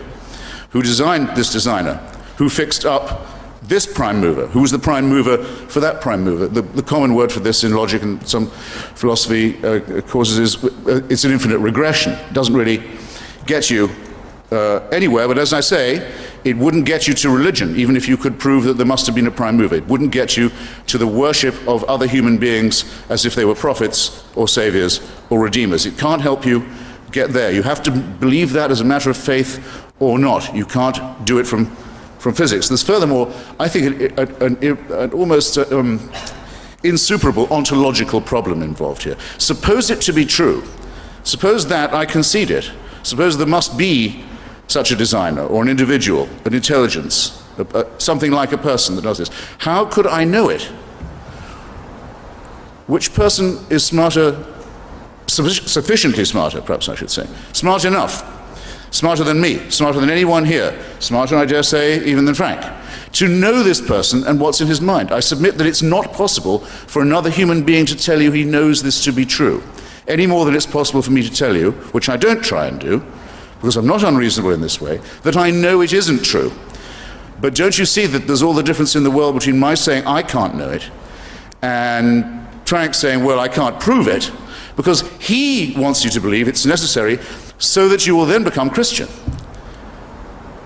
And I say that that's a leap that you simply cannot make, and you certainly can't make on the basis of evidence. And I think the religious would be much better to leave evidence alone where they don't excel, and to concentrate on faith, where at least they can claim some kind of monopoly.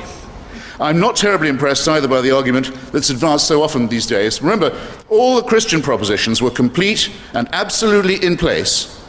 The resurrection, the healing of, excuse me, not the healing, the forgiveness of sin, all of these, the virgin birth, the fatherhood of God, the sonhood of Jesus, the Adam and Eve story, all of these things were completely believed and promulgated by the Christian church long before there was any knowledge of the Big Bang or of evolution. So what they're doing is essentially a reverse engineering job. Okay, now we do know these things, most of them established, discovered, published in the teeth of religious opposition. Now we know them, that proves we were right all along. God was even cleverer than we thought. This is just plagiarism. It's just borrowing from other disciplines to make it all come right. And if we're going to talk about beginnings, we'd better have a bit of a word about ends. Had we not? About the end, we know a great deal. We know, as Edwin Hubble discovered some time ago, that the universe is expanding at a very, very rapid rate. This is known as the red light shift effect.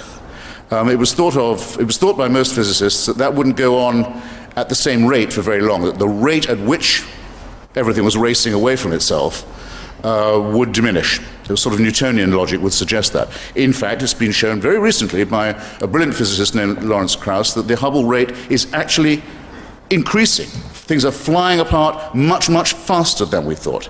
Very soon, in fact, it won't be possible probably to see the red light shift or the other traces of the original Big Bang anymore.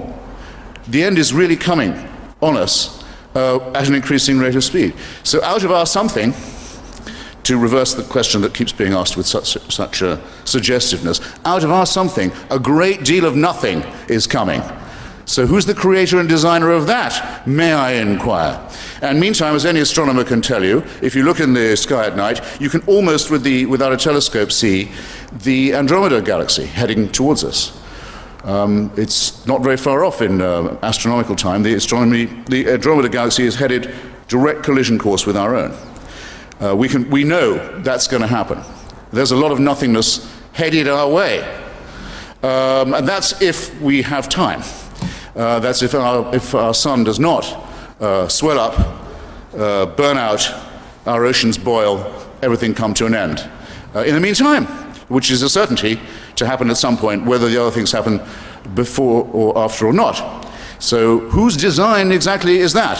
How does it come that just in the tiny suburb of our bit of the cosmos, the little solar system that we inhabit, all of the other planets are either much too hot or much too cold to support anything like a life, as is true of great parts of our own planet? How is that? Some design, some designer.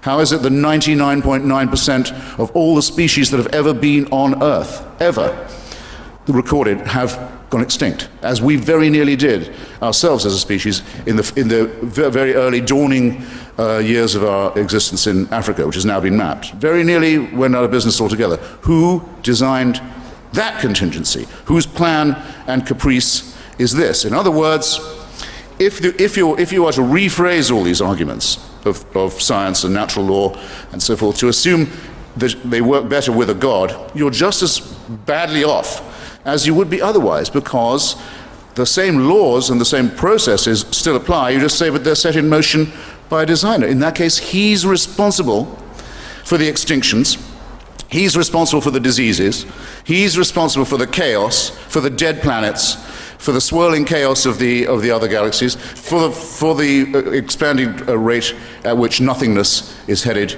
towards us. So this God, if he exists, must be one or some or all of the following: tinkering and incompetent, very capricious, very wasteful, and very cruel. Now, that is what you get, sir, if you make some deity responsible for the natural order as we observe it, which was the topic we were asked to address this evening. And I think I'd be trespassing on Frank's time if I went any further. So I'll reserve my remaining points for rebuttal. And I'm very grateful for your attention. Thank you. Thank you.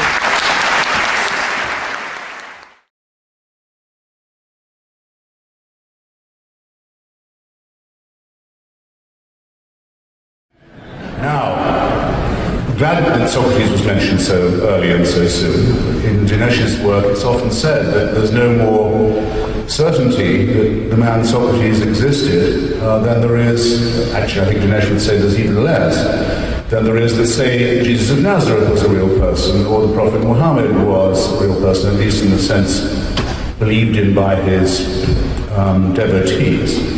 But you see, it doesn't matter to me to prove that Socrates existed. I don't need to prove that, because I don't believe that by studying his method that I can achieve bliss. I don't think it'll bring me happiness. I don't think it'll bring me salvation. I don't think I'll get eternal life from saying how amazing it is that such a person ever existed, because I personally don't think that these promises can be kept. And I also think that as gifts, they're not worth having. What I learned from the Socratic method is the only thing that really is worth having. And I say this to an audience of people undergoing, for the most part, their higher education. The most important thing of all, the ability to take the great risk, the most worthwhile risk of thinking for yourself and accepting all the consequences, however unpleasant some of them may be, of taking that chance. That to me is the most important thing of all. And that is why I begin by a simple proposition: of all these so-called virtues, the one that is the most overrated is that of faith, because there is no a priori belief in which we can say we have any certainty. Indeed, all the progress that makes it possible for us to be here, for me to be speaking through this microphone, for us to be rehearsing these arguments, comes precisely from the opposite. From the realization, as Socrates puts it, that everything must be doubted, if it was Socrates. If he did it, he didn't write anything, but he's well reported. And that the only test of an informed or educated person is how much that person understands how little they know. Let me warn you, those of you who are young, that this only gets worse, or I would say better, as your education improves and increases. You'll find out there are even more things you don't know about. You'll get an even better idea of how little you know, of how little you understand. You'll get, when you study galaxy formation, a subject we didn't even know about till recently, that nobody knows very much about it. Though we do know now about our primate and mammal nature, and what we have in common with other animals through the study of DNA that Francis Collins has done so much to advance, we still don't know enough about it to be any use to us. We can't use it as we once hoped we could, or not yet, for cures. We hope that will happen, but we don't know how that will happen yet. We know that the quantum, in some sense, exists. If you make predictions based on it, they'll be right to an amazing degree of exactitude, but nobody knows what the quantum really is or how it works. And I could go on, and these are arguments from my own ignorance that I wouldn't have been able to make. I wouldn't have been smart enough or well-informed enough to be able to make these observations even 10 years ago. Now I'm so much better educated that I know so much less, about so much more, or so much more about how little I know.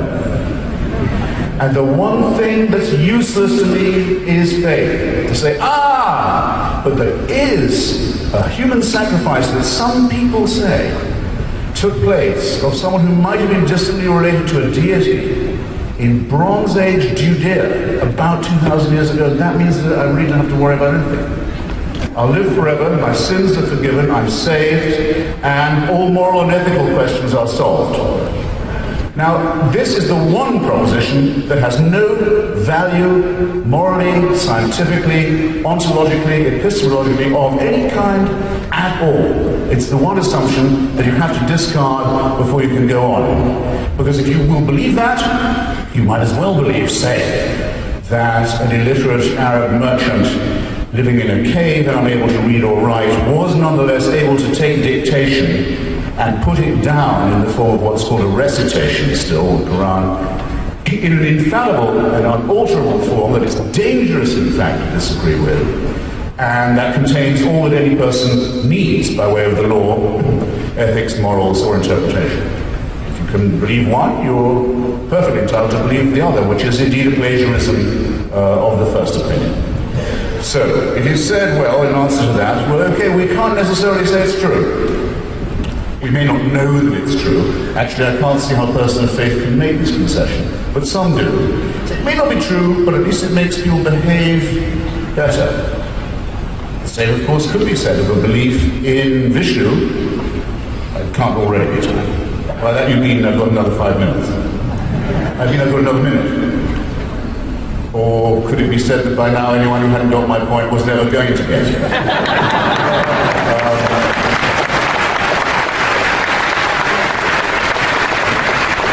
I'll make three assertions. You'll be questioning me later, so bear in mind that these would have been things I've tried to be eloquent about as well. Religion, if you're going to say it makes people behave better, you must admit, be willing to admit that it's just as likely it'll make people behave worse.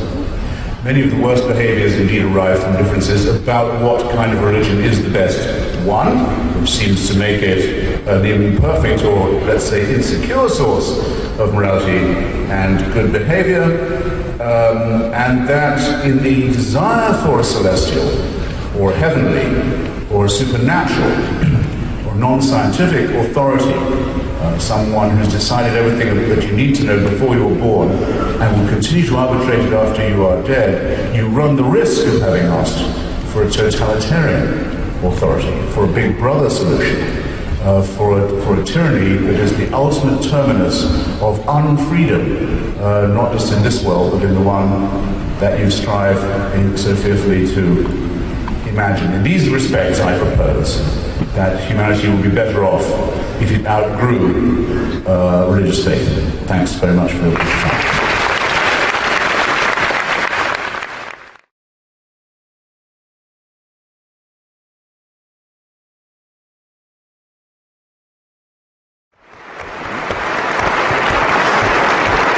I'm sorry to have to begin by disagreeing with His Grace. If you're going to be a serious grown-up person and appear to defend the Catholic Church in public in front of an educated and literate audience, you simply have to start by making a great number of heartfelt apologies and requests for contrition and forgiveness. Now, you might ask, you're fully entitled to ask, brothers and sisters, who am I to say that? Well, in the Jubilee Millennium Year of 2000, the Vatican spokesman, Bishop Piero Marini, said, explaining a whole sermon of apology given by His Holiness the Pope, given the number of sins we've committed in the course of 20 centuries, reference to them must necessarily be rather summary. Well, I think Bishop Marini had that just about right. I'll have to be summary too. His Holiness on that occasion, it was March the 12th, 2000, if you wish to look it up, begged forgiveness for, among some other things, the Crusades, the Inquisition, the persecution of the Jewish people, injustice towards women, that's half the human race right there, and the forced conversion of indigenous peoples, especially in South America, the African slave trade, the admission that Galileo was right, and for silence during Hitler's final solution, or Shoah. And it doesn't end there. There are smaller but significant, equally significant, avowals of a very bad conscience. These have included regret for the rape and the torture of orphans and other children in church-run schools in almost every country on earth, from Ireland to Australia. These are very serious matters, and they're not to be laughed off by references to the occasional work of Catholic charities. But I draw your attention not just to the apologies, ladies and gentlemen, but to the evasive and euphemistic form that they take. Joseph Ratzinger, the current Pope, considered by some, by Catholics, to be the Vicar of Christ on earth, in his comment, one of the few he's made, on the institutionalization of rape and torture and maltreatment of children in Catholic institutions, he has said, it's a very severe crisis which involves us, he said, in the following: in the need for applying to these victims the most loving pastoral care. Well, I'm sorry, they've already had that. And to say that this is the responsibility laid upon you by the horrific admission that you've already had to make is not accepting responsibility in any adult sense. The same euphemism comes in the term some Christians allow themselves to be deceived in this way and to act against the gospel. Well, anti-Semitism was preached as an official doctrine of the Church until 1964. Do you think that might have something to do with public opinion in Austria and Bavaria and Poland and Lithuania? There will come a time when the Church will issue apologies and explanations and half-baked appeals for forgiveness for things it's still doing. I think that there will be an apology for what happened in Rwanda, the most Catholic country in Africa, where priests and nuns and bishops are on trial for inciting from their pulpits and on the church's radio stations and newspapers the massacre of their brothers and sisters. Staying in Africa, I think it will one day be admitted with shame that it might have been in error to say that AIDS is bad as a disease, very bad, but not quite as bad as condoms are bad, or not as immoral in the same way. I say it in the presence of His grace, and I say it to His face. The preachings of His church are responsible for the death and suffering and misery of millions of His brother and sister Africans, and He should apologize for it. He should show some shame.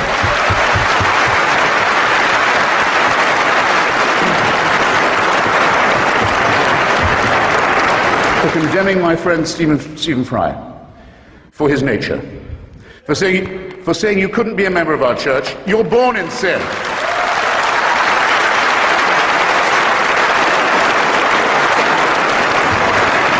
He's not being condemned for what he does, he's being condemned for what he is. You're a child made in the image of God. Oh no, you're not. You're a faggot. And you can't join your church and you can't go to heaven. This is disgraceful. It's inhuman. It's obscene. And it comes from a clutch of hysterical, sinister virgins who've already betrayed their charge in the children of their own church. For shame, for shame. I don't wish any ill on any fellow primate or mammal of mine, so I don't at all look forward to the death of Joseph Ratzinger. I don't. Or any other pope, not really, except for one tiny reason which I ought to confess and share with you. When he dies, there's quite a long interval till the conclave can meet, and for that whole time, that whole interval, it's a delicious, lucid interlude, there isn't anyone on earth who claims to be infallible. Isn't that nice? All I want to propose in closing is this: that if the human species is to rise to the full height that's demanded by its dignity and by its intelligence, we must all of us move to a state of affairs where that condition is permanent. And I think we should get on with it. Okay, thank you for having me.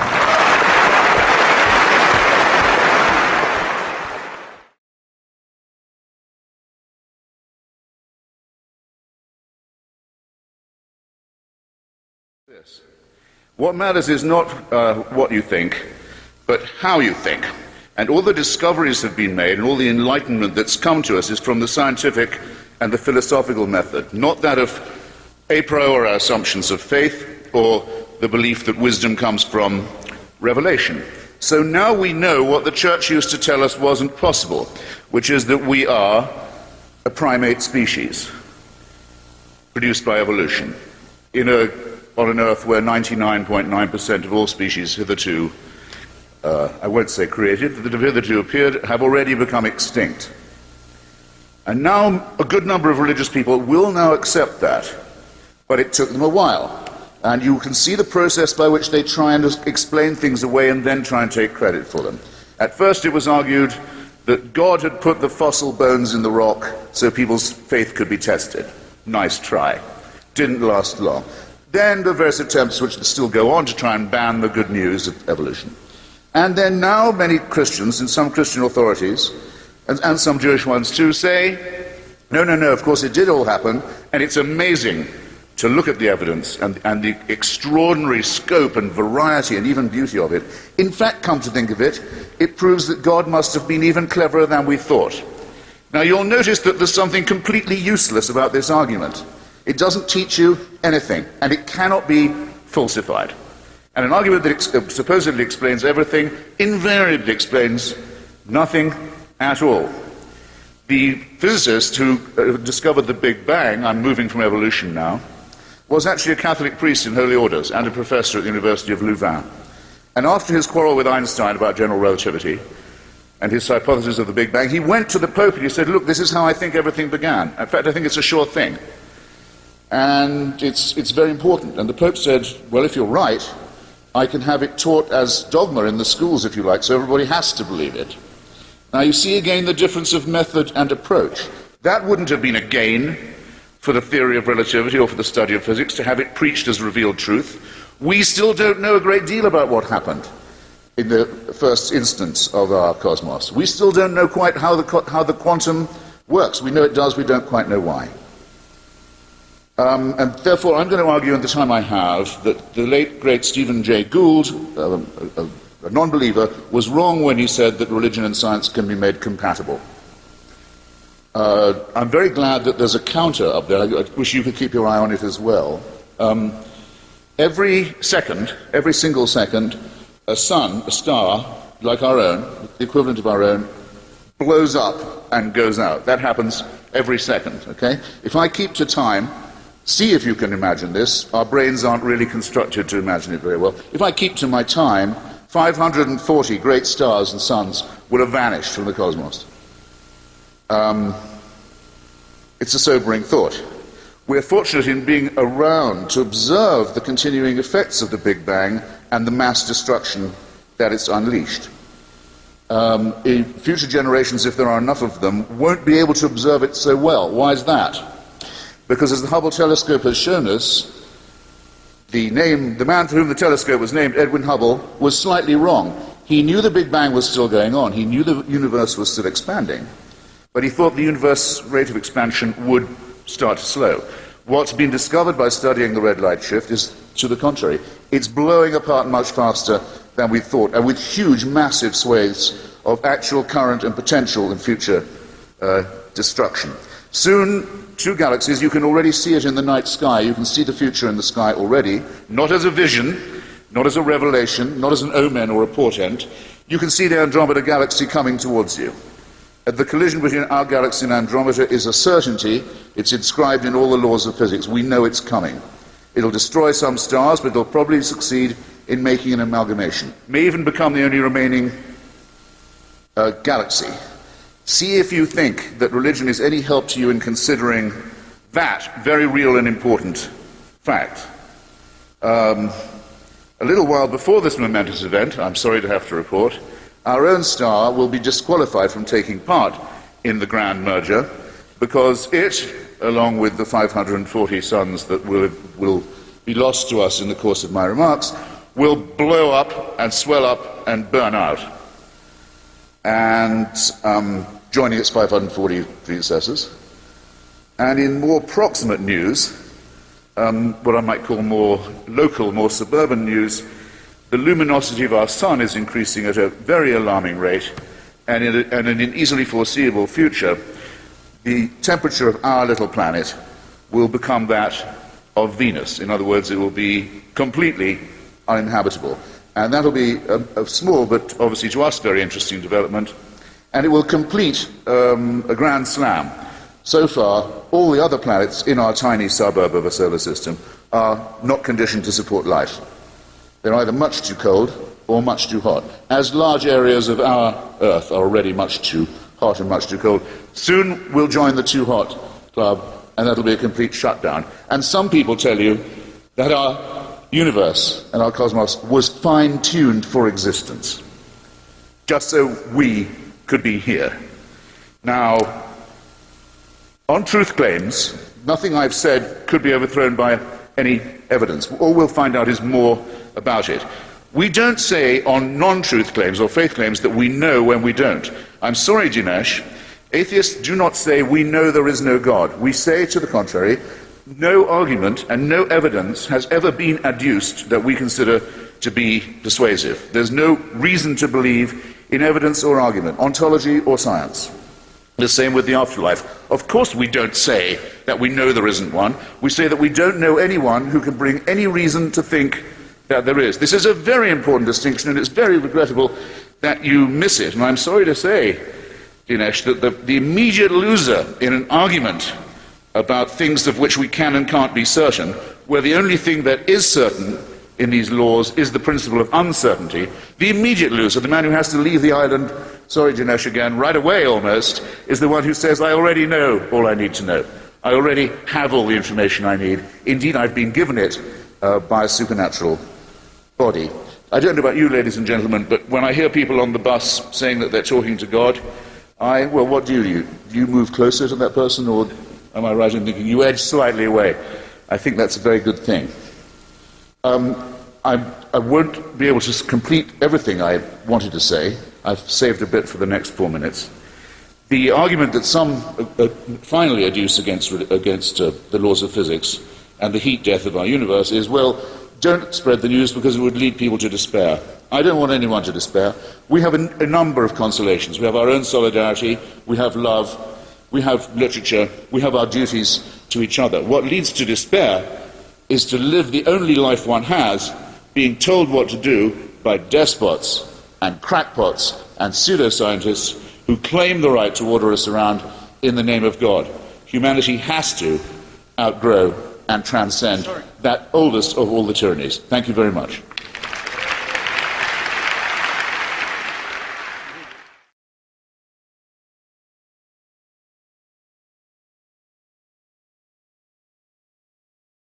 Greet me. Now, I've been given 15 minutes, which isn't that much, but I could do it in a way in two, like this, as a proposition. When Gertrude Stein was dying, some of you will know this story, she asked, as her last hour approached, well, what is the answer? And when no one around her bed spoke, she rephrased and said, well, in that case, what is the question?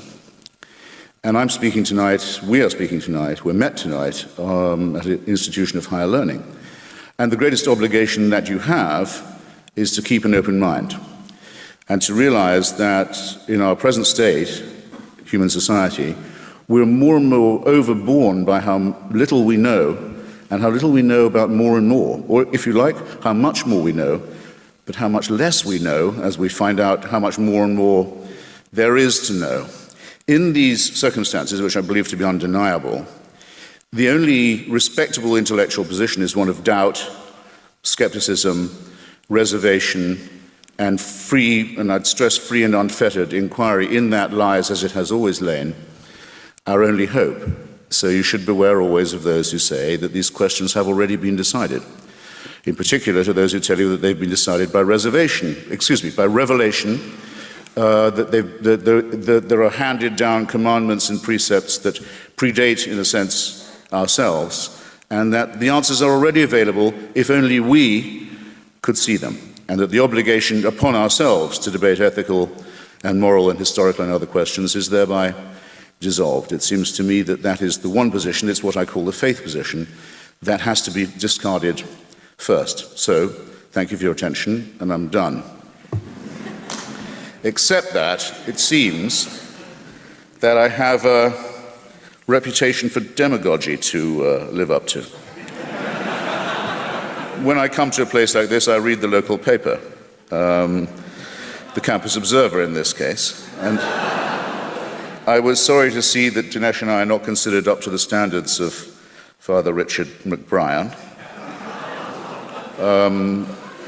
whose exacting standards, I dare say, are out of our reach.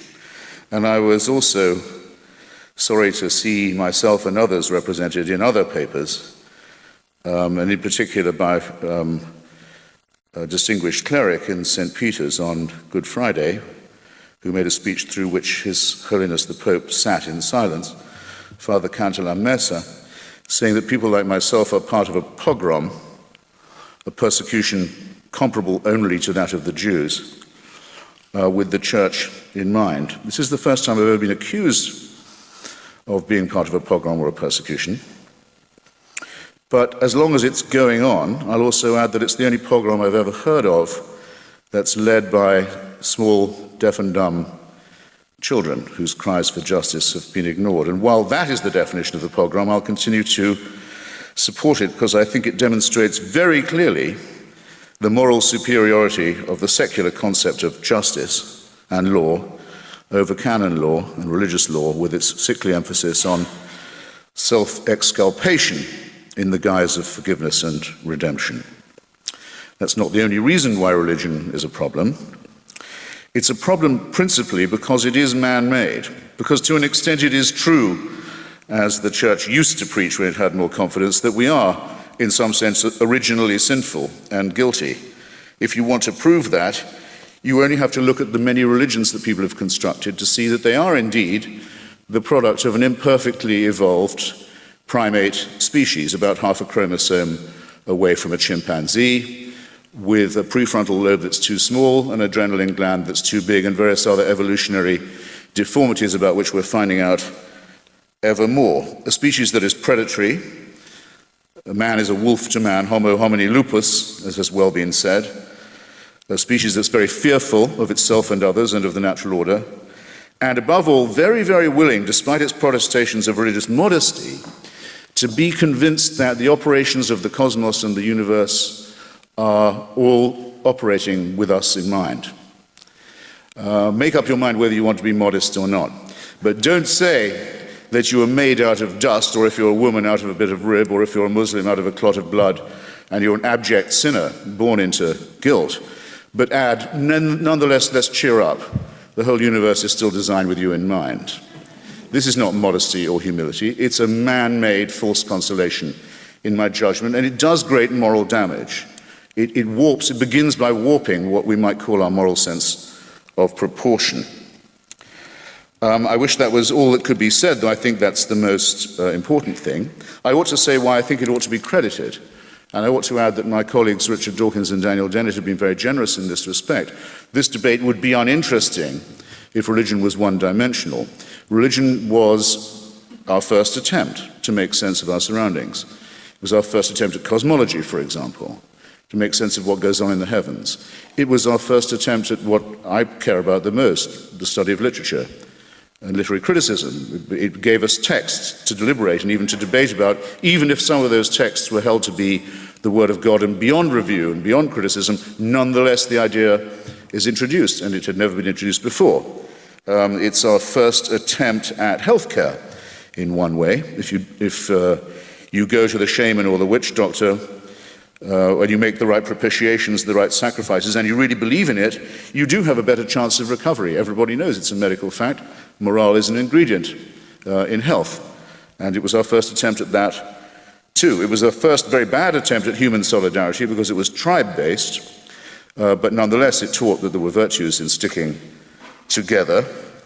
And it was our first attempt, I would say also, this is not an exhaustive list, at psychiatric care, at dealing with the terrible loneliness of the human condition, at what happens when the individual spirit looks out shivering into the enormous void of the cosmos and contemplates its own extinction and deals with the awful fear of death. This was the first attempt to apply any balm to that awful question. But, as Charles Darwin says of our own evident kinship with lower mammals and lower forms of life, we bear, as he puts it in The Origin of Species, we bear always the ineffaceable stamp of our lowly origin. I'll repeat it, the ineffaceable stamp of our lowly origin. Religion does the same thing. It quite clearly shows that it's the first, the most primitive, the most crude, and the most deluded attempt to make sense. It is the worst attempt, but partly because it was the first. So the credit can be divided in that way. And the worst thing it did was to offer us certainty, to say these are truths that are unalterable, they're handed down from on high, we only have to learn God's will and how to obey it in order to free ourselves from these dilemmas. That's probably the worst advice of all. Heinrich Heine says that if you're in a dark wood on a dark night and you don't know where you are and you've never been through this territory before, you may be well advised to hire as a guide the local mad, blind old man who can feel his way through the forest, because he can do something you can't. But when the dawn breaks and the light comes, you would be silly if you continued to operate with this guide, this blind, mad old man who was doing his best with the first attempt.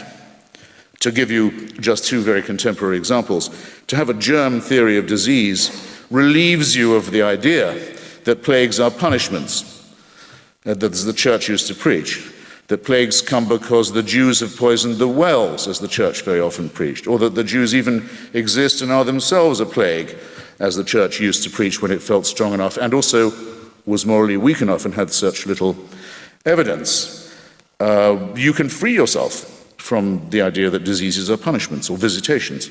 If you study plate tectonics, you won't do what the Archbishop of Haiti did the other day, speaking to his sorrowing people after his predecessor had been buried in the ruins of the cathedral at Port-au-Prince, along with 250,000 other unfortunate Haitians whose lives were miserable enough as it was, and to say, with the Cardinal Archbishop of New York standing next to him, that God had something to say to Haiti, and this is the way he chose to say it. If you study plate tectonics and a few other things, you will free yourself of this appalling burden from our superstitious, fearful primate past. And I suggest, again, to an institution of higher learning, that's a responsibility we all have to take on.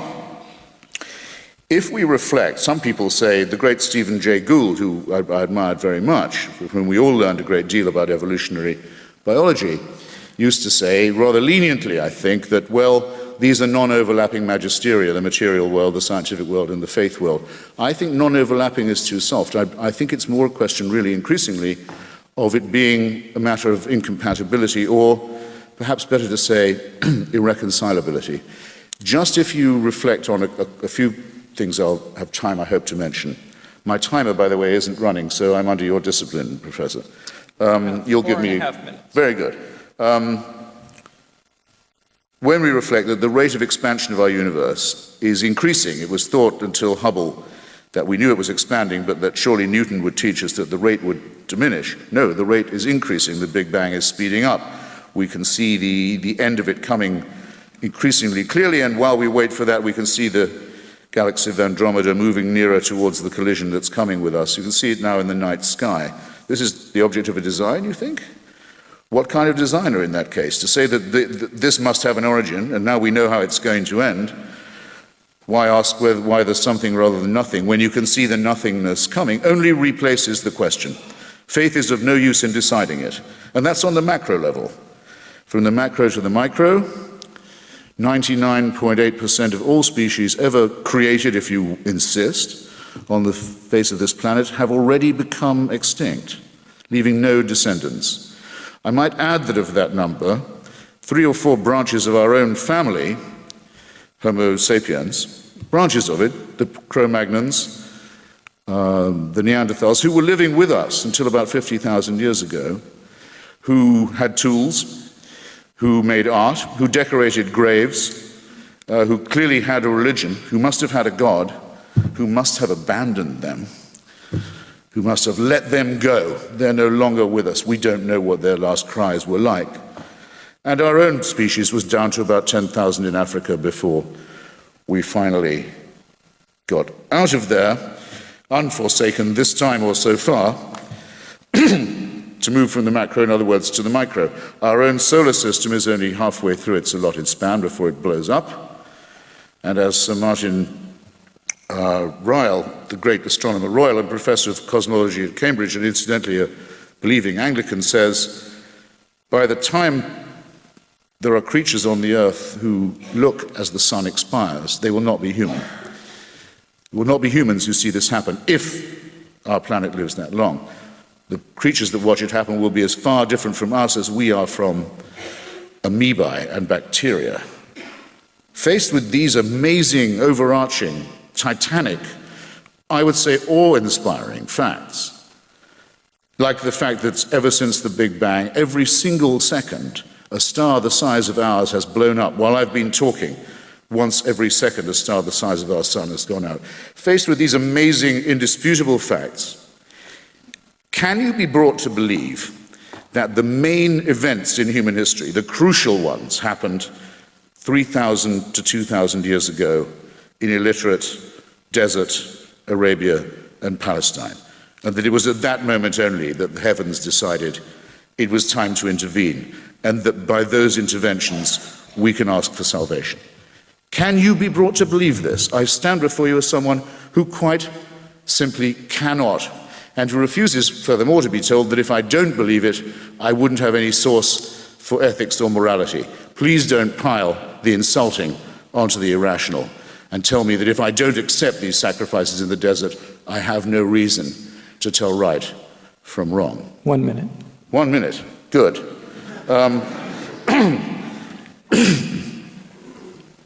Then I'll have to prune, and you'll be the losers. But there's a rebuttal coming. All right. Look at the contemporary religious scene. I return to religion as well as just faith and belief. Israeli settlers are stealing other people's land in the hope of bringing on the Messiah and a terrible war. On the alternative side, as it thinks of itself, the Islamic jihadists are preparing a war without end, a faith-based war based on the repulsive tactic of suicide murder. And all of these people believe that they have a divine warrant, a holy book, and the direct word of God on their side. We used to worry when I was young, what will happen when a maniac gets hold of a nuclear weapon? We're about to discover what happens when that happens. The Islamic Republic of Iran is about to get a nuclear weapon, and by illegal means that flout every possible international law and treaty. Meanwhile, in Russia, the authoritarian, chauvinistic, expansionist regime of Vladimir Putin is increasingly decked in clerical garb by the Russian Orthodox Church with its traditional allegiance to Tsarism, serfdom, and the rest of it. And DINESH would have to argue, I'll close on this, DINESH would have to argue that surely that's better than that there be a mass outbreak of secularism in Russia and Iran and Israel and Saudi Arabia. And I would call that a reductio ad absurdum. And I'll leave you with it, and I'll be back. Thanks.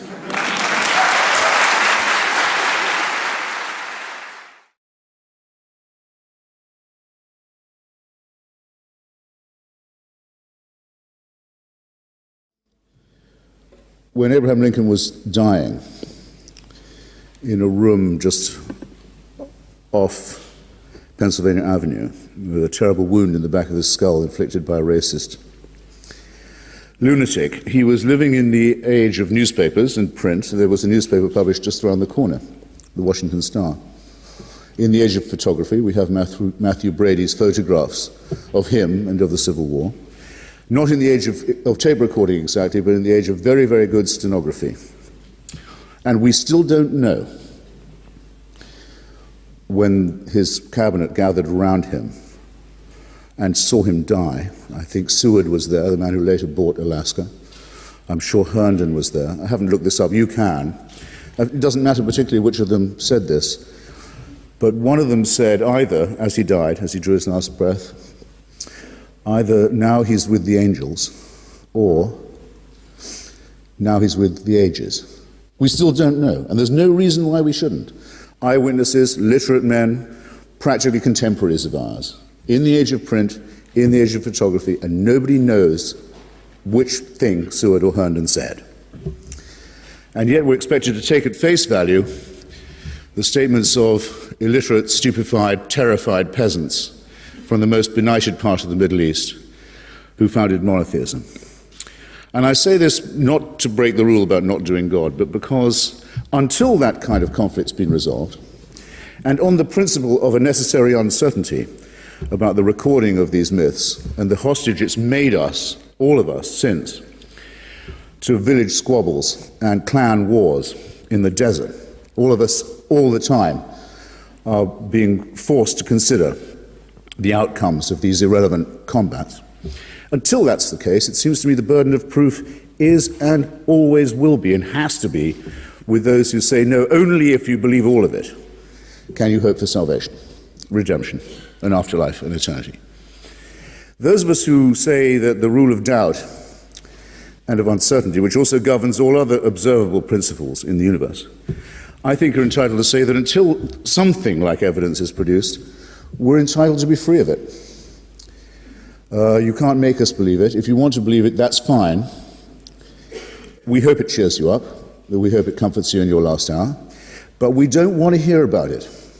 We don't want to have to be told about it. We don't want the Queen to be the head of the church as well as the state and the armed forces.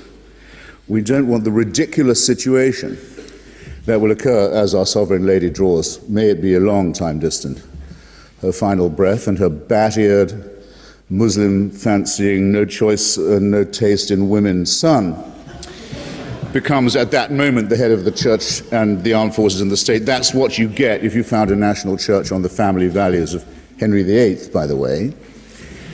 We don't want it. There are a lot of us who think it's absurd, that it makes the country look silly. We think it's preposterous that there's a bench of bishops in the House of Lords. And all the rest of the church schools can claim subsidies, and all the rest of it. Now, the great breakaway, the great English revolutionary breakaway from this was the American Revolution, which was founded on two principles. One was adumbrated just after the Revolution, and one was enshrined in the Constitution consequently. I'll just take a moment to describe it. The Church of England was expelled from the United States, at least as an established church. It no longer had a monopoly.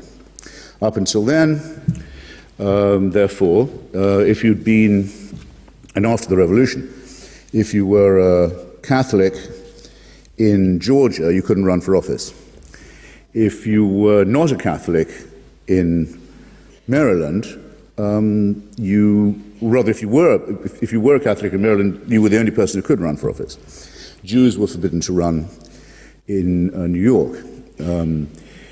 Everyone was different. The state religion of Georgia was pronounced to be Protestant with no further definition.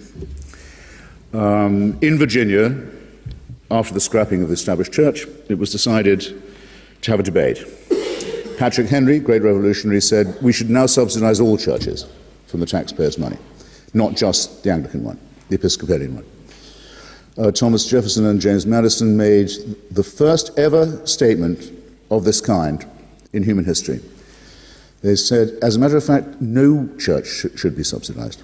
All churches should be allowed, from Muslim, there were no Muslims in Virginia then, to the synagogue, to the Catholic, to the Presbyterian, and so forth. But no church should receive the favor of the government. That Virginia statute on religious freedom, which guaranteed, by being secular, here's my point, obviously, by being secular guarantees religious pluralism. There is no guarantee of religious freedom without a secular system. Became enshrined as what we now know as the First Amendment to the Constitution. And as a result, the persecution of Catholics in Georgia ceased, the persecution of Protestants in Maryland ceased. And you may remember, some of you will already know, that Jefferson as president was sent a letter from the Baptists of Danbury, Connecticut. It's a very famous letter. They wrote to him saying they didn't feel safe in their own state. They felt unwanted, persecuted, put upon. They invited the protection of Washington, the capital, and of the President, Jefferson. And in the famous letter that he wrote back to them, he said, you may rest assured that there will always be a wall of separation. You've heard the phrase. That no one on account of their belief or religion shall ever feel persecuted in this republic. Now, just for fun, is there anyone who knows what the Baptists of Danbury, Connecticut were frightened of? Very good. Actually very bad, because it's only one, but well done. They were afraid of two. They were afraid of the Congregationalists of Danbury, Connecticut. That's who was persecuting them. Now, I actually do understand the difference between a Congregationalist and a Baptist. It's not a very interesting one. It repays a certain degree of study. But we don't have to know anymore, because that persecution was put an end to. No one shall have any preference on account of their faith. You are free to practice any religion, and you are free from religion as well. And under this great roof tree of the Constitution, as Jefferson described it, has grown up the most pluralist, the most democratic, the most multi-religious, the most tolerant society in the world, where it is illegal for the government to support the establishment, even indirectly, of a church. Now, I believe this constitutional principle should be further tested. I believe, for example, I'm actually bringing a motion about it to their attention, that the Supreme Court in Washington should hear evidence that no United States money can be used for the building of settlements on the west bank of the River Jordan. That this an illegal establishment of the Jewish religion with American money, unconstitutional, we can't do it. I think that the same should be said to the Saudi Arabians, that until they allow synagogues in Saudi Arabia, until they allow Christian churches in Saudi Arabia, and most important, until they allow the Tom Paine, Richard Dawkins study library in Riyadh, they're not allowed to open any more madrasas in the United States with covert Saudi money. You'll see why I suddenly shift to the foreign arena. I only have 3 more minutes. Look to your east, see how the Russian Orthodox Church has become the black-cowled guardian and clerical guarantee of the newly revanchist, expansionist, great Russian chauvinist, KGB-like regime of Vladimir Putin. If you haven't looked at it yet, look at it now. You're going to be hearing about it very soon. It's going to be adding to your woes. Look and see what's going to happen when a nightmare that was being discussed when I was a young man at this university. What will happen when a crazed regime gets a thermonuclear weapon? We're about to find out in Persia, where an ancient civilization has been blotted out and superimposed upon by a theocratic regime that considers all adults as children and as property of the church. You're about to see what happens when the Messianic settlers get busy. You're about to see what happens when, as they never cease to try to do, the Christian right in the United States argues for the teaching of nonsense in school to American children.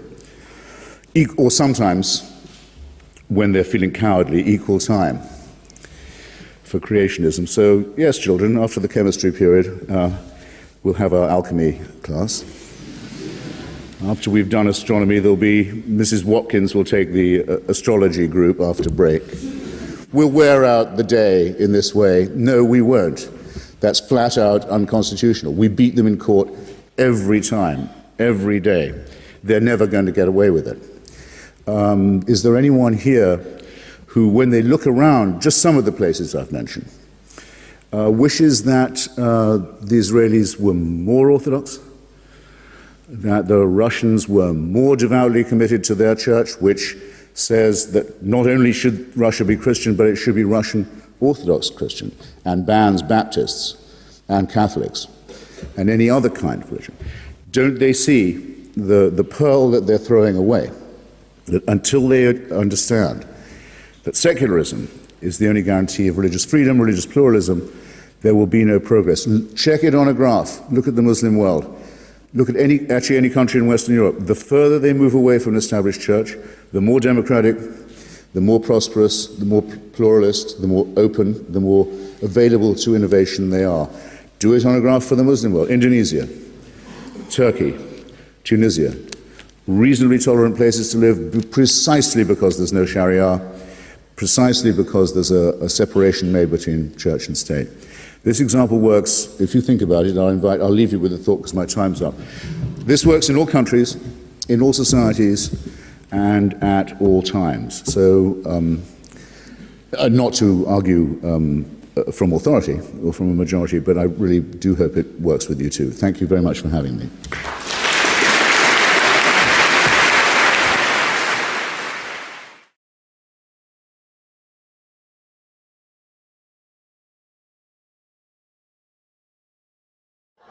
I take it, I will not take it as was once said of the tribute of virtue to vice, the compliment the vice pays to virtue, the idea of hypocrisy in the first place. I take it as the incremental effort of a lot of steady work that some of us have been putting in to dispel illusions in the supernatural, and in a private belief that I've held for a long time, which is that very many of the practitioners of these faiths don't believe it either. And perhaps that might be the first consolation that we take away from this evening's discussion. My own task having been so much lightened, even though I retain the tiny suspicion, and I hope it's an ignoble one, that Rabbi SHMULEY might possibly be going easy on me. And that would be a great cause of resentment. If I thought for a second that that was true, it's already bad enough that I'm the fifth person appearing on this stage, and you may have noticed the steady decline in the standard of pulchritude that went on after number 3 had left the stage. So I'm left to restate what I still want to say and have to begin with a disagreement. The idea that a person who martyrs himself and kills others in the cause of the faith will be rewarded in paradise is not a delusion of Mohammedans. I wish it was. It would be very nice if we could say that that was the case. It is rather a belief firmly rooted in the holy book of the Muslim faith, the Quran. It is believed by an enormous number of people. It may not be disbelieved that someone who martyrs himself for the faith will be so rewarded. To do that would be to challenge the authenticity of the book, and therefore cannot be done. The most that can be done is to say that somebody interpreted this mad instruction incorrectly, but we would be living in a very happy world indeed if this was just a delusion of one leader of a 19-man gang. The same, I think, can be said of, you'll correct me, I'm sure, SHMULEY, if I'm mistaken, but I think it's number 13 of the Rambam's list of articles of faith, Maimonides' opinions of what it's necessary to believe in order to be of the faithful, that there will be a resurrection. It comes just after, I think, the belief that the Messiah will come. Though, because it's Maimonides, because it's the Rambam, he does say, though he may tarry, you may not doubt that he will come, nor may you doubt that you're due another life. Now, I'm sorry.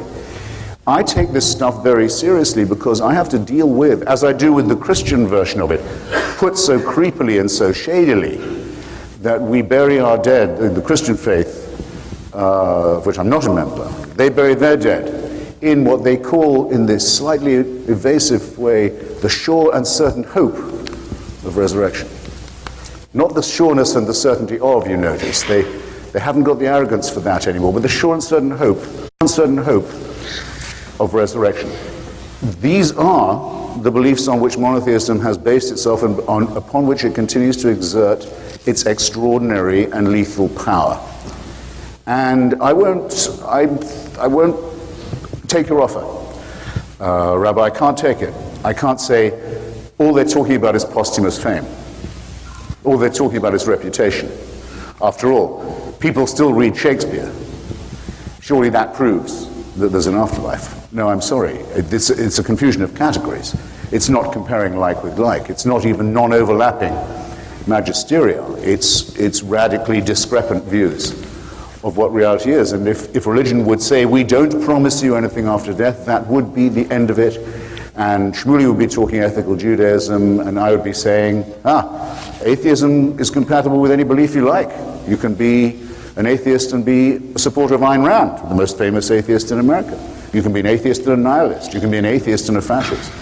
All you have to do is say that you reject the supernatural dimension. But that's the most crucial thing.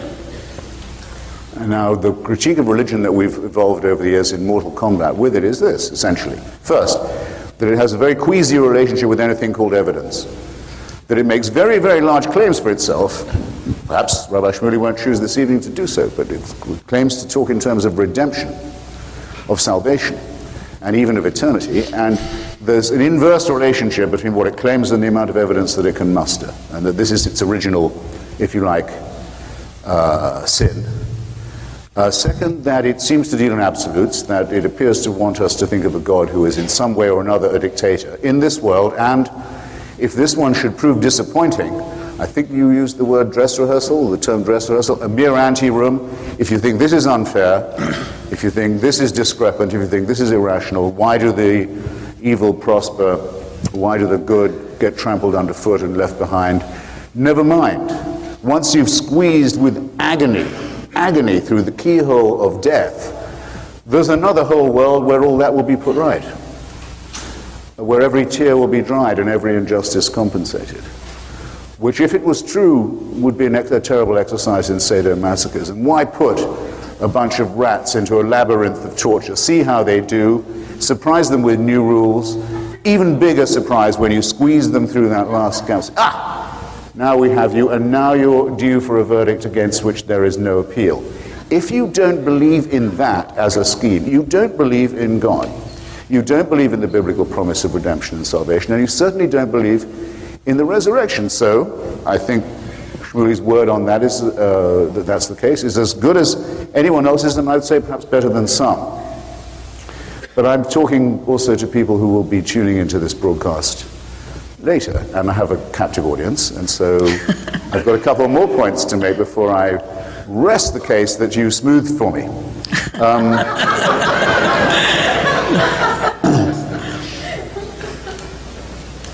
That it's based on, there's another element in our critique of it, is that it's based on wishful as well as delusional thinking. Above all, wishful thinking. What is a stronger desire in the human species than that we shall conquer death? We are the only primates, as far as we know, we're the only members even of our own species, the primate species, who are fully aware of death and absolutely unreconciled to the idea of our own extinction. Even though we know our chemical composition, we know we are made out of the same elements as the rest of the cosmos. In fact, rather miraculously, if you want to call it that, we're even made out of stardust. Stars had to die for us to live.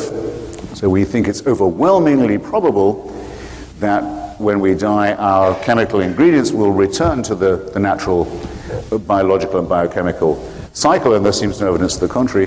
There may be animals who know how to fear death, but certainly no animals who know how to deny it. That's why it's so interesting that among the most frequently asked questions of people to their priests and mullahs and rabbis about the afterlife is, will my dog or cat be there too?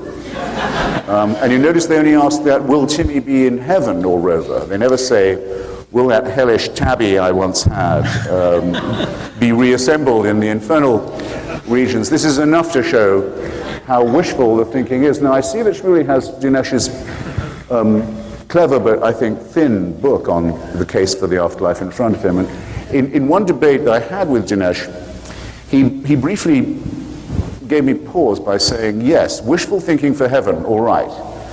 That's hedonistic, that's a hope, that's a desire. But then why would people who are wish thinking, why would they want hell? Good point, and it tells against simple-minded Freudianism, as does a lot of other evidence. But not all of our wishes are completely transparent to us, I think, and not all of them are hedonistic, especially as they respect or regard other people. I was one of the 2 or 3 white people in the audience at Madison Square Garden in 1985 when Louis Farrakhan gave his famous address to a packed house of the Nation of Islam and addressed the Jews of the greater New York area in a taunting manner and reminded them, and I'll never forget it, he said, and remember, Jews, when God puts you in the ovens, it's forever. And I shall not soon forget the great moan and groan of pleasure that came from that audience at hearing that. And I should have been prepared for it, not just by the stupidity and nastiness and criminality on which this religious nutbag makes his living in this country. Call someone an imam or a priest or a reverend, there's nothing they can't get away with in our culture.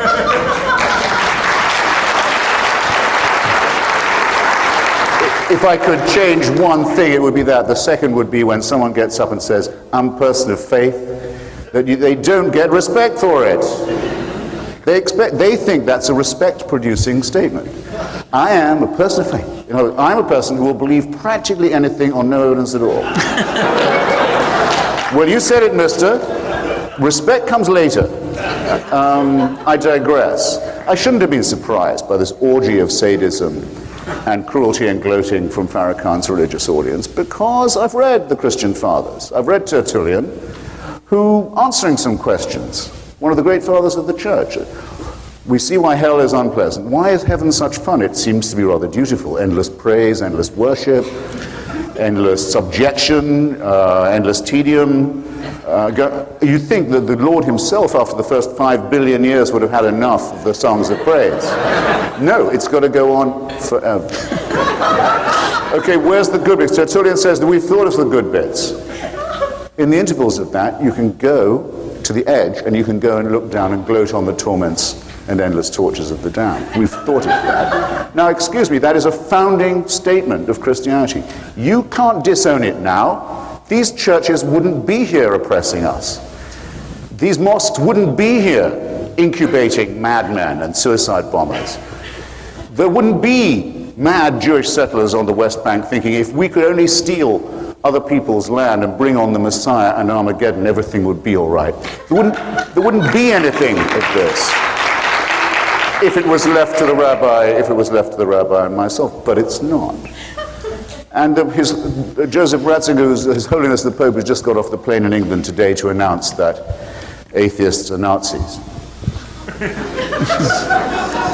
An overdressed little ponce who was himself a member of the Hitler Youth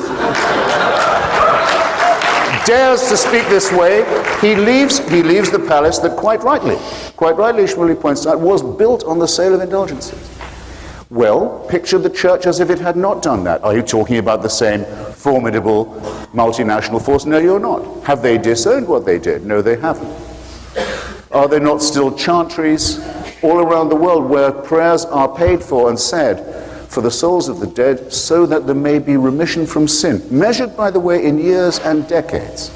Or, if you've paid a lot of money to a chantry, maybe centuries of remission from sin, as if the Gregorian calendar is used for matters of eternity and infinity. The pathos, the obviousness of this fraud still goes on, and Ratzinger himself is reinstituting the idea that by making donations to the church and regular appearances at its festivals, there may be an element of remission too. And only now is it being discussed that St. Augustine's vile idea that the souls of unbaptized children may not go to hell but go to an indefinite misery of limbo until the second coming may possibly not have been the way, quite the tone of voice in which to speak to parents who'd lost their child. I'm not neutral about this. I don't think those statements are what they clearly are, man-made, silly, pathetic, mediocre, and erroneous. That is a job within the compass of anyone in this room or beyond. No, I go further. It's an evil doctrine. It's a wicked doctrine. It proceeds from people who want, quite wisely and quite shrewdly, real power over real human beings of a really absolutist sort in the only world we've got, which is the here and now. How smart they are to do it, how overdue we are to tell them that we reject this totalitarian interpretation of human life. Well, I'm not going to say why I don't think near-death experiences are impressive now. So you've spared me that, thank you. Though I wish someone would ask about them. And I think, excuse me, I think I've probably trespassed anyway on the allotted period of my time. But what I say is thanks for coming, and bring it on, and don't make me suspect that you're sparing me. Thank you.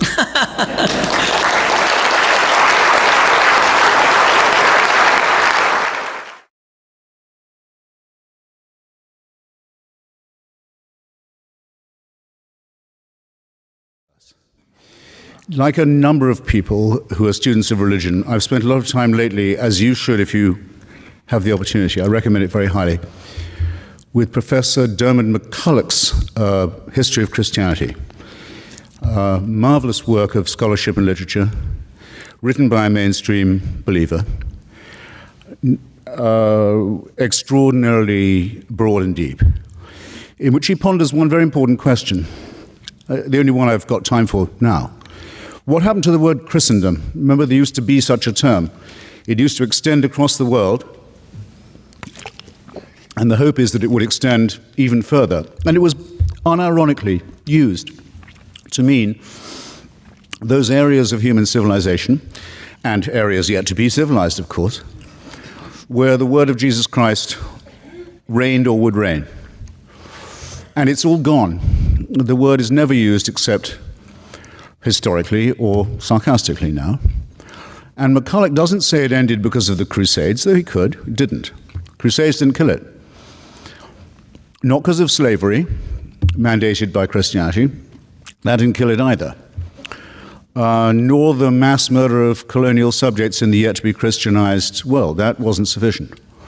It didn't really end, he said, till 1914, when all the Christian empires of the world, Austria-Hungary, Germany, France, Britain, France is a slight exception to this, but only a slight one, and Russia, all of them commanded by Christian emperors, and calling upon their subjects as Christians, went to war with each other and very nearly destroyed the whole human civilization, and certainly reduced it to a point where we can't guess where we might be if it hadn't been for this extraordinary outbreak of barbarism. And out of that came the terrors of fascism and of Stalinism, of which it was the seedbed as well. I mention this partly because I want to maintain that there's no such thing as a religion of peace by definition. And second, to point out, and that its best historian has to admit something that if I was a Christian would make me humiliated. But because there was another empire involved in that war, the Ottoman Empire, which also came to an end, its other name was the Caliphate, the Muslim Caliphate. It went to war on the side of German and Austrian imperialism and Hungarian imperialism, and it lost not just the war, having proclaimed a worldwide jihad against Christianity, except for German and Austrian and Hungarian Christianity, which were its allies. And it didn't just lose the war, but by 1924 had been dissolved by the Turkish leadership, by Ataturk. It lost the Caliphate. And that's the only one that still has supporters. The other Christian and religious empires have all gone. But the Caliphate still has fans, not just in the Muslim world, sometimes referred to by Muslims as the Dar al-Islam, the House of Islam, but also in what some Muslims call the Dar al-Harb, the House of War, the part of the world that isn't yet Muslim. There are Caliphate clubs in London now and Berlin and elsewhere, quite important ones. And what I want to know is why that is and what we should think about it. Believers in this fantasy have, Laurie's spared me the need to say much of this, have committed extraordinary atrocities in Istanbul, in Madrid, in India, in the Philippines, in Indonesia, and of course in our own fair city. And the pretexts for it vary. They can be, the excuse for the mass murder can be that Australia has helped East Timor become independent from Indonesia. They can be that Newsweek has printed a false story about the desecration of a supposedly holy book. You never know what it's going to be next. But everyone knows to be careful about it, and everyone understands that the threat of violence that backs it is believable. And that's my opening position. Now you will say, I can hear it already being said, you may be saying it already to yourselves because the defense mechanisms kick in. And in any case, Laurie already said it for you. And I hope Professor Ramadan won't feel the need to say it again, but if he does, fair enough. You may say, that's not the real Islam. Those aren't real Muslims. Now, isn't that a fascinating objection? Is there anyone in this room, I exempt Professor Ramadan because it's his turn to speak next. Is there anyone in this room who would care to arbitrate that question? Who is to say? Where is the authority that defines who is a true son of the prophet or true interpreter of his work? Part of the problem to begin with, and it's part of the problem because it is a religion, is that it's perfectly true to say we don't know who the true Muslims are. How right that is, who does speak for it. Only the second problem with defining Islam as peaceful, only the second problem with defining it as peaceful has to do with the fact that it's highly fissile and highly schismatic, that there is a civil war going on within it, the religion of peace. As we speak, at least one civil war between the votaries of this religion of peace is already taking place, and some of it is exported outside that world into ours, very salient fact. The first reason, though, is this. Islam makes very large claims for itself, very large claims indeed.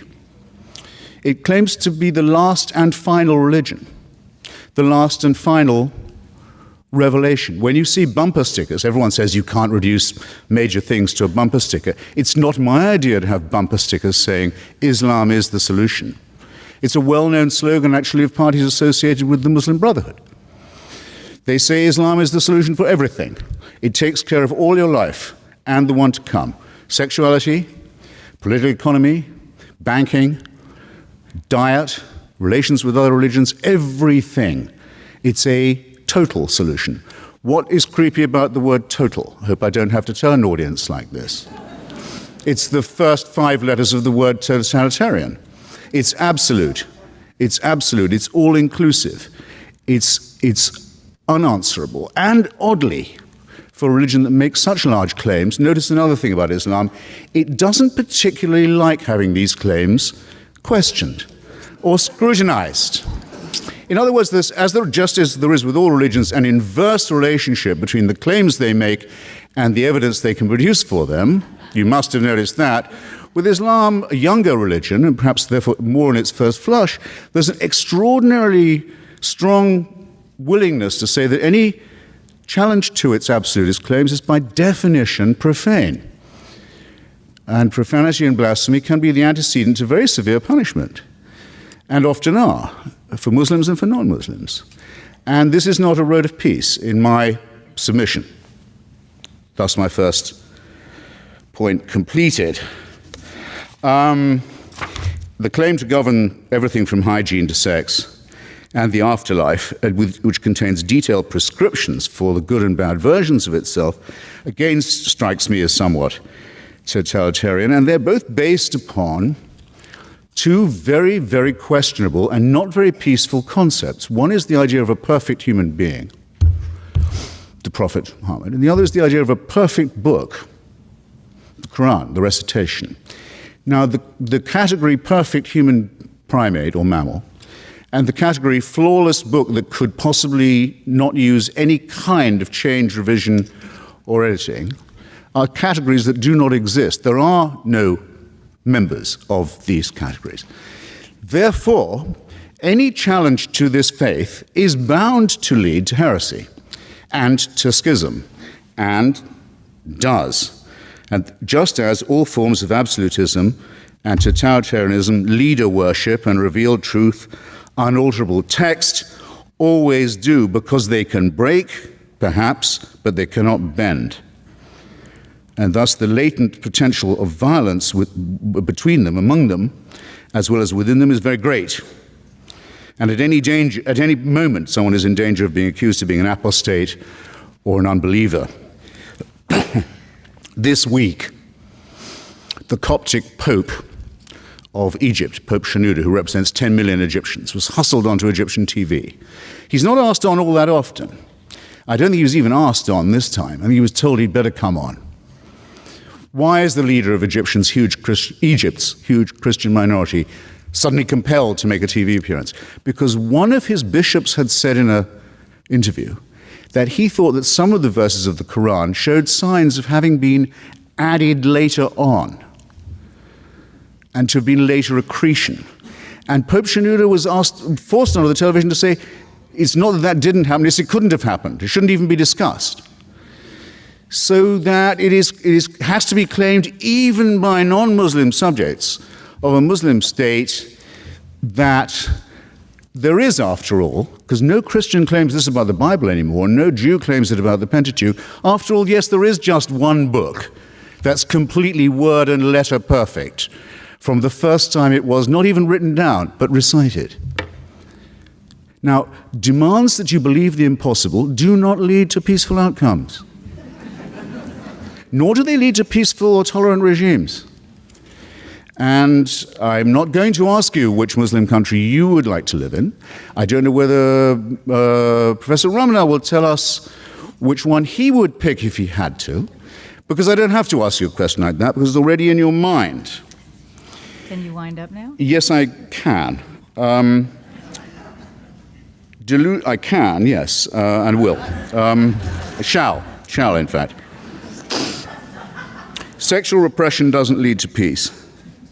The idea that women are inferior to men is a profound cause of unease, let's say the least of it. All religions make some form of this claim. Islam seems to make it less apologetically than most. Claims that the world will come to an end in an apocalyptic form, which will lead to the victory of one religion or another, are not peaceful either. It's possible, perhaps, I haven't exhausted all my remarks, that the endless teaching of battle stories to children and the stories of lethal feuds from 7th century Arabia don't lead to peace, or the forcing of children to memorize and retell such stories by rote doesn't lead to peace either. It's arguable that peace isn't attainable at all. It may be arguable in some forms that sometimes in places that religion isn't even desirable, but it will not come by the fanatical adoption of a man-made text and a man-made supreme leader. Nothing but war and tyranny has ever come from the adoption of formulae like these. The only way to moral and intellectual satisfaction, even temporary, perhaps only temporary, but of any kind at all, comes to those who are willing to take the great risk of thinking for themselves at all hazards and trying to share the benefits of that tolerance and that open-mindedness with others. And with that, for now, I'll rest my case. Thank you very much.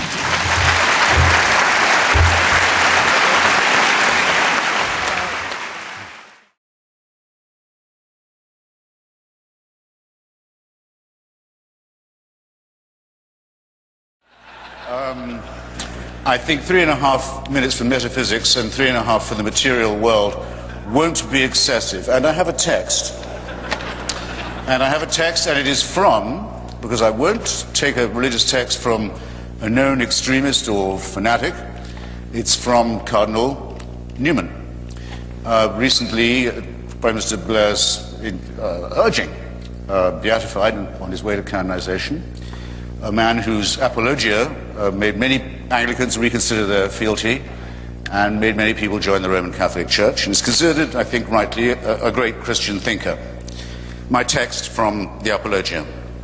The Catholic Church, said Newman, holds it better for the sun and moon to drop from heaven, for the earth to fail, and for all the many millions on it to die in extremest agony, than that one soul, I will not say will be lost, but should commit one venial sin, should tell one willful untruth, or should steal one farthing without excuse. You'll have to say it's beautifully phrased, ladies and gentlemen. But to me, and here's my proposition, what we have here, and picked from no mean source, is a distillation of precisely what is twisted and immoral in the faith mentality. Its essential fanaticism, its consideration of the human being as raw material, and its fantasy of purity. Once you assume a creator and a plan, it makes us objects in a cruel experiment whereby we are created sick and commanded to be well. I'll repeat that. Created sick and then ordered to be well. And over us to supervise this is installed a celestial dictatorship, a kind of divine North Korea. Greedy, exigent, I would say more than exigent, greedy for uncritical praise from dawn till dusk, and swift to punish the original sins with which it so tenderly gifted us in the very first place. However, let no one say there's no cure. Salvation is offered. Redemption, indeed, is promised at the low price of the surrender of your critical faculties. Religion, it might be said, must be said, would have to admit, makes extraordinary claims, but though I would maintain that extraordinary claims require extraordinary evidence, rather daringly provides not even ordinary evidence for its extraordinary supernatural claims. Therefore, we might begin by asking, and I'm asking my opponent as well as you when you consider your voting, is it good for the world to appeal to our credulity and not to our skepticism? Is it good for the world to worship a deity that takes sides in wars and human affairs? To appeal to our fear and to our guilt, is it good for the world? To our terror of death, is it good to appeal?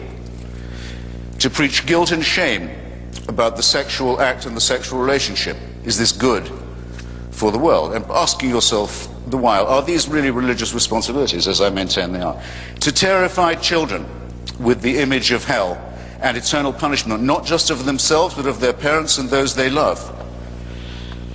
Perhaps worst of all, to consider women an inferior creation. Is that good for the world? And can you name me a religion that has not done that? To insist that we are created and not evolved in the face of all the evidence.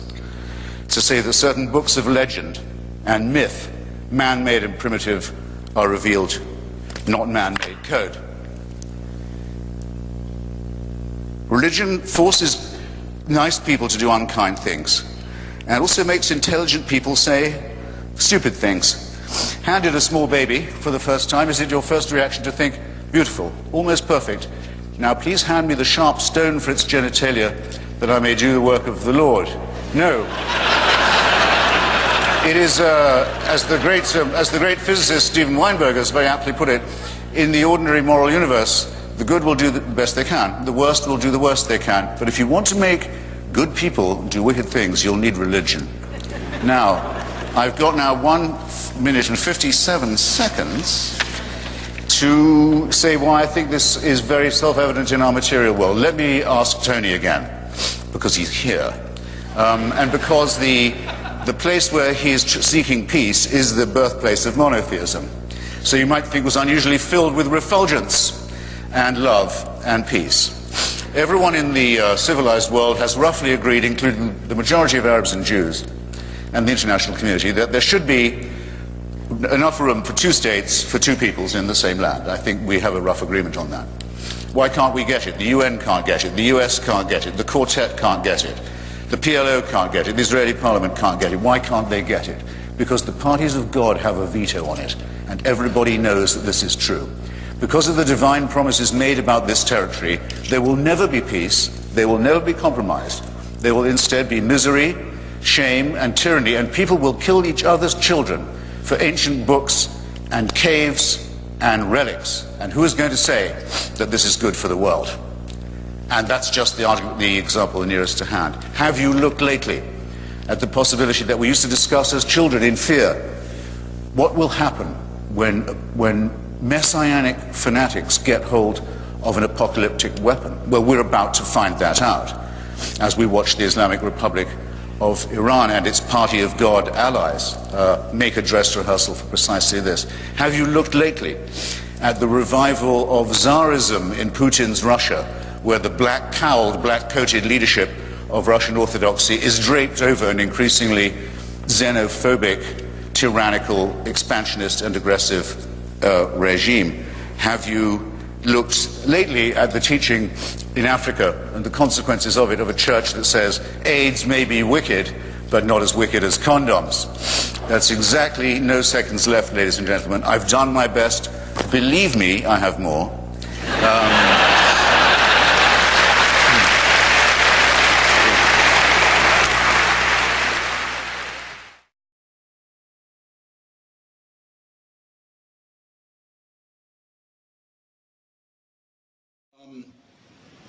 Let me see how I want to inaugurate this. I think I'll start in Prague, if I may, a few years ago, where I went in order to meet Václav Havel, Mikhail Baryshnikov, and Larry Flint, the publisher of Hustler.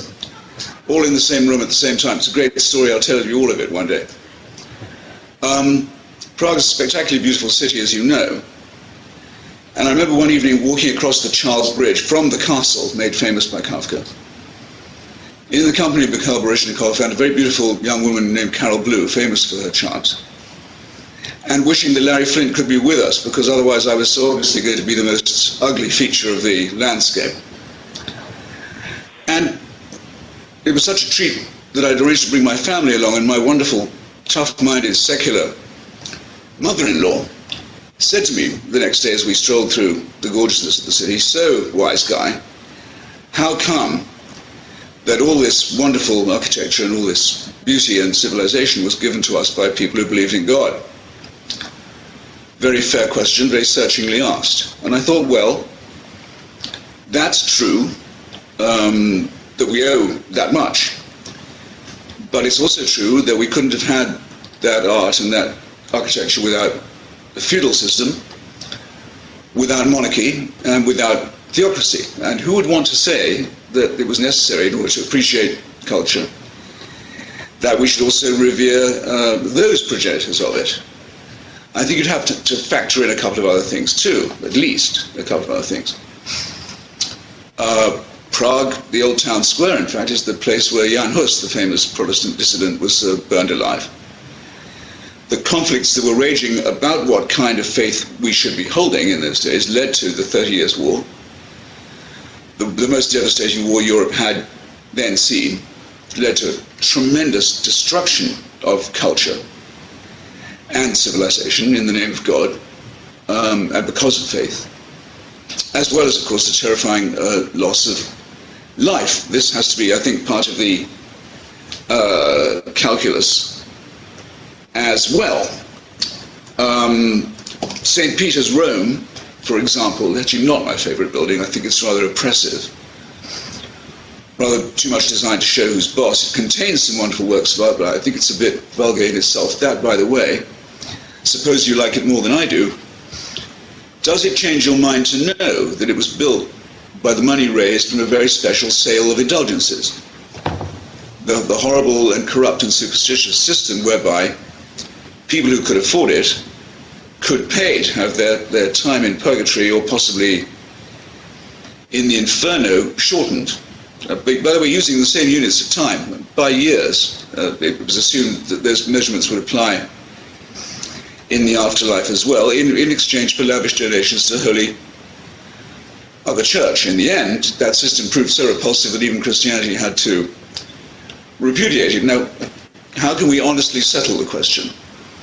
Could you do without St. Peter's if you knew that there were indulgences at the core of it as a foundation stone? Would you, if you knew that, still continue to appreciate it in the same way?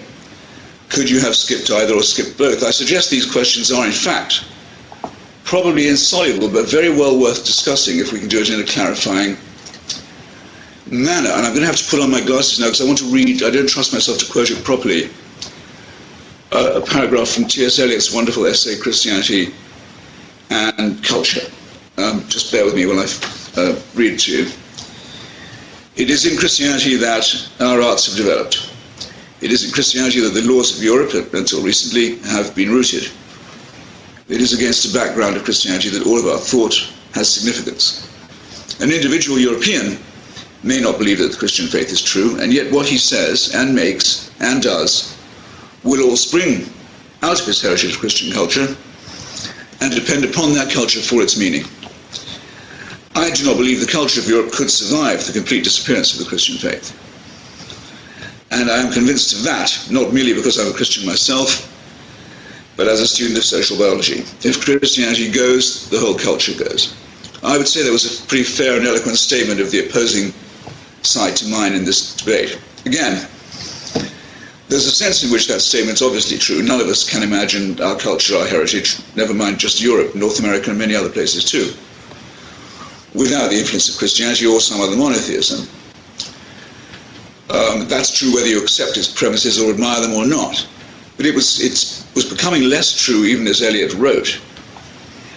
And it was if what I said just there wasn't true, we wouldn't in fact have his most wonderful poem, The Wasteland, which, overrated as it is in many ways, brilliantly evokes the despair and fear and trembling and angst that accompanied the terrible trauma inflicted on European civilization by the First World War. Now, if you look up Professor Dermot McCullough's new book, History of Christianity, written by a very sophisticated believer, the best book on the general subject, I must say, I've ever read, highly recommend it. He says that it was actually in 1914 that the idea of Christendom, Christian civilization, which could up till then be unironically used, people would speak of Christendom as a real thing, a living, breathing, cultural, human entity, came to an end because the Christian emperors and kings of Europe went to war with each other, and did so in such a barbaric way as to usher in a state of not just total war, but of totalitarian principles in European and global politics. We live, in fact, in the wreckage of what Eliot proposes as true and enduring. And that concept of Christendom is gone. We now use the words the Muslim world as if it meant something. It certainly does mean much more to many Muslims than it would do to refer to Christendom beforehand. Eliot's own life, as a matter of fact, represents an attempt to grapple with this compromise. He solved the question of that crisis, the crisis of civilization post-1918, by joining up in effect with a party, the Action Française at first, and then other groups in Europe that were nostalgic for monarchy, for feudalism, in part for theocracy, for an orderly, organic society. His writing testifies to it. In his notorious lecture at the University of Virginia, After Strange Gods, he says probably a proper culture will just have to do without too many secular Jews. A very blunt statement, very offensive to many of his friends, but very sincerely meant. What he meant was, our faith has become incompatible with certain kinds of modernity, certain kinds of pluralism. Now, I submit that a religion that has to make that confession in any sense at all, whether remorsefully or whether, as he did, positively, has confessed that it has nothing more to contribute to the cultural argument, has confessed to its exhaustion. So that, however true it may have been, that religion was a great contributor to music, to painting, to architecture, we have to be aware of a couple of qualifications and modifications to that. I, as a student of literature, would admit that it's very unlikely that the poetry of George Herbert, the devotional poetry, or the poetry and sonnets and sermons of John Donne could have been written by anyone who was insincere about their faith. I think it's incredibly unlikely. But I can't say that of the painters and artists who did the declaration for civilization, because we don't know what they really thought. All we can know for certain, excuse me while I take a sip of water,